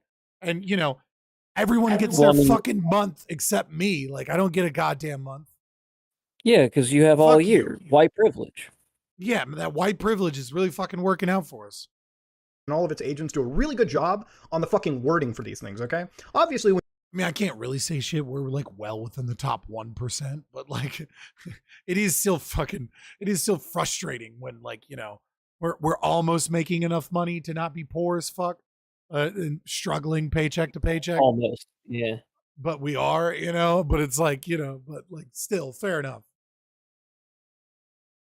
When you word it like that, you might think, damn, this is a pretty decent idea. Now, when it comes to the idea of this bill, it's to allow Canadian companies to have more equal footing in the entire grand majority of the world. Now, normally, where does YouTube and the YouTubers get involved? Why has YouTube been pestering us necessarily about this? Well, a lot of it is due to a vague law, or vague definitions thereof. So far, with this law, there's been some waffling around when it comes to our content creators like me, Linus Tech Tips, various other Canadian YouTubers, technically considered broadcasters. And it's not just us. It could be people like XQC, if he was streaming from Canada, or so on and so forth. People like Trainwreck, who I believe streams from Vancouver. Now, of course, when it comes to this notion, it's a bit hairy. The idea that he's a broadcaster is also hilarious. Like, it's clearly something totally different. Okay? Yeah, it's But a to whole other, understand it's a new form of content. Right. The real fear of God comes in this situation is that concept of Canadian content. Now, I personally have seen this as mostly a money-related move and a way to keep these legacy companies alive that are able to lobby the government. Companies like Rogers. I have no idea where Trainwrecks is from. I don't really know much about Trainwrecks other than, like, wherever he's from, they must have lax gambling laws. It's about the only thing I Never know heard about of Trainwrecks. Spell Canadian broadcasters. Now, on the internet, there's been a lot of talk about misinformation, and there's been a lot of talk about censorship, if so to say. And I want to say this is partially true and partially not. Rather, this is not the focus, in my opinion, but this is unfortunately a byproduct of the vague laws we mentioned earlier regarding content creators being not clearly defined. Well, I mean, it's not a bug, it's a feature. Right. It's like the government is doing this on purpose. Like, also, our government is doing a lot of censoring of your media, too. Sorry. Under this act. Now, one of the things that I saw on the internet that really set me off was this, okay? Now, this is a statement. I don't know whether this is a troll, but this is the fact conservatives are vehemently against Bill C-11 is all the proof I need to support it. Again, it's like I said earlier when it comes to politics. I don't consider myself a conservative, but I'm one of those people where, like, listen, okay? When it comes to a political side, you might, if you're aligned, like, for instance, if I'm aligned left. I don't really know much about politics. I don't consider myself a conservative, but now that I make a lot of money, if you could leave me alone, that'd be nice. Usually how it goes. Yeah, it is. All right. What made you conservative? Success. Mm-hmm. Political side, you might, if you're aligned, like, for instance, if I'm aligned left, all right, there's going to be 100 topics, okay? There's going to be 100 topics regarding finances, regarding broadcasting, so to speak, in this case, and then you get to serious stuff like gun control, abortion, you name it. You're probably not going to 100% agree with one side. You might align heavily towards one side, but this kind of a statement just sends me off to the point where it just shows me. No, I 100% agree with anarcho-capitalism. But if I was a Republican, yeah, sure, I'm with you. Side? I'm on nobody's side. Because nobody's on my side. Yeah, dude, hold on. I got to find the Cardi B. Where is my... That's because I forcibly removed them off my property.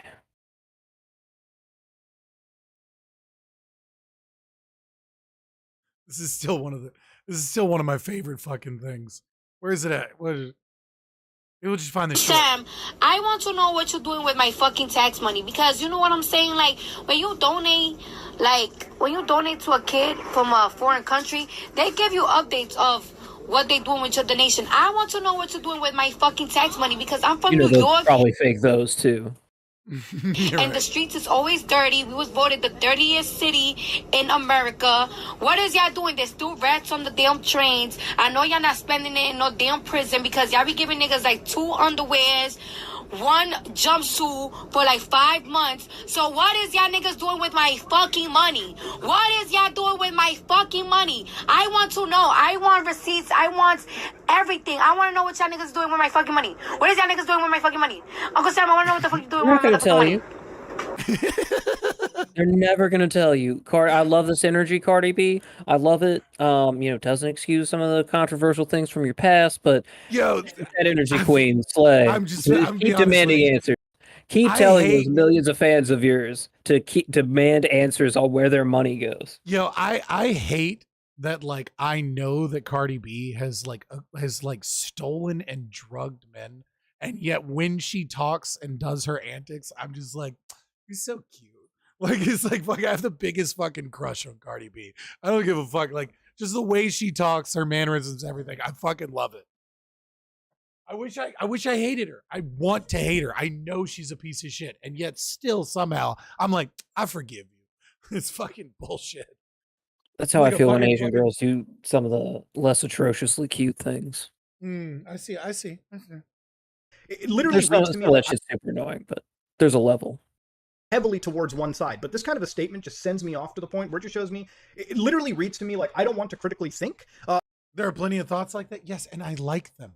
I don't, why is it always such a surprise when I tell people like all the time that I love black women and then people are like, oh, yeah, I'm not lying. I literally forgot which celebrity she was supposed to be. As long as this side that I've known to be a bad side, I'm just not going to agree with anything they say. Okay, simple as that. Listen, I don't believe 100% of what a conservative side would say, but in this case, all right, there's some things where I can kind of go, yeah, all right, this is where you can absolutely meet in the goddamn middle, especially when it comes to improper definitions of the law. No, meeting in the goddamn middle is why conservatism is a fucking failure. The road to hell is paved with good intentions.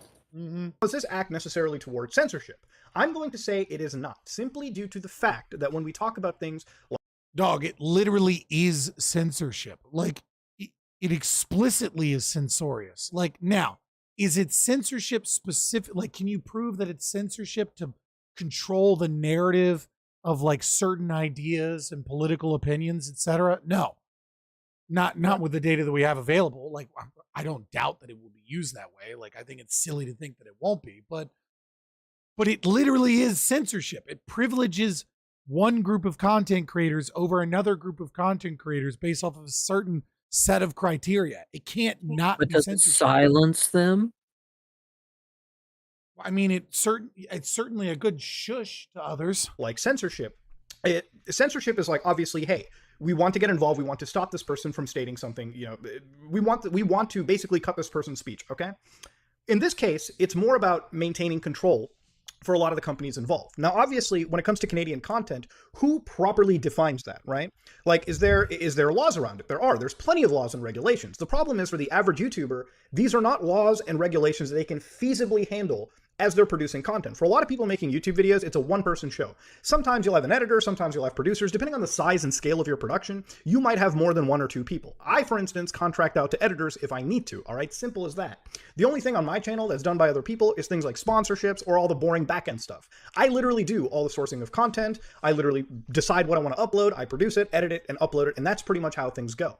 So under these laws, under CanCon laws, if you ever worked in film and television, you have to understand that there are legal teams literally involved to help you decide if your content that you create is eligible for Canadian tax credits or the Canadian content exemptions. That means who you hire, who's on your team, what kind of content you're producing, you name it. Now, for a lot of these old school companies like Rogers, Bell, or really the Canadian broadcasters, they've had these situations in place for over decades, okay? So for them, when this law or these bills...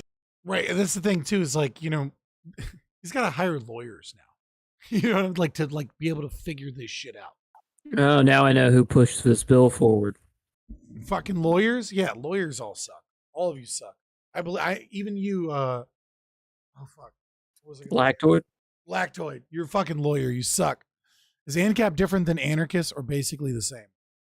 It depends on who you ask. Depends on who you ask. If you ask a fucking ANCOM, ANSOC, anarcho-syndicalist, they'll tell you no, which is probably 80% of them. But most of those people are just fucking commies that don't understand their own theory or history anyways. Yes, a voluntarist, all day, an individualist, a market anarchist, they'll say yes. And then if you ask a mutualist, it's about 50-50. For these regulations pass, they'll easily be the ones on YouTube that are given priority. And why do I say given priority? Well, because this law wants to specifically delve into the actual algorithms for YouTube Canada. So a lot of the Canadian YouTubers right now, most YouTubers, all YouTubers on the platform are all part of the algorithm. So in the algorithm for YouTube specifically picks who you would watch, who you are most likely to watch. So for instance, if I show up... Are you explaining that a YouTube algorithm exists on YouTube? I don't think we need the rundown on this. No, this is very informative for me. I actually really I'm the one who does all the YouTube uploads. So like, yeah, I feel like everybody understands that YouTube has an algorithm that gives them suggested content. In your recommendations, it's probably because you've been watching my content or you've been watching content very similar to mine from other channels. YouTube's... Oh, it's like, yeah, Full goal is obviously. to find the content exactly for the user out there.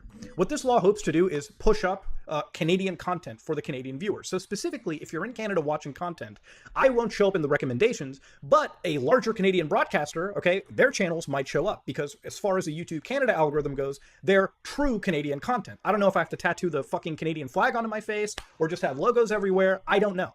But the point is, all the Canadian content creators are going to be on completely unequal footing. The only channel that may possibly stand it would be Linus, simply because that.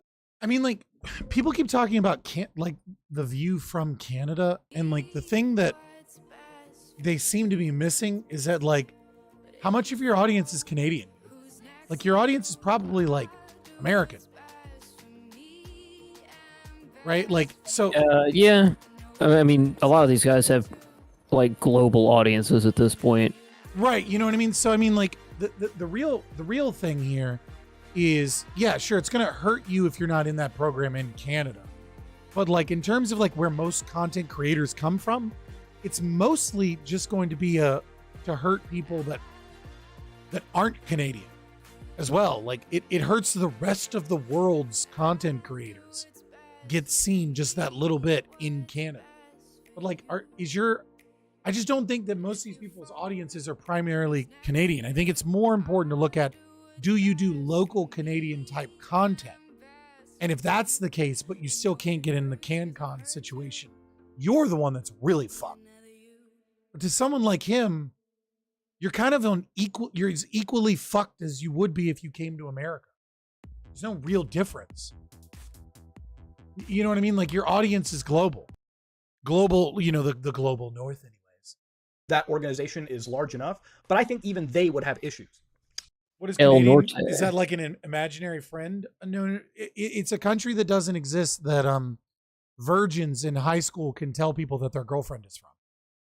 The thing about C11, the thing about this bill is it's literally designed to help. You wouldn't know her, she's in Canada. They would have issues. The thing about C11, the thing about this bill is it's literally designed to help protect a dying media, dying legacy media, okay? Television companies have been fucking circling the drain for the last several years.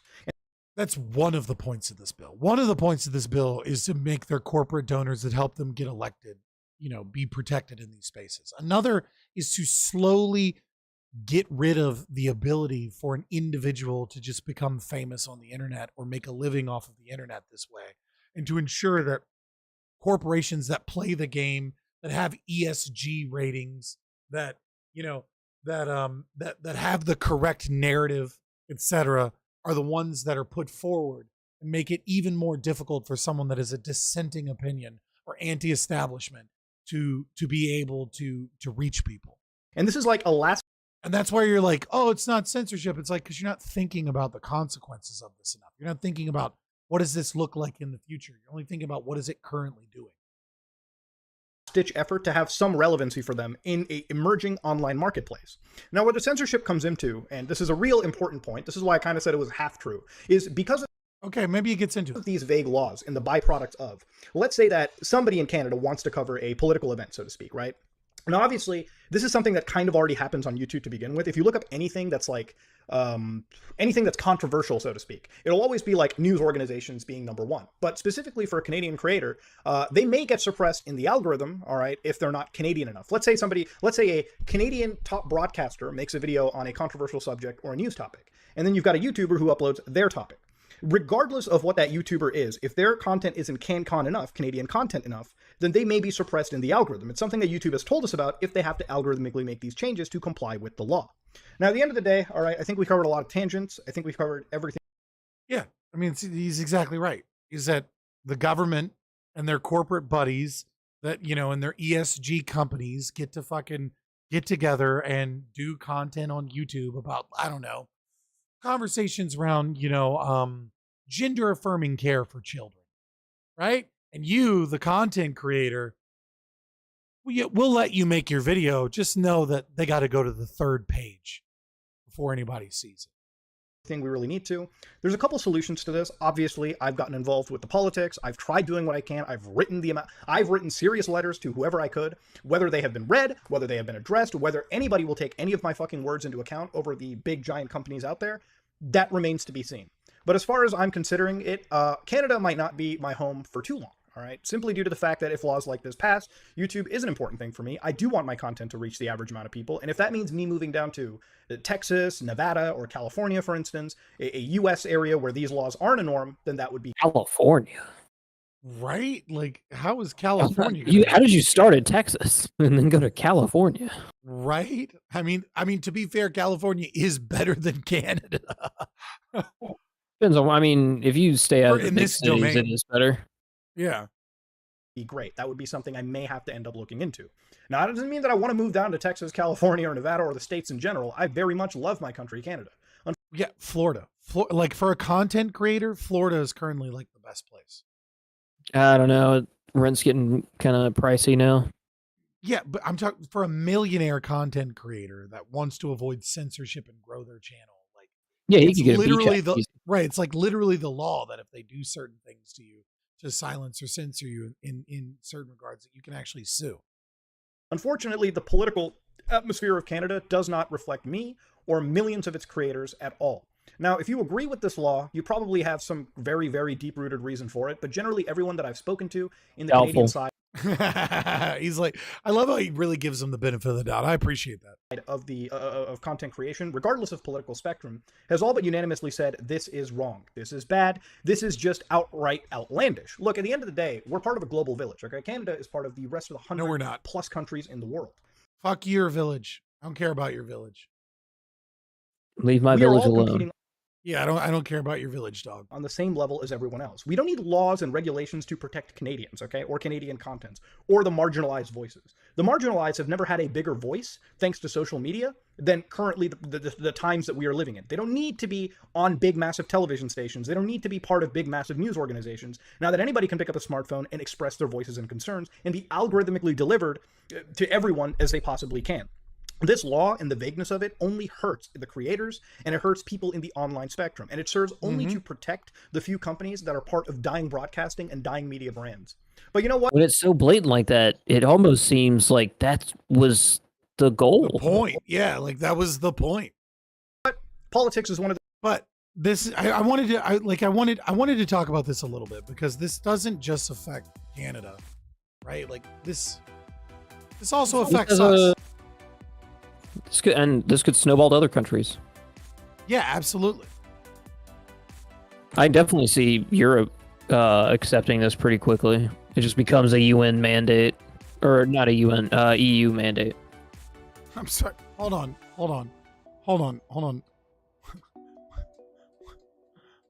What's up? Why did you send me? Oh. Florida man climbs on playground equipment to tell children where babies come from. Oh my God. Florida man, you're so beautiful. I mean, I'll be honest. When I read the headline, this was not the face I expected, but it did not disappoint either. That true. I would have, if you would have given me that headline, I for sure would have thought it would have been a white person. Honestly, me too. Yeah, like I just would have assumed that was a white person. Like there's no part of me that would have been like, oh, that's clearly a brother. But you know, it is what it is. You know, so this has been a Friday night YouTube stream. We're gonna be doing this twice a month now. Well, every other Friday. You know what? I'm calling it right now. Let's just move exclusively to YouTube. Let's not. We can do it. We got it. I'm sure the community would support us. No, let's not. We're gonna be doing some stuff on YouTube, growing the YouTube, and then still doing Twitch stuff and putting our best stuff from Twitch onto YouTube. Chad, do you think we should move Serial Killer Nights to YouTube? That is a question though. Like, should we move Serial Killer Night to YouTube? Because it doesn't seem to play well in Twitch. We'll ask that over the next couple streams. Until the next one, we'll see what happens. Yeah. Forget Inspirabot generate a random Florida man article. True. Yeah, let's not go crazy. But don't throw the baby out with the bathwater. But so we're not streaming Saturday or Sunday. We'll be back on Twitch on Monday. But if you're awake at 4:00 in the morning Eastern Standard Time, I'm gonna go hang out on Rob Noor's 24-hour election stream. like I saw that he was looking for people, and I hit him up, and I was like, dude, you rated us on Twitch a couple times. You've been helping us out. You've been a good friend to the channel. Like, I'm one of the few people that's like really awake at 4 o'clock in the morning. Would you like, do you want me to come on at like 4 a.m. when like you're kind of losing it and you're tired? And we'll get into a discussion and wake you up a little bit. And so he agreed. So I'm going to go on at 4 a.m. Tomorrow, which I guess, technically, is it past midnight yet? No, so it is not. Technically Sunday at 4 o'clock in the morning, but you get what I'm saying. Like in like 28 hours, I'm going to go say hi to Rob North. Oh, wait, is that talking about now? Sorry, not now, obviously, but like tonight? What do you mean tonight? No, in like 28 hours. In like, okay, so sorry. Sunday at 4 o'clock in the morning, he's starting the Saturday stream at 7 a.m. I was like, dude, I know it's hard to fill that spot. I'll be awake. I'll come and fill that spot for you. And I'm not going to stream on my end. So like, I'll just come in. We'll have a blast and help people out. So definitely check out Rob Nor on Twitch. I don't know if he's going to be dual streaming to YouTube or not, but he'll definitely be streaming on Twitch. Yeah, I think I'm gonna speak to him about Libertarian Party and whether or not the Libertarian Party spoils the vote or actually helps the GOP in terms of winning elections and in terms of getting rid of rhinos that aren't for small government. Which is funny because we had a conversation about that today. Well, yesterday about LCTR with LCTR fan. Is that what you're talking about? Or You and me had that conversation today. Talk about the Blake Masters endorsement and like why I think I actually do kind of support that, and what we really want to focus on is part of like and stuff. So talking about things right before the election should be a lot of fun. And then we'll be back on Monday for our regular Twitch streaming. Please, if you haven't already, like the video, share the video, but please subscribe to the channel. We're like 55 subscribers away from being able to apply for monetization. So definitely subscribe. We're like almost triple the amount of watch hours that we need to apply for partner program. It's pretty sweet. It's rough since Democrats stick together hard. I think that we helped the Republican Party win elections, and I have the data to back that up. So it should be fun to talk about. I think it will be. Yeah. So I will see you guys if you're going to check out Rob Nor at like 4 o'clock in the morning. I'll see you then. Otherwise, we'll see you guys on the Twitch, twitch.tv/Fabian Liberty. It's also in the description. And follow us on Twitter and other socials. Hey, y'all have a good weekend as well. Also, I'm going to be working with some stuff at Wellspring tomorrow. Ooh. So it should be fun. We don't have an outro because we're Twitch streamers and usually we raid.